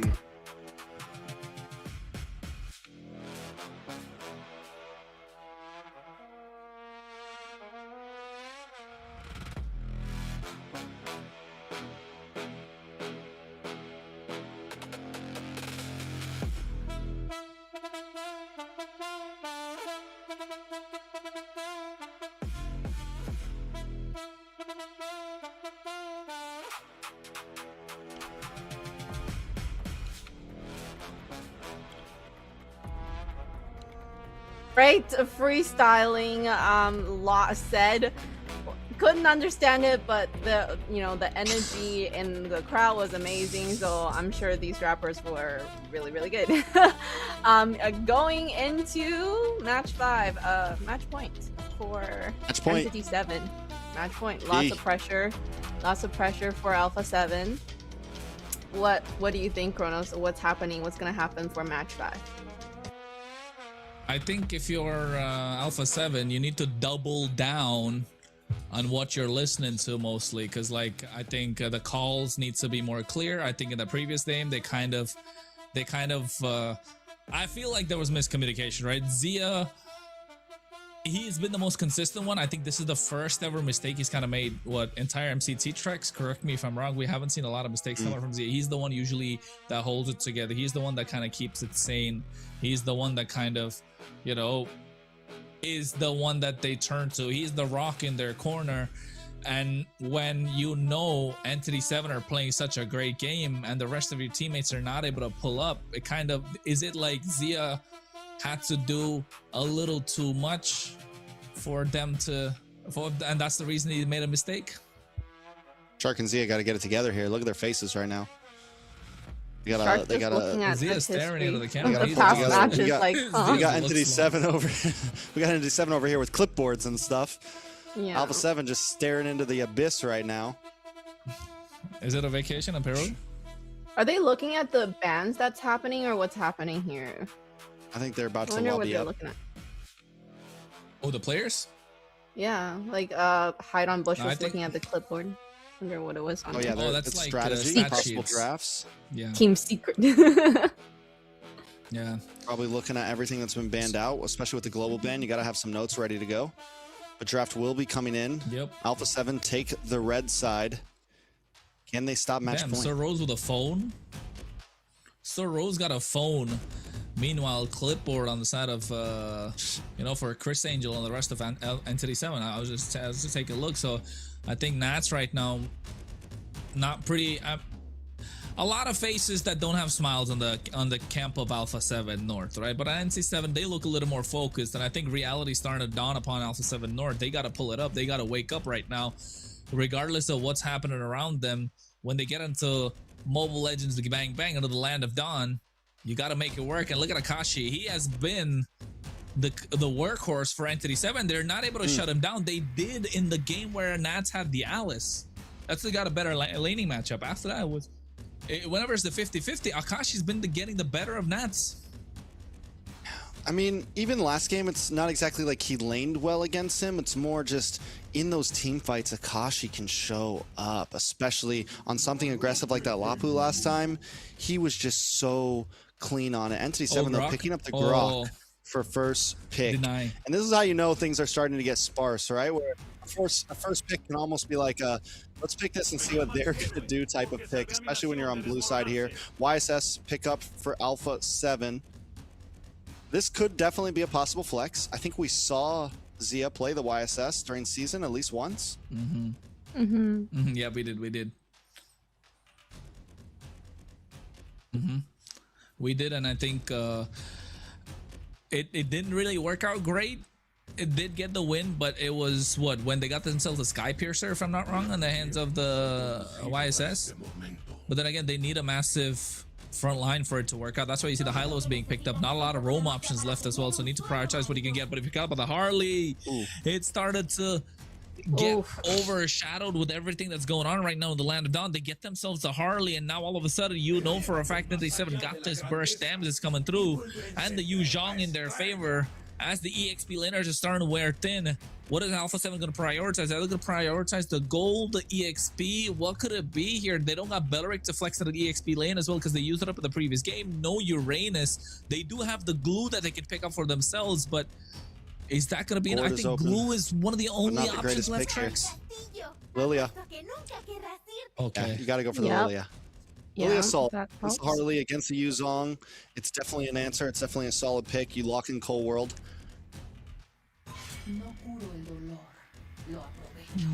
Valentina's gone. You take out other gold lane options, EXP lane options right here. Yeah, there you go. You take out EXP lane options because you want to give Akashi the better matchup into Nats. Zetian's gone, Valentina's gone, Lapu Lapu, and what's left? I think here Sora's taken off. No Alice. EXP? Glue is. I'm thinking only Glue is left, right? Yeah, Glue EXP or CC. Oh, CC. It's aggressive. Okay. They got to. They need the win. Layla. What's left in mid lane though? Last pick, leaving Zia. I don't know what he's gonna pick, but yeah, also Shin's mid lane pick is also stressing me out a little because that could make it break it. No, right? Kadita. Farz is open for ENTITY7. No. Yeah, Farsa is open, but not against the Hilo. So I mean, yes. Louis. Granger, okay. Louis, yeah. Louis. Something like that, something spicy. That's what they're left with at this point. Novaria? Kimmy. We always forget about the Kimmy, I feel like. Every time. Yeah. Did you say Mia? Stop it. Kimmy. What? Who's that Mia? I heard Mia said, from Mama, Layla. For Zia? Zia's gonna pick Mia? No. Okay, no. Oh, Zia. He's looking a little sad. Here? Melissa, maybe, if they wanted to. Bruno, Beatrix. Arla. Okay, CC Gold Lane. Wait a second. Whoa. We've seen him with the CC. Gold lane. Yeah, we've seen him on a gold lane CC before, and he did all right. Funnel strat for best player. With some late game damage on the CC, the Lilia. It's definitely, we're reaching. It's not an invalid strategy, but with a funnel strat, they got it. The Yu Zhong on Akashi is scary right now because you know they're going to want to group up, and the Yu Zhong just comes in and looks for those small groups of 3, 2, boom, boom, boom. And he was having a good game as well in the previous game, right? He was definitely having a fun time. So I don't know, Akashi feels a little too much for them to handle, but also at the same time, Zia is looking to get the early snowball on the side of the goal lane. You want to stop Doom from scaling quick. You want to stop Doom from getting the Sky Piercer stacks. Nats is going to be a problem. They are looking to invade onto Hide on Bush. Well, it's match point for ENTITY7 as we jump into the land of Dawn for possibly the final time of MLBB America's Grand Finals. ENTITY7 looking to close things out. ALPHA7 just looking to hang on for a few more games. Can they do it? Hey, we're gonna see gameplay coming out from both sides. You know, this kind of game, at least hopefully, as the draft is starting to wear thin from both these sides. Hide on Bush right now on this Harley definitely has pick-off priority and nobody there to really stop him. Cold World on this Lilia. We've seen the Black Shoes bait out a lot of these deadly magics early on, but you do not want, look at the rotation though. The rotation just to sneak in and take that away. No, not even allowing that to happen. Spotted out by Shark from ALPHA7. And Doom being pushed back by Z on the top side. They really need this early game to work out. And I think if best player goes down at least a couple of times, that's good. That should be good news for ENTITY7. And that's what ALPHA7 needs to avoid. Dominate the sides and make sure best player, the funnel strat that you spoke about, Trex, that the jungler is having a great time. Yeah, it's definitely going to be a slow pop-off as well. Probably won't see anything big from ALPHA7 till about the 6 or 7 minute mark possibly, unless Entity just makes a huge mistake. On the other hand, level 4, Hide on Bush comes in. the way they've already been moving around the map, definitely could see a possible deadly magic coming on to Nats early on, coming on to Zia early on, coming on to any target he deems fit early on. Kakashi looking for that level 4 where this turtle comes up. Not quite able to get it just yet. Ooh, does, because he gets the crab. Nat's still a level behind. No. Back of the turtle, though. A little bit of action. Nice knock-up on a best player. Best player. Unable to find a way in. Akashi zones him away. They're unable to be able to fight for this turtle. And Hide on Bush is able to secure it. A big knock-up, though, comes from Akashi once more. Not trying to find his way in. Akashi goes down. First blood in the hands of Shark. So a kill for a turtle. Not the greatest trade, but ALPHA7 is up in gold.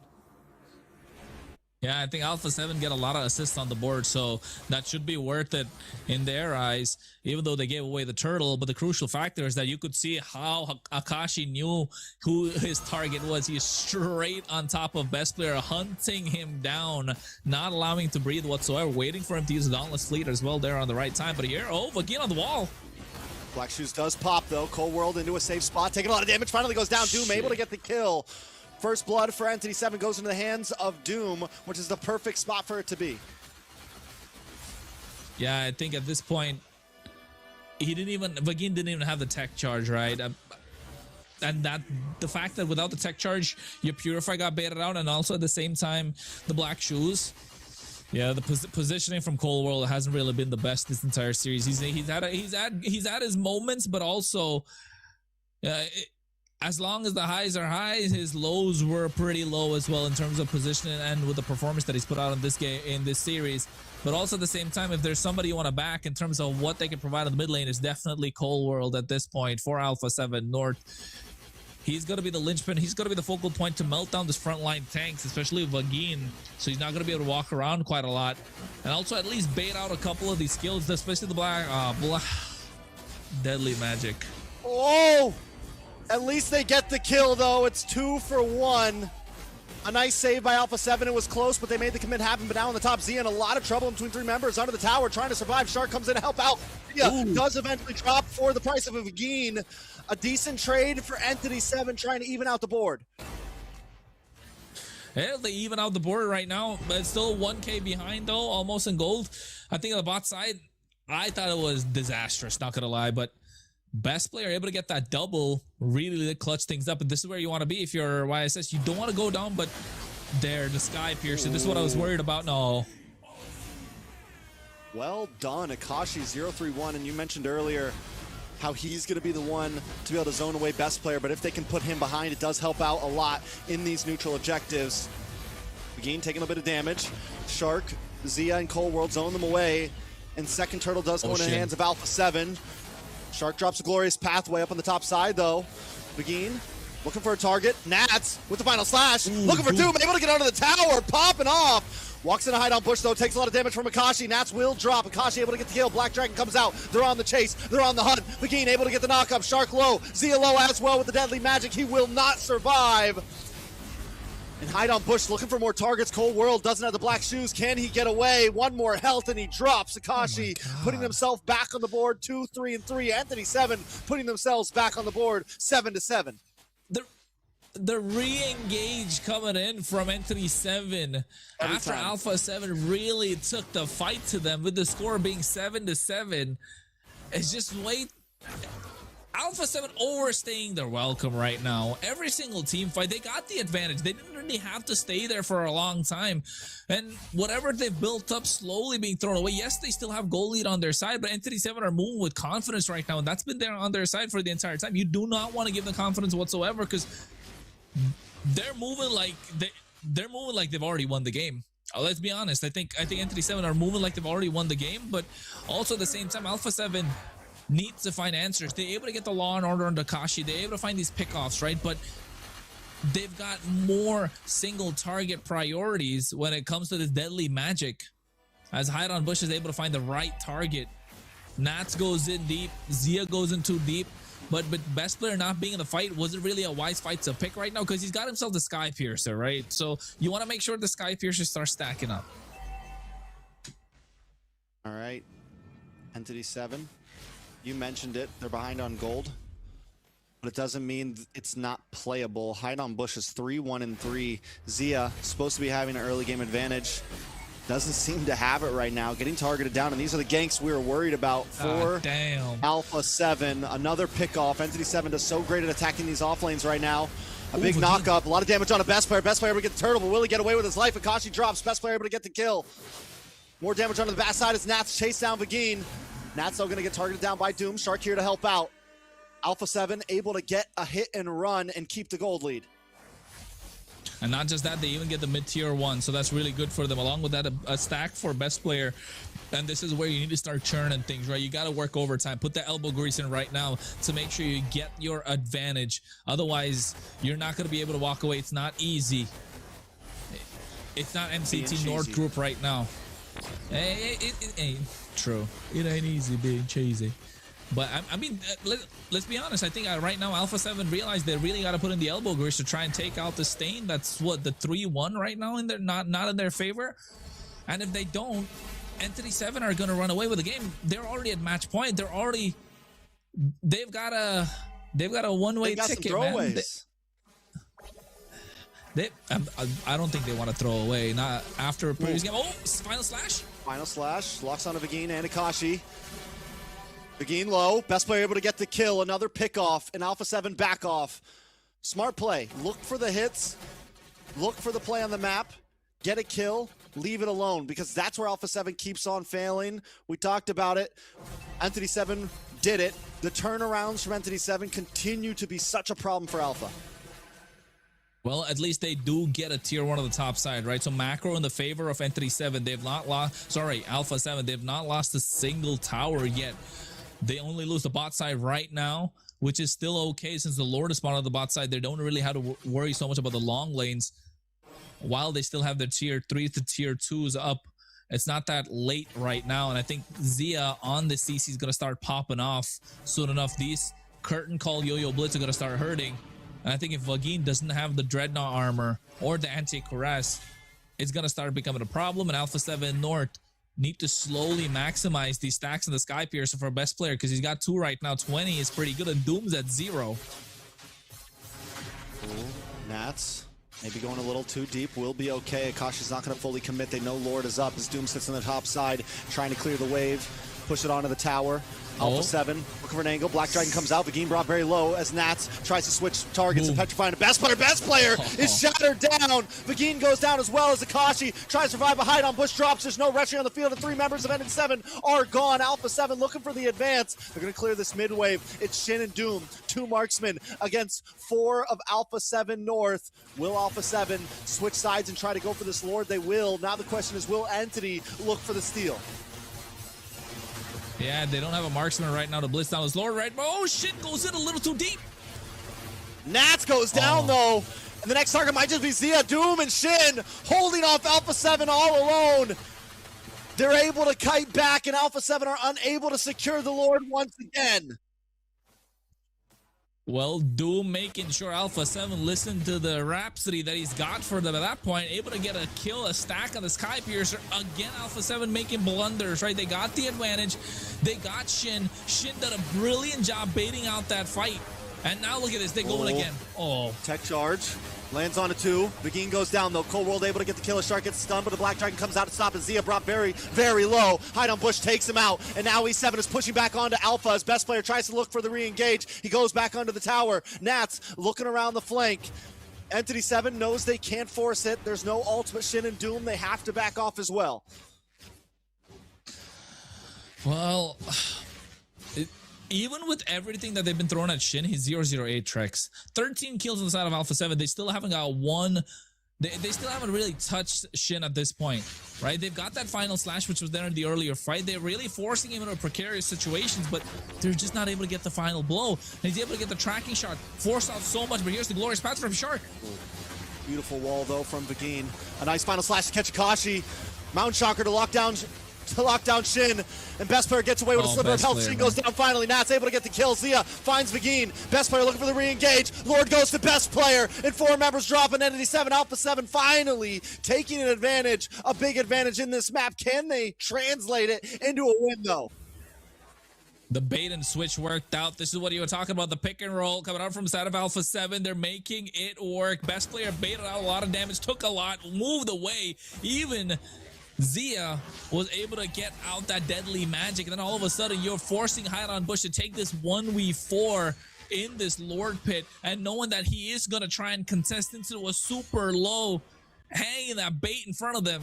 Got the carrot, switched it to the stick, and now all of a sudden ENTITY7 backed into a corner. ALPHA7 came to play. That fight alone gave them such a massive goalie. Now it's 5,000 in their favor. The Lord is marching on the bot side. They need to get inhibitors, at least translate it into big objectives, which will allow ALPHA7 to play the long lane, which is going to be the bot side. So you know bot side inhibitor is going to be the target. Oh!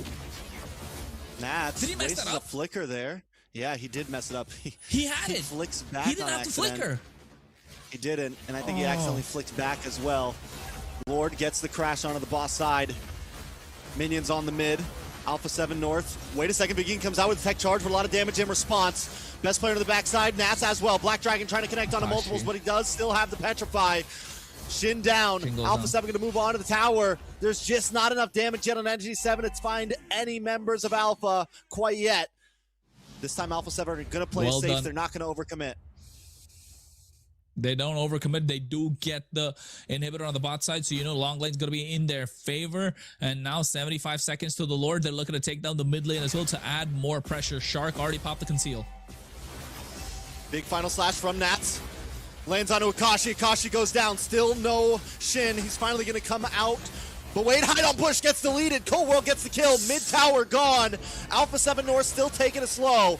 They know 3 members are up. They don't have the minions quite yet. Gotta wait on this wave. It's Shin, Vagine, and Doom up against the world. The tech charges in the hands of Vagine. Watch for it. Wait for it. Can he find some members? Can he find a knockup that can change everything around? No, he misses. And now ALPHA7 looks for the re-engage. He gets a knockup. Vagine finally drops. No immortality to bring him back as ALPHA7 moves forward. Still waiting on another wave, but there's only a cannon minion on the bottom to try to finish things out. Shin back on the map. Akashi there as well. Nats gets final slash. Akashi taking out a killing spree for rest player. Another wave coming down the mid. Black Shrews from Cold World. ALPHA7 still unable to finish things as Hide on Bush is back on the map. ALPHA7 is forced to back off. They were really trying to force the end there, ALPHA7. A good decision made by backing off. Otherwise, that would have been disastrous because Doom was looking to stack on the Skypiercer. They were low enough. 1 kill would have been disastrous, but ALPHA7, Nats, with those final slashes, not allowing Akashi to play the game. This is what we wanted to see in the previous game, right? The entire series, rather. Nats versus Akashi, 4-2 and 13 on this R-Lot, but Akashi going down every single time he respawns back up. If no Black Dragon, he is susceptible to the crowd control that ALPHA7 are bringing to the table. 2, 8, and 5. The Petrify not going to do a lot as well, but a Lightning Trencher at the hand of Bush, they're going to go for the Lord. This player gets the Lord. Black Dragon does come out. ALPHA7 just need to play it safe. Zia able to zone away Shin and Hide on Bush. Akashi unable to make an angle in. ALPHA7 keep it safe. Deadly Magic can't get the kill onto Zia. And now there's a free Lord to march down the lane. Probably the first free Lord that ALPHA7 has gotten in 4 games. First free Lord, a little room to breathe right now. Best player on the Skypiercer probably has, what, about 45-ish stacks, 47-ish stacks right now. So it is doing and paying a lot of dividends with the poke that Zia has been putting down and Cold World. And I think this could be ALPHA7 looking to end the game. Mount Shocker doesn't connect. Vagine does have a tech charge. He's not going to use it quite yet. As Cold World comes to the backside, Shin goes down. Shark able to get the kill. Vagine taking a lot of damage as well. The base down to 50%. Best player finds Vagine. All they got to do is lock on. 1 Canyon Minion. More waves coming in. A couple more hits, and ALPHA7 take game number 5. Game number 5, ALPHA7 finds some breathing room, but the pressure is not out. It is 3-2 the score, and ENTITY7 are wondering where it went wrong. And let me tell you, folks, it was this man on the screen you're looking at right now. His R-Lot was aggressive in the face of ENTITY7 not allowing Shin to breathe whatsoever the entire time. 0, 3, and 8. Making sure Shin does not have a good game. They found answers in one game earlier, now finding it again. And I think if they're able to pull it off a couple more times, they can call it the series. Because Akashi, again, in this game, the front line just wasn't able to hold. He was bypassing the front line, going to the back line, getting that big final slash. It became a problem that ENTITY7 could not solve, even though they had themselves the Harley, which is 82% team fight participation, had 6-4-3. But if they're just grouping up together, what's the Harley gonna do? Oh, when Vakin did try to set and go in a bunch of times, and it, you know, he goes in, he gets the set sometimes, but then like he just gets deleted. And then I have to say though, giving it out for Shin and Doom, they really held on to that like so well. I really thought they were gonna lose, and they were able to, you know, two backliners able to hold that back and give themselves a chance. But unfortunately, you know, ALPHA7 brought it this time. That's amazing. I have to say, I was watching Best Player. He wasn't going in too aggressive. Like, he knew when to back off, even though the rest of the team, you know, that early game there when they won the turtle, they still wanted to keep going. But Best Player knew, he's like, I'm gonna pull away. He knows when to stop. And I think just being able to control themselves a little bit disciplined, they were able to win this game. Sheesh, ALPHA7 North pull it off, right? There's still a long way to go. ENTITY7 still in a very comfortable spot. All they got to do is win one. But you said it, Nats. Nats Entertainment was alive today, coming through. I got to give it up. I think the major thing here was bullying Akashi. Akashi was supposed to be the space maker. He was supposed to be the one to keep the back line at bay. And because he just took so many deaths early on, 1-3-1 here at 5 minutes, and then eventually turns into, I think, a 1-8-1 by end of the game, he wasn't able to do it. Best Player was able to have free roam and get those kills. Cold World, Zia, all of them able to just have free roam overall. And Nats was the one who was able to create the space. And oh my lord, has these past 5 games been a battle of EXP laners and who can really create that opening for the team. Yeah, I agree. Creating the opening was an important thing. Like you said, he even in this case, Akashi going to the back line. The moment he's getting access to Best Player, things are working out for ENTITY7. But if Nats gets in first, Nats gets in behind first, then it becomes a problem for ENTITY7 to deal with. In this case, they've done a fantastic job to keep Doom at bay, to kind of not let him stack up with the Sky Piercer either. So that, in a way, the fact that Nats was getting deep into the back line and still not going down early became a problem. And now we're starting to see, even though the draft and the picks are starting to wear thin, there are still some of these comfort picks, right, that were once really good coming back into the meta slowly just because it's global bans. And ENTITY7, they really thought this was the finish. That's why they went for the first pick Grok. You deny whatever ALPHA7 can try and make plays with on the other side, but you keep forgetting they still got the Hylos, you still got the Cho that's available, you still got plenty of other picks like the Chip, the Kaja, right? Let's not forget, they can still go for a possible Gatot Kacha. You've got yourself maybe a cheese pick, Jawhead, if you really wanted to go for it. Throwback. But I'm just saying, like, people say, hey, global ban's not good. You know, where are we going to see Eudoras and Nanas pop up? I don't think so. There's still plenty of picks that's still available if you really look deep into your pocket and see what can be done. But in this case, ALPHA7 North, they needed some more breathing room, and they found it. Meanwhile, ENTITY7 must be kicking themselves because of all the aggression they had in the early game, and they just let it slip because they could not contain Nats. And with ALPHA7, you know, definitely great win. That takes off some pressure for them to be able to even this out and possibly go to Game 7. That was Game 5 for us. We have 2 more to go, maybe. We'll see. These guys are definitely, you know, showed us that if they lock in, they can win, right? And they really worked hard and they locked in. And if they continue at that pace, I think they can do it. I think every time the North American fans' hopes are almost crushed, ALPHA7 gets another win in the books. It would be 2 more, but let's talk about the VIP. Best player will get it. I think a lot of us felt like Nats really deserved this one. I'm not gonna lie.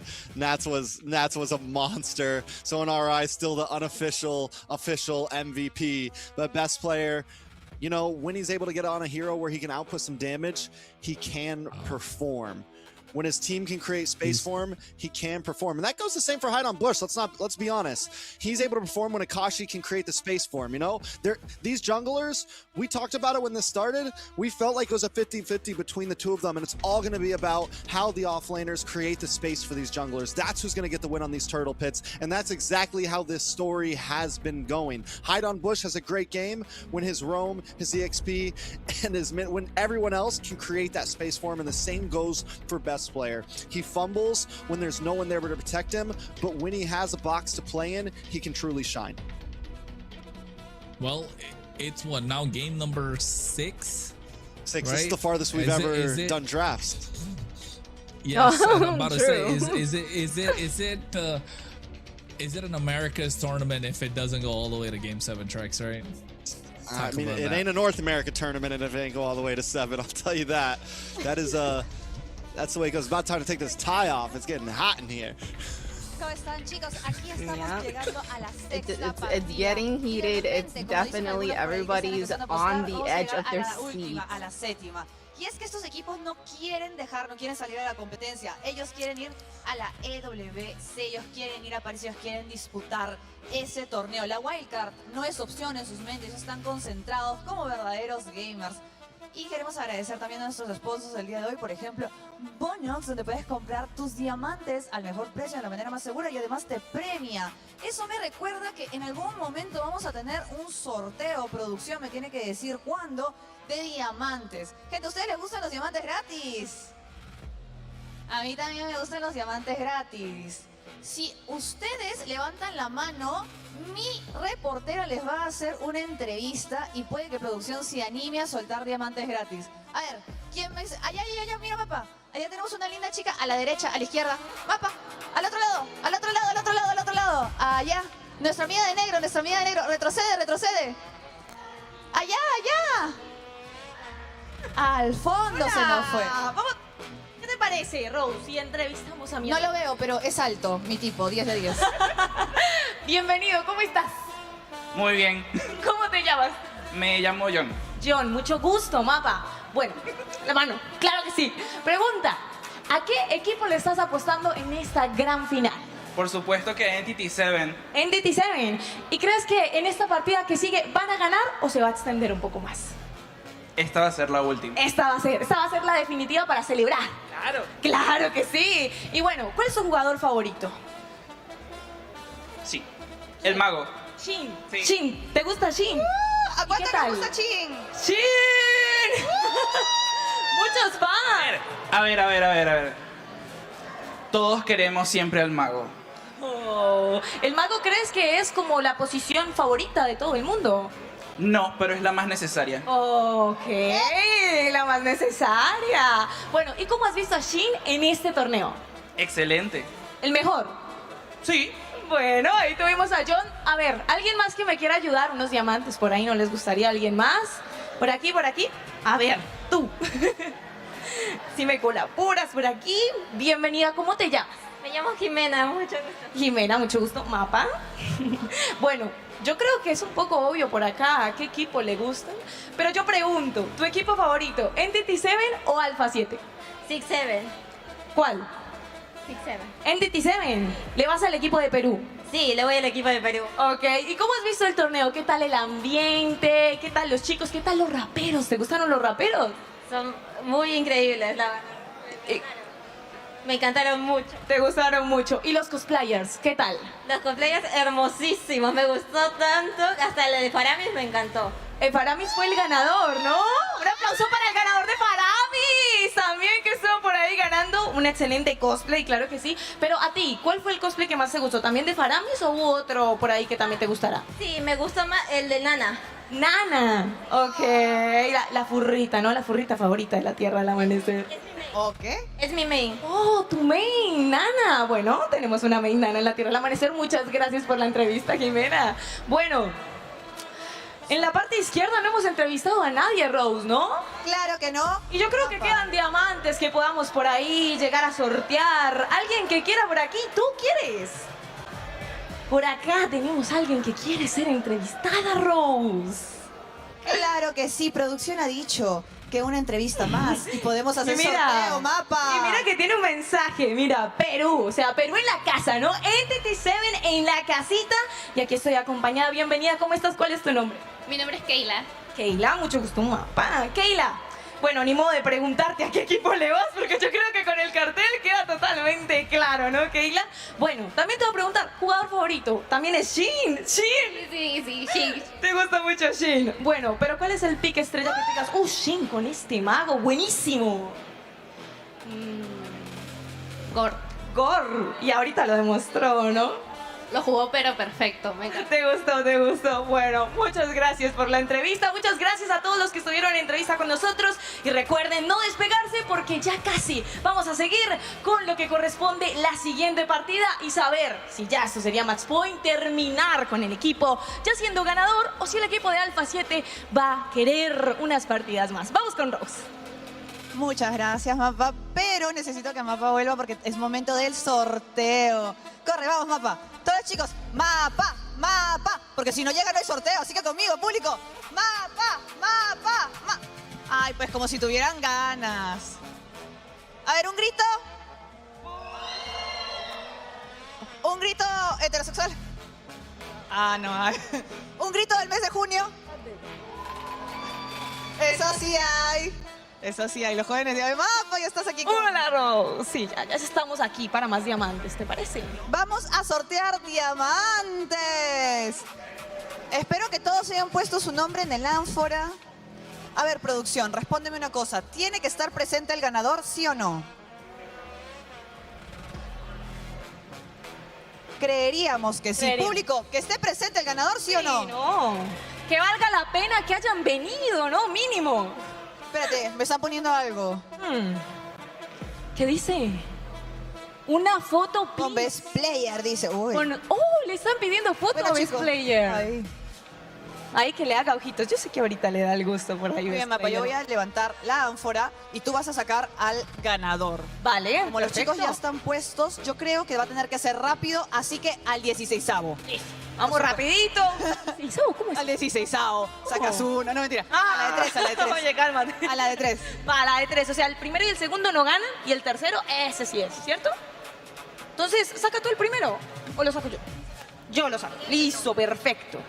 Para que no digan que es trampa.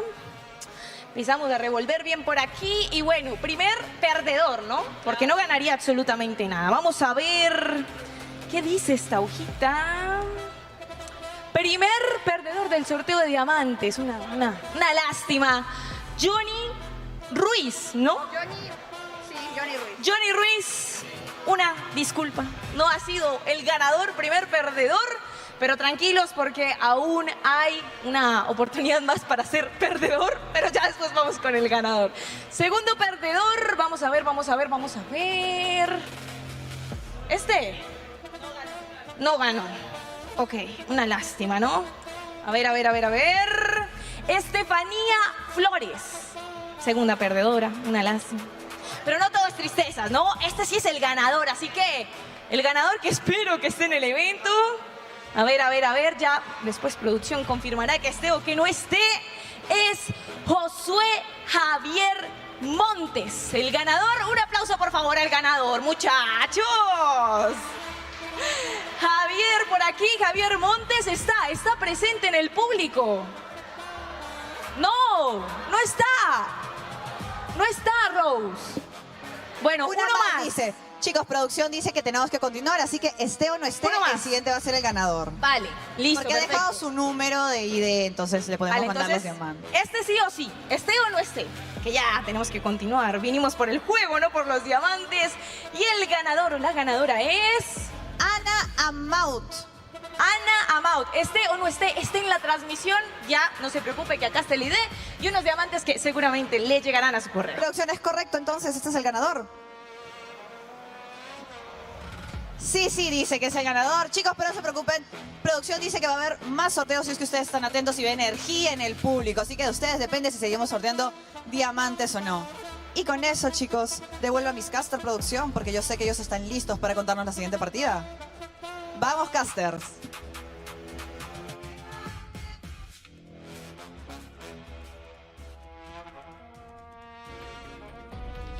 And welcome back. From what it looks like, they had a little bit of a lucky draw with the diamonds, so definitely good for the audiences there. Coming into match 6 now. Okay, ALPHA7 locked in, doing great. What do we think of match 6? Trex.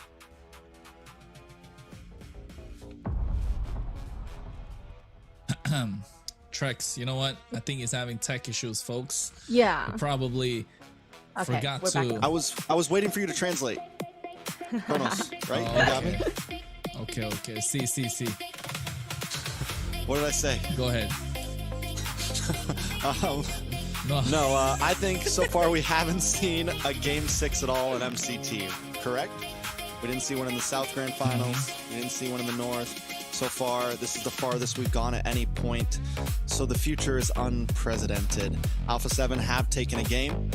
I'm not saying it's impossible for them to not take another game, but still in this Grand Finals, ENTITY7 feels like the favorite. They showed up more times. They've won back harder games. We still haven't seen ALPHA7 win back that 9K gold deficit type of game, right? We haven't seen them win a game where everything is on the line and they're pushed against the brink. Can they do it? Or will they just completely dominate the next 2 games? For me, like I said, ENTITY7 still feels like the favorite, but this is what we really need to study. I'm taking a picture real fast. Are you? Yes. Remember when we were like, oh, how we're gonna see all the bands when it gets to like game 6, game 5? This is how. They're not even gonna show it during the drafting phase. They're showing it here because there's too many heroes being banned out to be able to show it. So yeah, we actually took a picture just because of the fact that, you know, there's so many. With it, yeah, it's just too many. Usually they kind of show the grayscale version of it, right? But hey, today we're out here in Peru, ladies and gentlemen. So make sure if you're in Lima, Peru, go and join them in the arena. So make sure you get yourself some free diamonds, a lot of free stuff basically, and join that rap battle too. All right, ENTITY7 goes for the red side again. So far, red side has won every single game, correct? No, blue side, right? No, red side's won every single game so far. Red side has been on fire. The dominating force. Yeah, red side has not lost a single game yet. Wow. So is this all she wrote? We will see. It's definitely on the line. ALPHA7 North are gonna have to push their limits. They almost won their last blue side, but that was one that they ENTITY7 had to come back and were able to win. So it's definitely doable. Chip pick up front from ALPHA7. I was gonna say Chip is one of the picks that are kind of left open, right? That I was talking about before was the draft is wearing thin. Layla, you look taken aback. I am. I mean, like, yes, match 6, lots of bans. I just did not think Chip was gonna be the first thing that's picked. Imagine they go chipless Louis as well. Zetian is another choice. There's not a lot of options left. Zia does have the Claude, doesn't he? No, he doesn't. He's already used up the Claude. So not a lot of marksmen left. The Harrod is still not being let through the draft. I think if you are ALPHA7 here, you get yourself the gourd plus something. What could it be? Gourd plus what do you have left for jungle?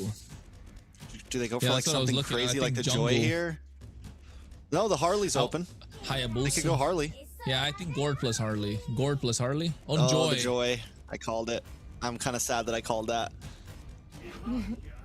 Gourd. I don't know how I feel about it. I think Gourd. Yeah, Gourd is probably the only thing left here. But it has been clutch, right? It has been CW's clutch pick whenever they kind of need a game. So in this case, front to back from both these teams. But what do they got to stop this chip though? The Atlas is still available. Oh my god, no. Yeah, this is looking tough, man. If you're ALPHA7 right now, I'm not gonna lie. Airy ban, nothing for, even less for Zia now. Sheesh. I hope these boys bring Purify. That's all I can say. They need to have Purify here. Just a ult from Zutan and then a follow-up with Atlas. Just bring the Purify, whatever you pick. I don't care. Bring the Purify. So I think what they can do is probably ban out Terizla. Terizla can be a pick that they can go for, right? Terizla ban out on the side of ENTITY7 would be really good because you wear the Sora's gone. Uranus? ALPHA7, yeah, you could ban out the Uranus here. There's no Lapu, no Yuzong. EXP pool is pretty low for the side of ENTITY7. On the side of our boy Nats, though, you still could pick the Yuzong, you still could pick the Lapu, you still have plenty of aggressive options. You take out the Esmeralda, a decent, which would have been a decent answer to the Joy. Joy, yeah. There's still the Terizla and the Uranus here that ENTITY7 could pick up right now. Terizla would deny a lot, but there's also R lot that they could go for too. So I think ENTITY7 probably save EXP for the end, pick up a goal lane right now. What is left? They can go Obsidian if they wanted to.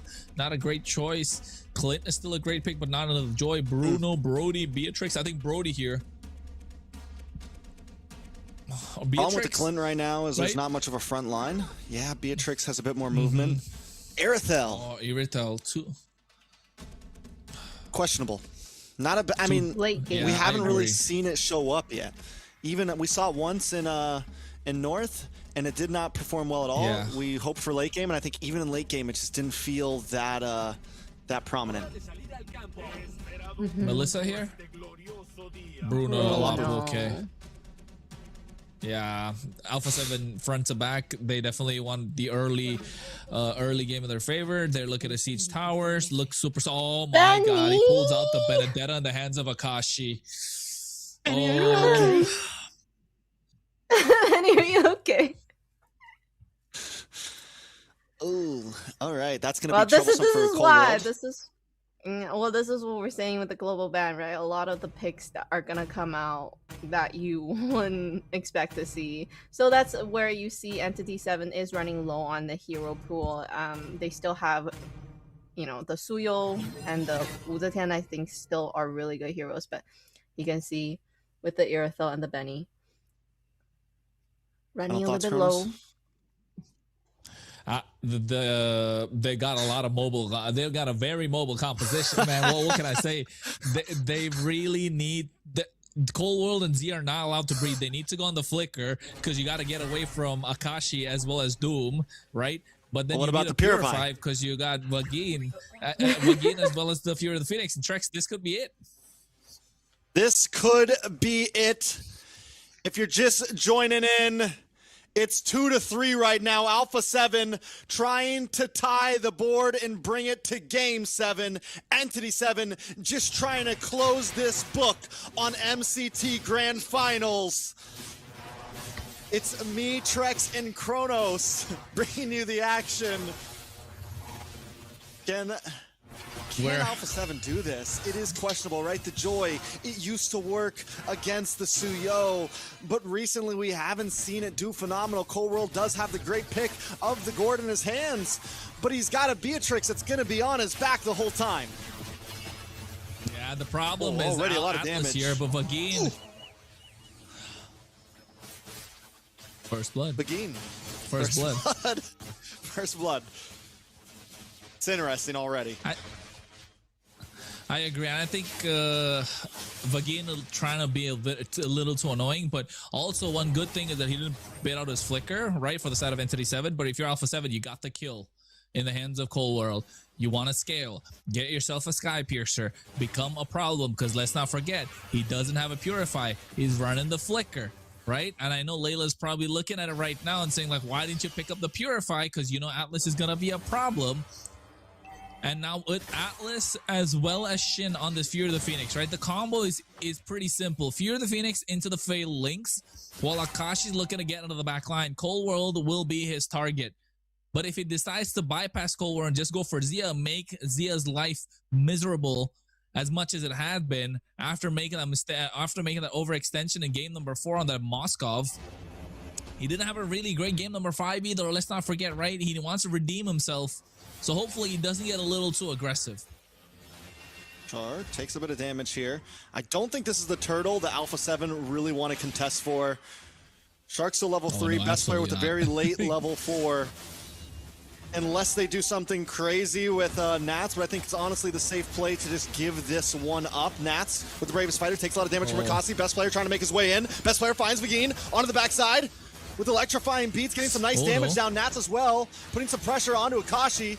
Hide on Bush, responds back. Best player takes a lot, trying to get away. Will go down, but look at the health bars. Can they get the kill? Akashi drops. Hide on Bush drops as well. Nats brought low, trying to escape. Shin looking for the final shot, but unable to connect on. A nice bouncy ball. Nats with the re-engage with 1 health. Willing to risk it. Best player shows up in the nick of time. They're going to go for this turtle now through the shortcut. ALPHA7 secure it.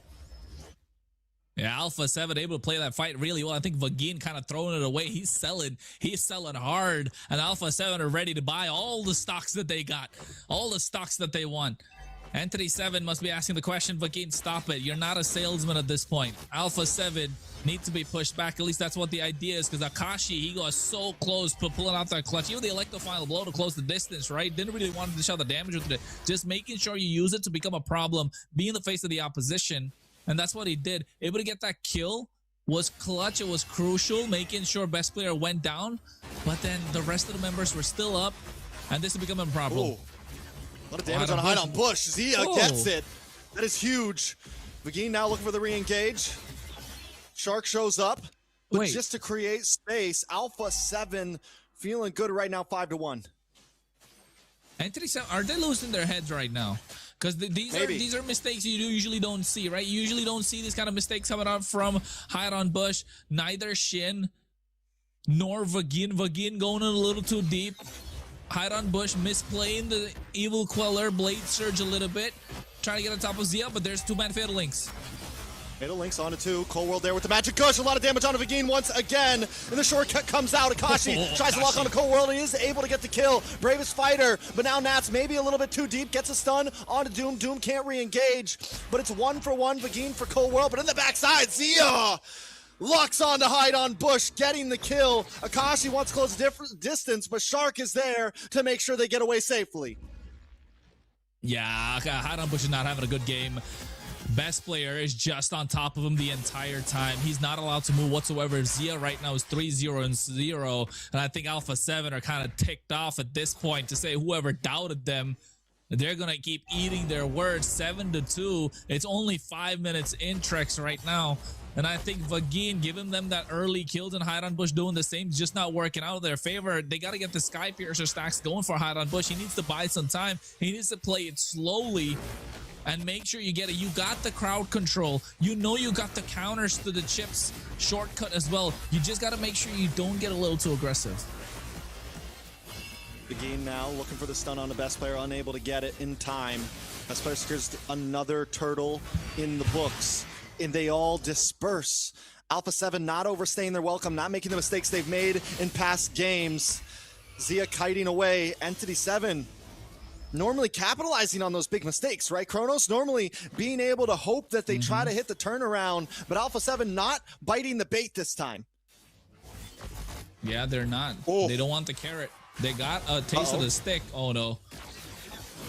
Oh, Shin. Shark into the backside, drops a shortcut. Best player comes out, moves on to Hide on Bush. Shark takes a lot of damage. A big Fatal Links, but it doesn't connect onto Shark because of the Purify. Cold World moves back to safety. Shark very low. Hide on Bush, able to get the kill on a best player. Looking rough. Magic Gush does take out Vagine. Cold World into safety. Zia looking for free shots. It's 2v2 right now. Nats also locking down behind on Bush in a dangerous spot, trying to lock on to Zia, able to get the kill. It's Nats versus Hide on Bush now. A mega kill for Hide on. Nats backs off, 3 for 3. ENTITY7 though, that makes them close that gap a bit, and honestly a win for them. Yeah, and this is what Highdown Bush kind of wanted, right? He wanted to make sure he gets a couple of kills, make the advantage for himself. Oh no, look at Shark. He made the rotation at the right time. With a Y walking up, Highdown Bush taken out to go back to a corner. Vagin comes in to save the day. Is he trying to go for it? He doesn't have the shortcut. He's not going to be able to take his team to safety. Shark bites the bullet. There's a mistake. A first big mistake for ALPHA7. A big mistake on that fight, and Highdown Bush able to outplay the situation that he was in, and Zia went down. That was a massive. That was a couple of shutdowns too. So Highdown Bush is not behind in gold anymore, and they've caught up. Look at that, only 1K behind. Now, only thing you got to cover up is the fact that Vagin gave over 4 kills. The position of ENTITY7 is going to be crucial right now for them to pick up this win. But ALPHA7, on the other hand, they need to keep playing aggressive. They need to keep being into the face of the opposition and push back ENTITY7 as much as possible. Shark needs to keep applying the pressure. You don't want to let up, because the moment you let up, you know ENTITY7 will be breathing down your necks quicker than you can say Game 7. Zia down in the boss side right now, clearing waves. For the first time in 6 games, ENTITY7 take the first tower. Playing the map a bit more. A lot of damage on a Doom. Best player able to pick it up with electrifying beats. No fatal links to connect. Vagin goes down. Nats able to secure that one. Now it's 2 down on the side of ENTITY7 as Zia clears up on the boss side. Highdown Bush forced to back off. Shark does have a shortcut. Still hasn't applied the pressure just yet. Still leaving the turtle to stand. Lord will replace it now. Third turtle goes to no one, but orange buff goes to best player. Yeah, orange buff, best player able to steal that one away. Grand Theft Orange, what, in the 8th minute right now? Zia looking to get caught off. Purify still not popped in. Oh, Shark pulls through. Oh my god. Drops a shortcut. Nobody comes in. Zia does go down. Highdown Bush will pay for this, though. Cold World able to get the shutdown. A nice amount of gold, and all that means that best player gets a Lord. ALPHA7 winning across the map right now. Yeah, they're doing the split right. The macro is too much for ENTITY7 to deal with right now. The chip is starting to work wonders. They're always on top of Highdown Bush. Highdown Bush not allowed to breathe whatsoever. In that fight, he could have gone for the outplay, but Zia able to get the slide tackle and the Purify at the right time, making sure that he's able to get out of harm's way. And you put Highdown Bush in a pickle, and ALPHA7 capitalized. The Lord is marching on the bot side. And I feel like ALPHA7 are looking to take a couple of tier 2s at the moment. All right, they're going to push their way down as Nats plays the distance, waiting for the possible engage. Look at the pincer from him and Shark right now, coming around both sides. Either one could jump in. They need to try to take this tier 3 on the mid side as ENTITY7 wants to try to defend it as much as possible. Lord takes the tier 2 on the bottom. ALPHA7 looking for any moment to strike. Cold World uses the magic gush, gets jumped down on. Highdown Bush able to get the kill. A big stun lands on a Zia. Zia able to purify, flick back, and in comes the rest of the team. Highdown Bush taken low. Zia taken out as Highdown Bush gets the kill. Cold World in trouble. Best player in trouble. Kashi. And ALPHA7 are falling amongst them all. Shark able to just get away, and Nat stands tall as well. Akashi behind Highdown Bush still stand with Doom. Look at that play from Nats. He knew it was very messy. Doom was right next to him, but he didn't go after Doom. He knew Shin is the one that you need to pressure, right? You want to crack Shin. If you crack Shin, you crack ENTITY7, completely leaving Doom and going after Shin of that fight, even though Doom was super low. But you want to prioritize the right target. Akashi as well on this Benedetta showing up right now. Highdown Bush had a terrible start to the game, but look at it right now. It's 8-4-1. You push them back so much, but Vagin again going down before the Fatal Links can hit, or even the Fatal Links just catching one single member.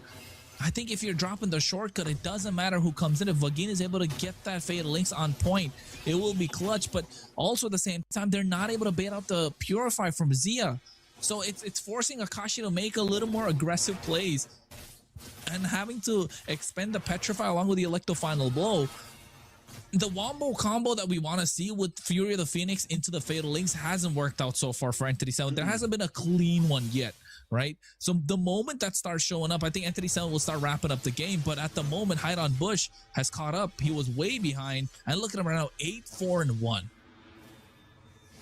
Yeah, you mentioned Shin earlier, and I'm thinking Highdown Bush might need to start becoming the target, because if they let him roam free, he has been able to pick up these kills, right? And Nats keeps going for the back line, but Doom isn't really a huge threat right now. Shin not the biggest threat right now. Hide on Bush, though, is the one who is clearing up space, even getting the better of best player, able to get the kills onto Zia. If they can't stop him, it's going to make these big fights much more 50-50-esque like what we've been seeing. Magic Dush does come out. A lot of damage on a Vagine. Fatal Links only connects on a Shark. It pops a Purify. There goes an ult for a Puri. Lord gets brought low. Doom on the backside. Best player tries to lock on to Vagine.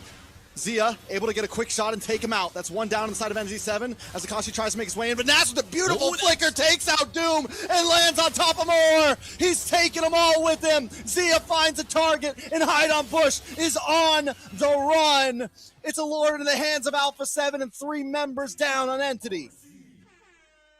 Oh, Akashi was trying to get on top of Zia. They're splitting the fight. ENTITY7 are scratching their heads, trying to understand who do we target, where do we go for. This is the tempo that I was talking about, Trex, before game 1 started. This is the tempo we wanted ALPHA7 to play with the entire series, or start with this kind of tempo the entire series, and ENTITY7 are not able to keep up, and now they're feeling the wrath of ALPHA7 Nord coming through, and with this high tempo game, they're just not able to keep up with it. Look at Nats. Nats in the backside right now. Uses the bravest fighter just to try to back off. Inhibitor down on the boss side. They're looking for a top. Best player dashes away. ALPHA7 still playing as safe as ENTITY7 sits inside the base, trying to chip down at this Lord. Another wave coming. ALPHA7 not giving up just yet. Nats doesn't have the bravest fighter. Cold World does have the Magic Gush. Shark not going to need to use a shortcut currently. They're going to clear out the waves. Vagine comes out to create space, looking for any target, but unable to connect onto any, but he does create space for his team to clear out the waves. Oh, he's a tough nut to crack, Shin, here at this point. He's still holding it together for ENTITY7, right? Still holding it together. Vagine, though, on this Atlas hasn't been as game-changing as we'd like. We haven't seen a lot of these fatal links. Yes, there's Purify on the other side, but Akashi has been a massive threat. Hide on Bush is able to go into the back line. Doom still not getting any kills, but let's not forget, Irithel usually takes about 4 items to pop off. Yeah, it's pretty late because... but look at Zia on the other hand. Oh my God, he's got everything but a Wind Talker right now. Yeah, he's got the Wind Talker fast, and he's gonna sell the boots. What's the last item that comes in? He's gonna sell the boots later on. Hey man, you know what? The World Cup is up, and Zia's playing Bruno.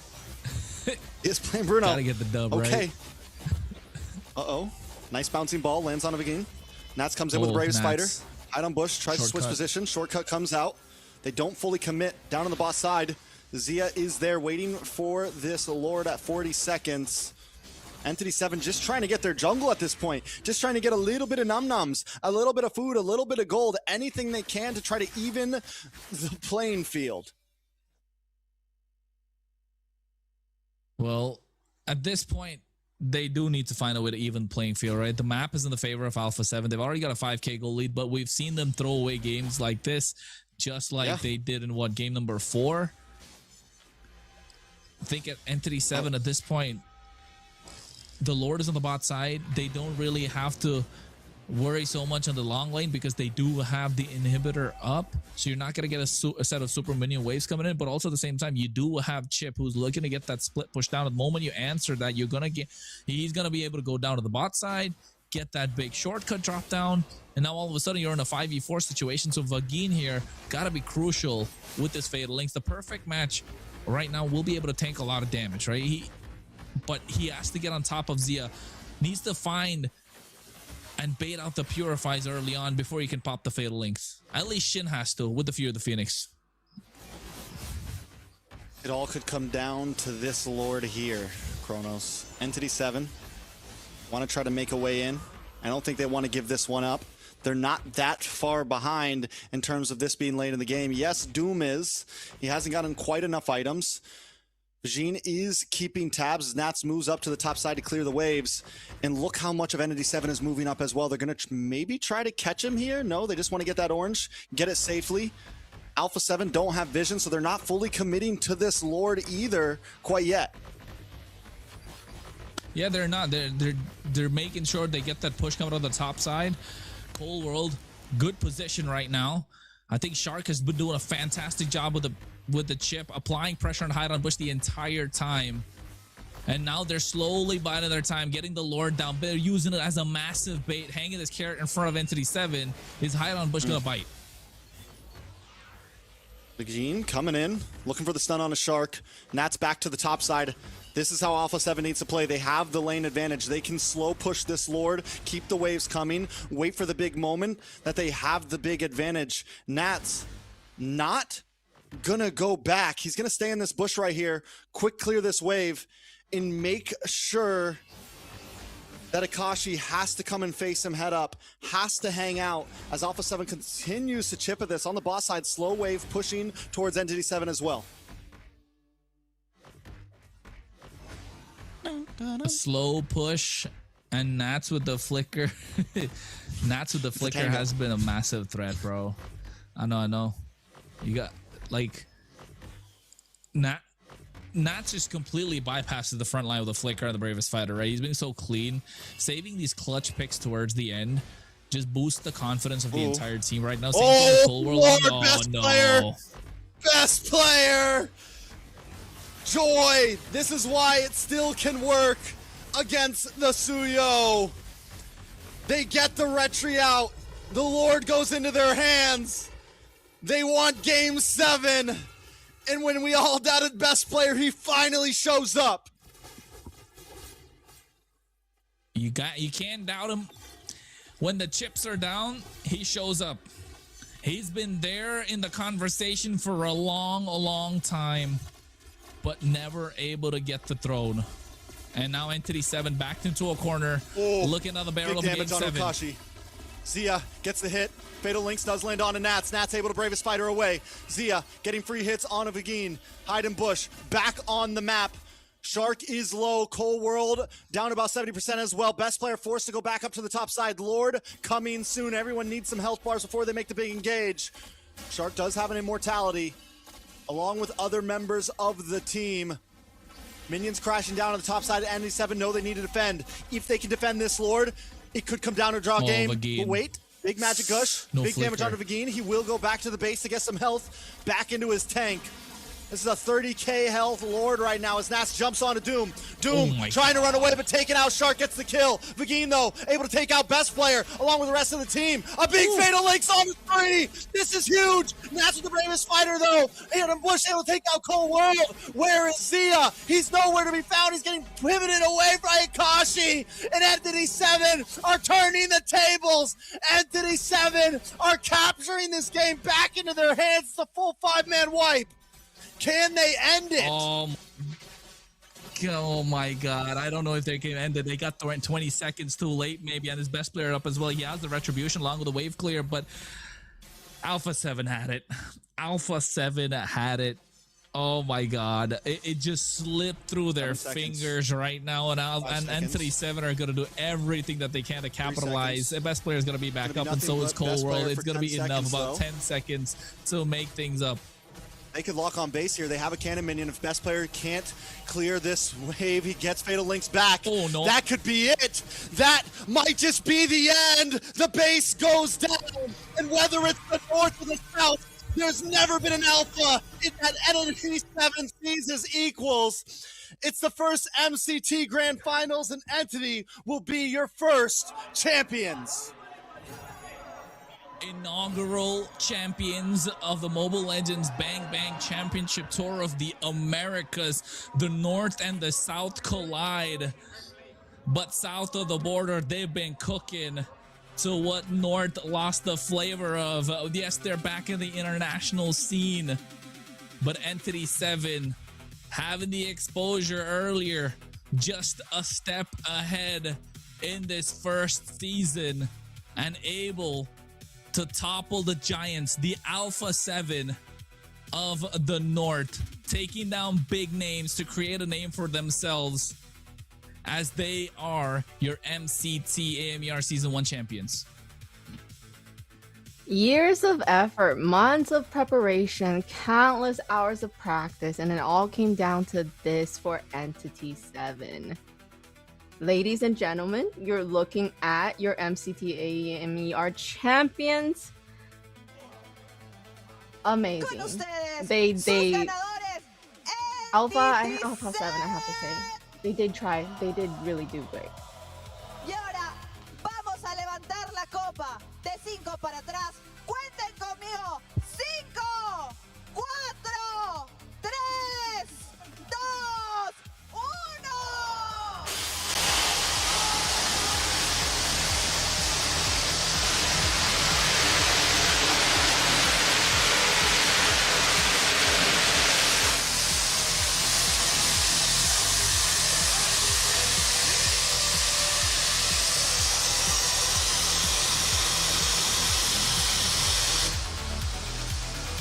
Aplausos para ellos.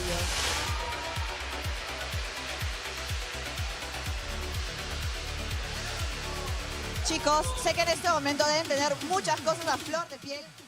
Para entrevistarlos en este importante momento, quiero invitar a mi reportera Mapa. Claro que sí, Rose, por acá entrando porque tenemos equipo ganador ENTITY7 en la casa.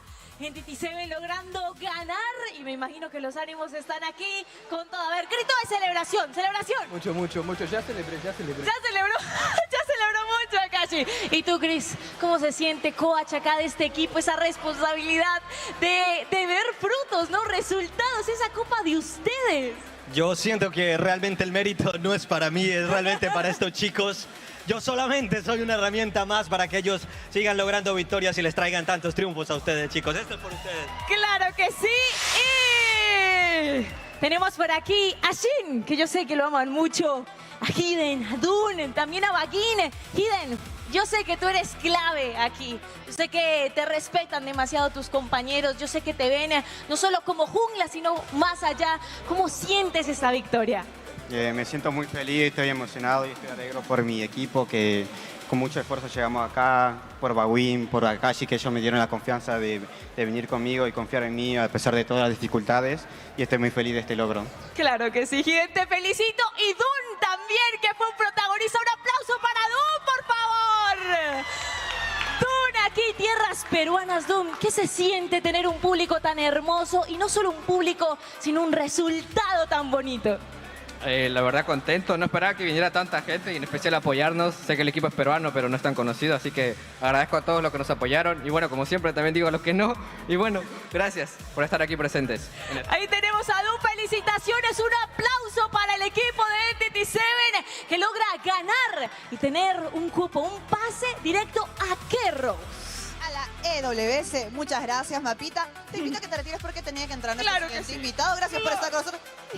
Verla irse es tan bonito como verla venir, de verdad. Qué guapa mi invitada. Y ahora tenemos a Rey, que es el líder del ecosistema de eSports de Montun. Un aplauso para él porque él ha venido con el cheque. Rey, come with me to the main stage. Él tiene la llave, el pase, el momento. Con esto, los chicos no solo se condecoran campeones, sino también se llevan su merecido premio de ir a la EWC. Aplausos, chicos, por favor.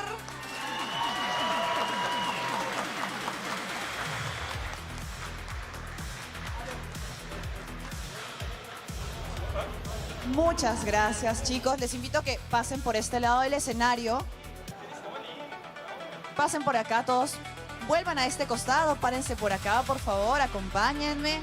Vamos a invitar, porque... Muchas gracias.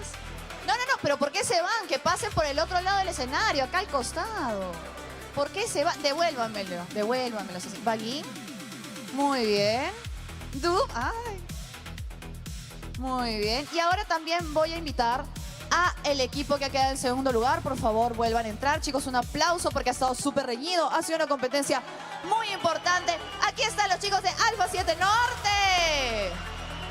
You guys do a great game. We are so proud of you. Thank you. Please stand that way like them. Thank you a lot for your energy, for your game, for your passion, for everything. Daraga, please. Go. Thank you. Now, ahora, chicos, este equipo va a ir a representar la WildCard. Va a ir a sacarse la mugre y a demostrar por qué en la WildCard va a ganar su lugar. Y por supuesto, también queremos felicitarlos y darles un gran aplauso. Good luck in the WildCard. I know you're gonna make a great game and you're gonna earn your spot. Aplausos para ellos. Muchas gracias. Ahora, perdón mi Spanglish, Mapa va a entregar. ¿Quién va a firmar? Cuéntame. Cristian. Ven por aquí, Cris, un paso adelante. Sostén duro, Mapa, eso. Dame. Espérate. Sostén fuerte. No. Mapa, tú lo tienes que firmar. Este es el momento en que esa llave se convierta en de ustedes. Esa llave va a ser con la que ustedes abran la EWC. Estos dos equipos van a disputar en diferentes caminos, pero esperamos verlos a los dos en la EWC. Aplausos para nuestros grandes equipos del día de hoy, ALPHA7 Norte y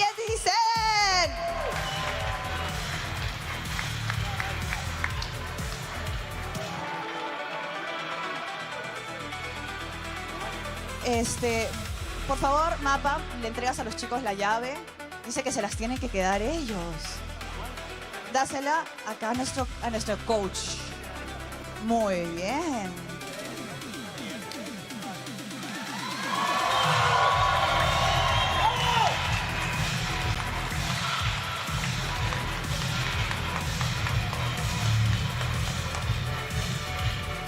Ahora, chicos, los invitamos a que sigan el camino, porque ustedes ya se ganaron. Bajen del escenario y saluden a su público, porque ellos los han estado esperando hasta esta hora para recibirlo.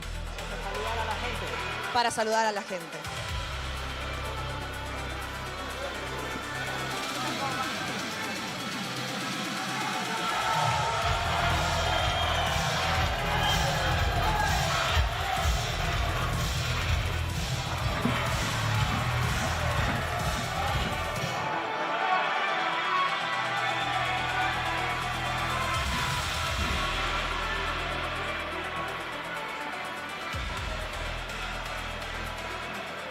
Muchas gracias, chicos, a todos los que se han quedado hasta este momento con nosotros. Gracias a Mobile Legends, muchas gracias a Montun por todo este torneo, a los equipos que han participado, a todo mi público precioso, a mis casters, a toda mi producción maravillosa, a los chicos que han venido de Bolivia, de Colombia, de todos lados de Latinoamérica aquí unidos y obviamente también de Norteamérica. Y a ustedes que nos están viendo en casa, gracias por hacer este evento tan increíble. Nos vemos en la siguiente, porque este camino nunca termina, porque siempre vamos rumbo a la gloria.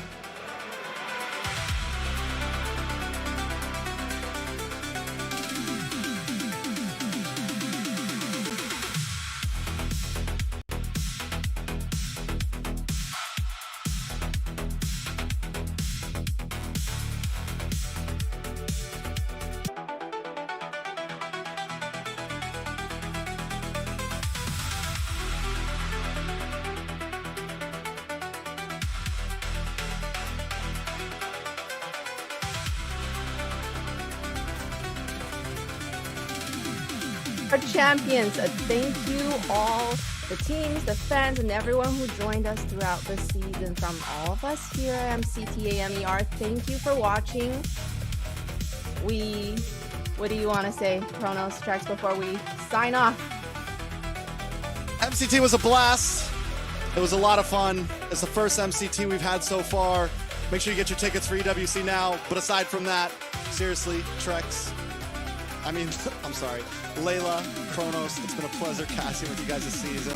Layla, big shout outs to you. It was your first time on a desk like this. You did amazing. You've grown so much. To all the viewers, it's been amazing having you guys and being able to be a part of this. We get to do this. We don't do it because we get to do it, as Leo likes to say sometimes. So big shout out to ENTITY7, ALPHA7. Go kill them in the wild cards. Do your best, and we'll see you guys next season.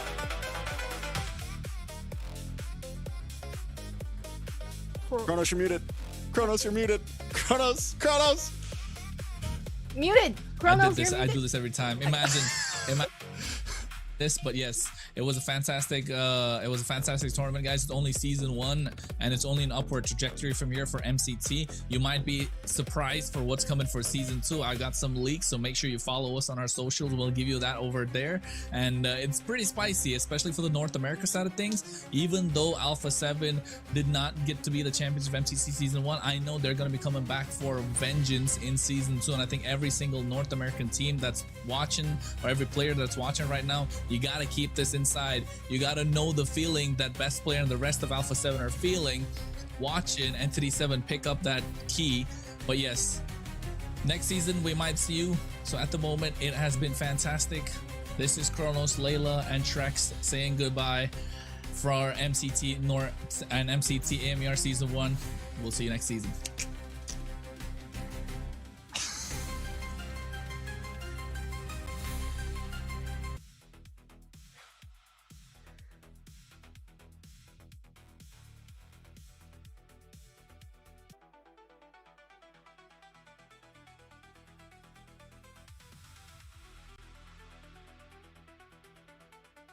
One tap as shown. Then just tap generate and leave all the work to the cloud. When it's done, you can view or share your highlights as shown, but be quick or they'll expire.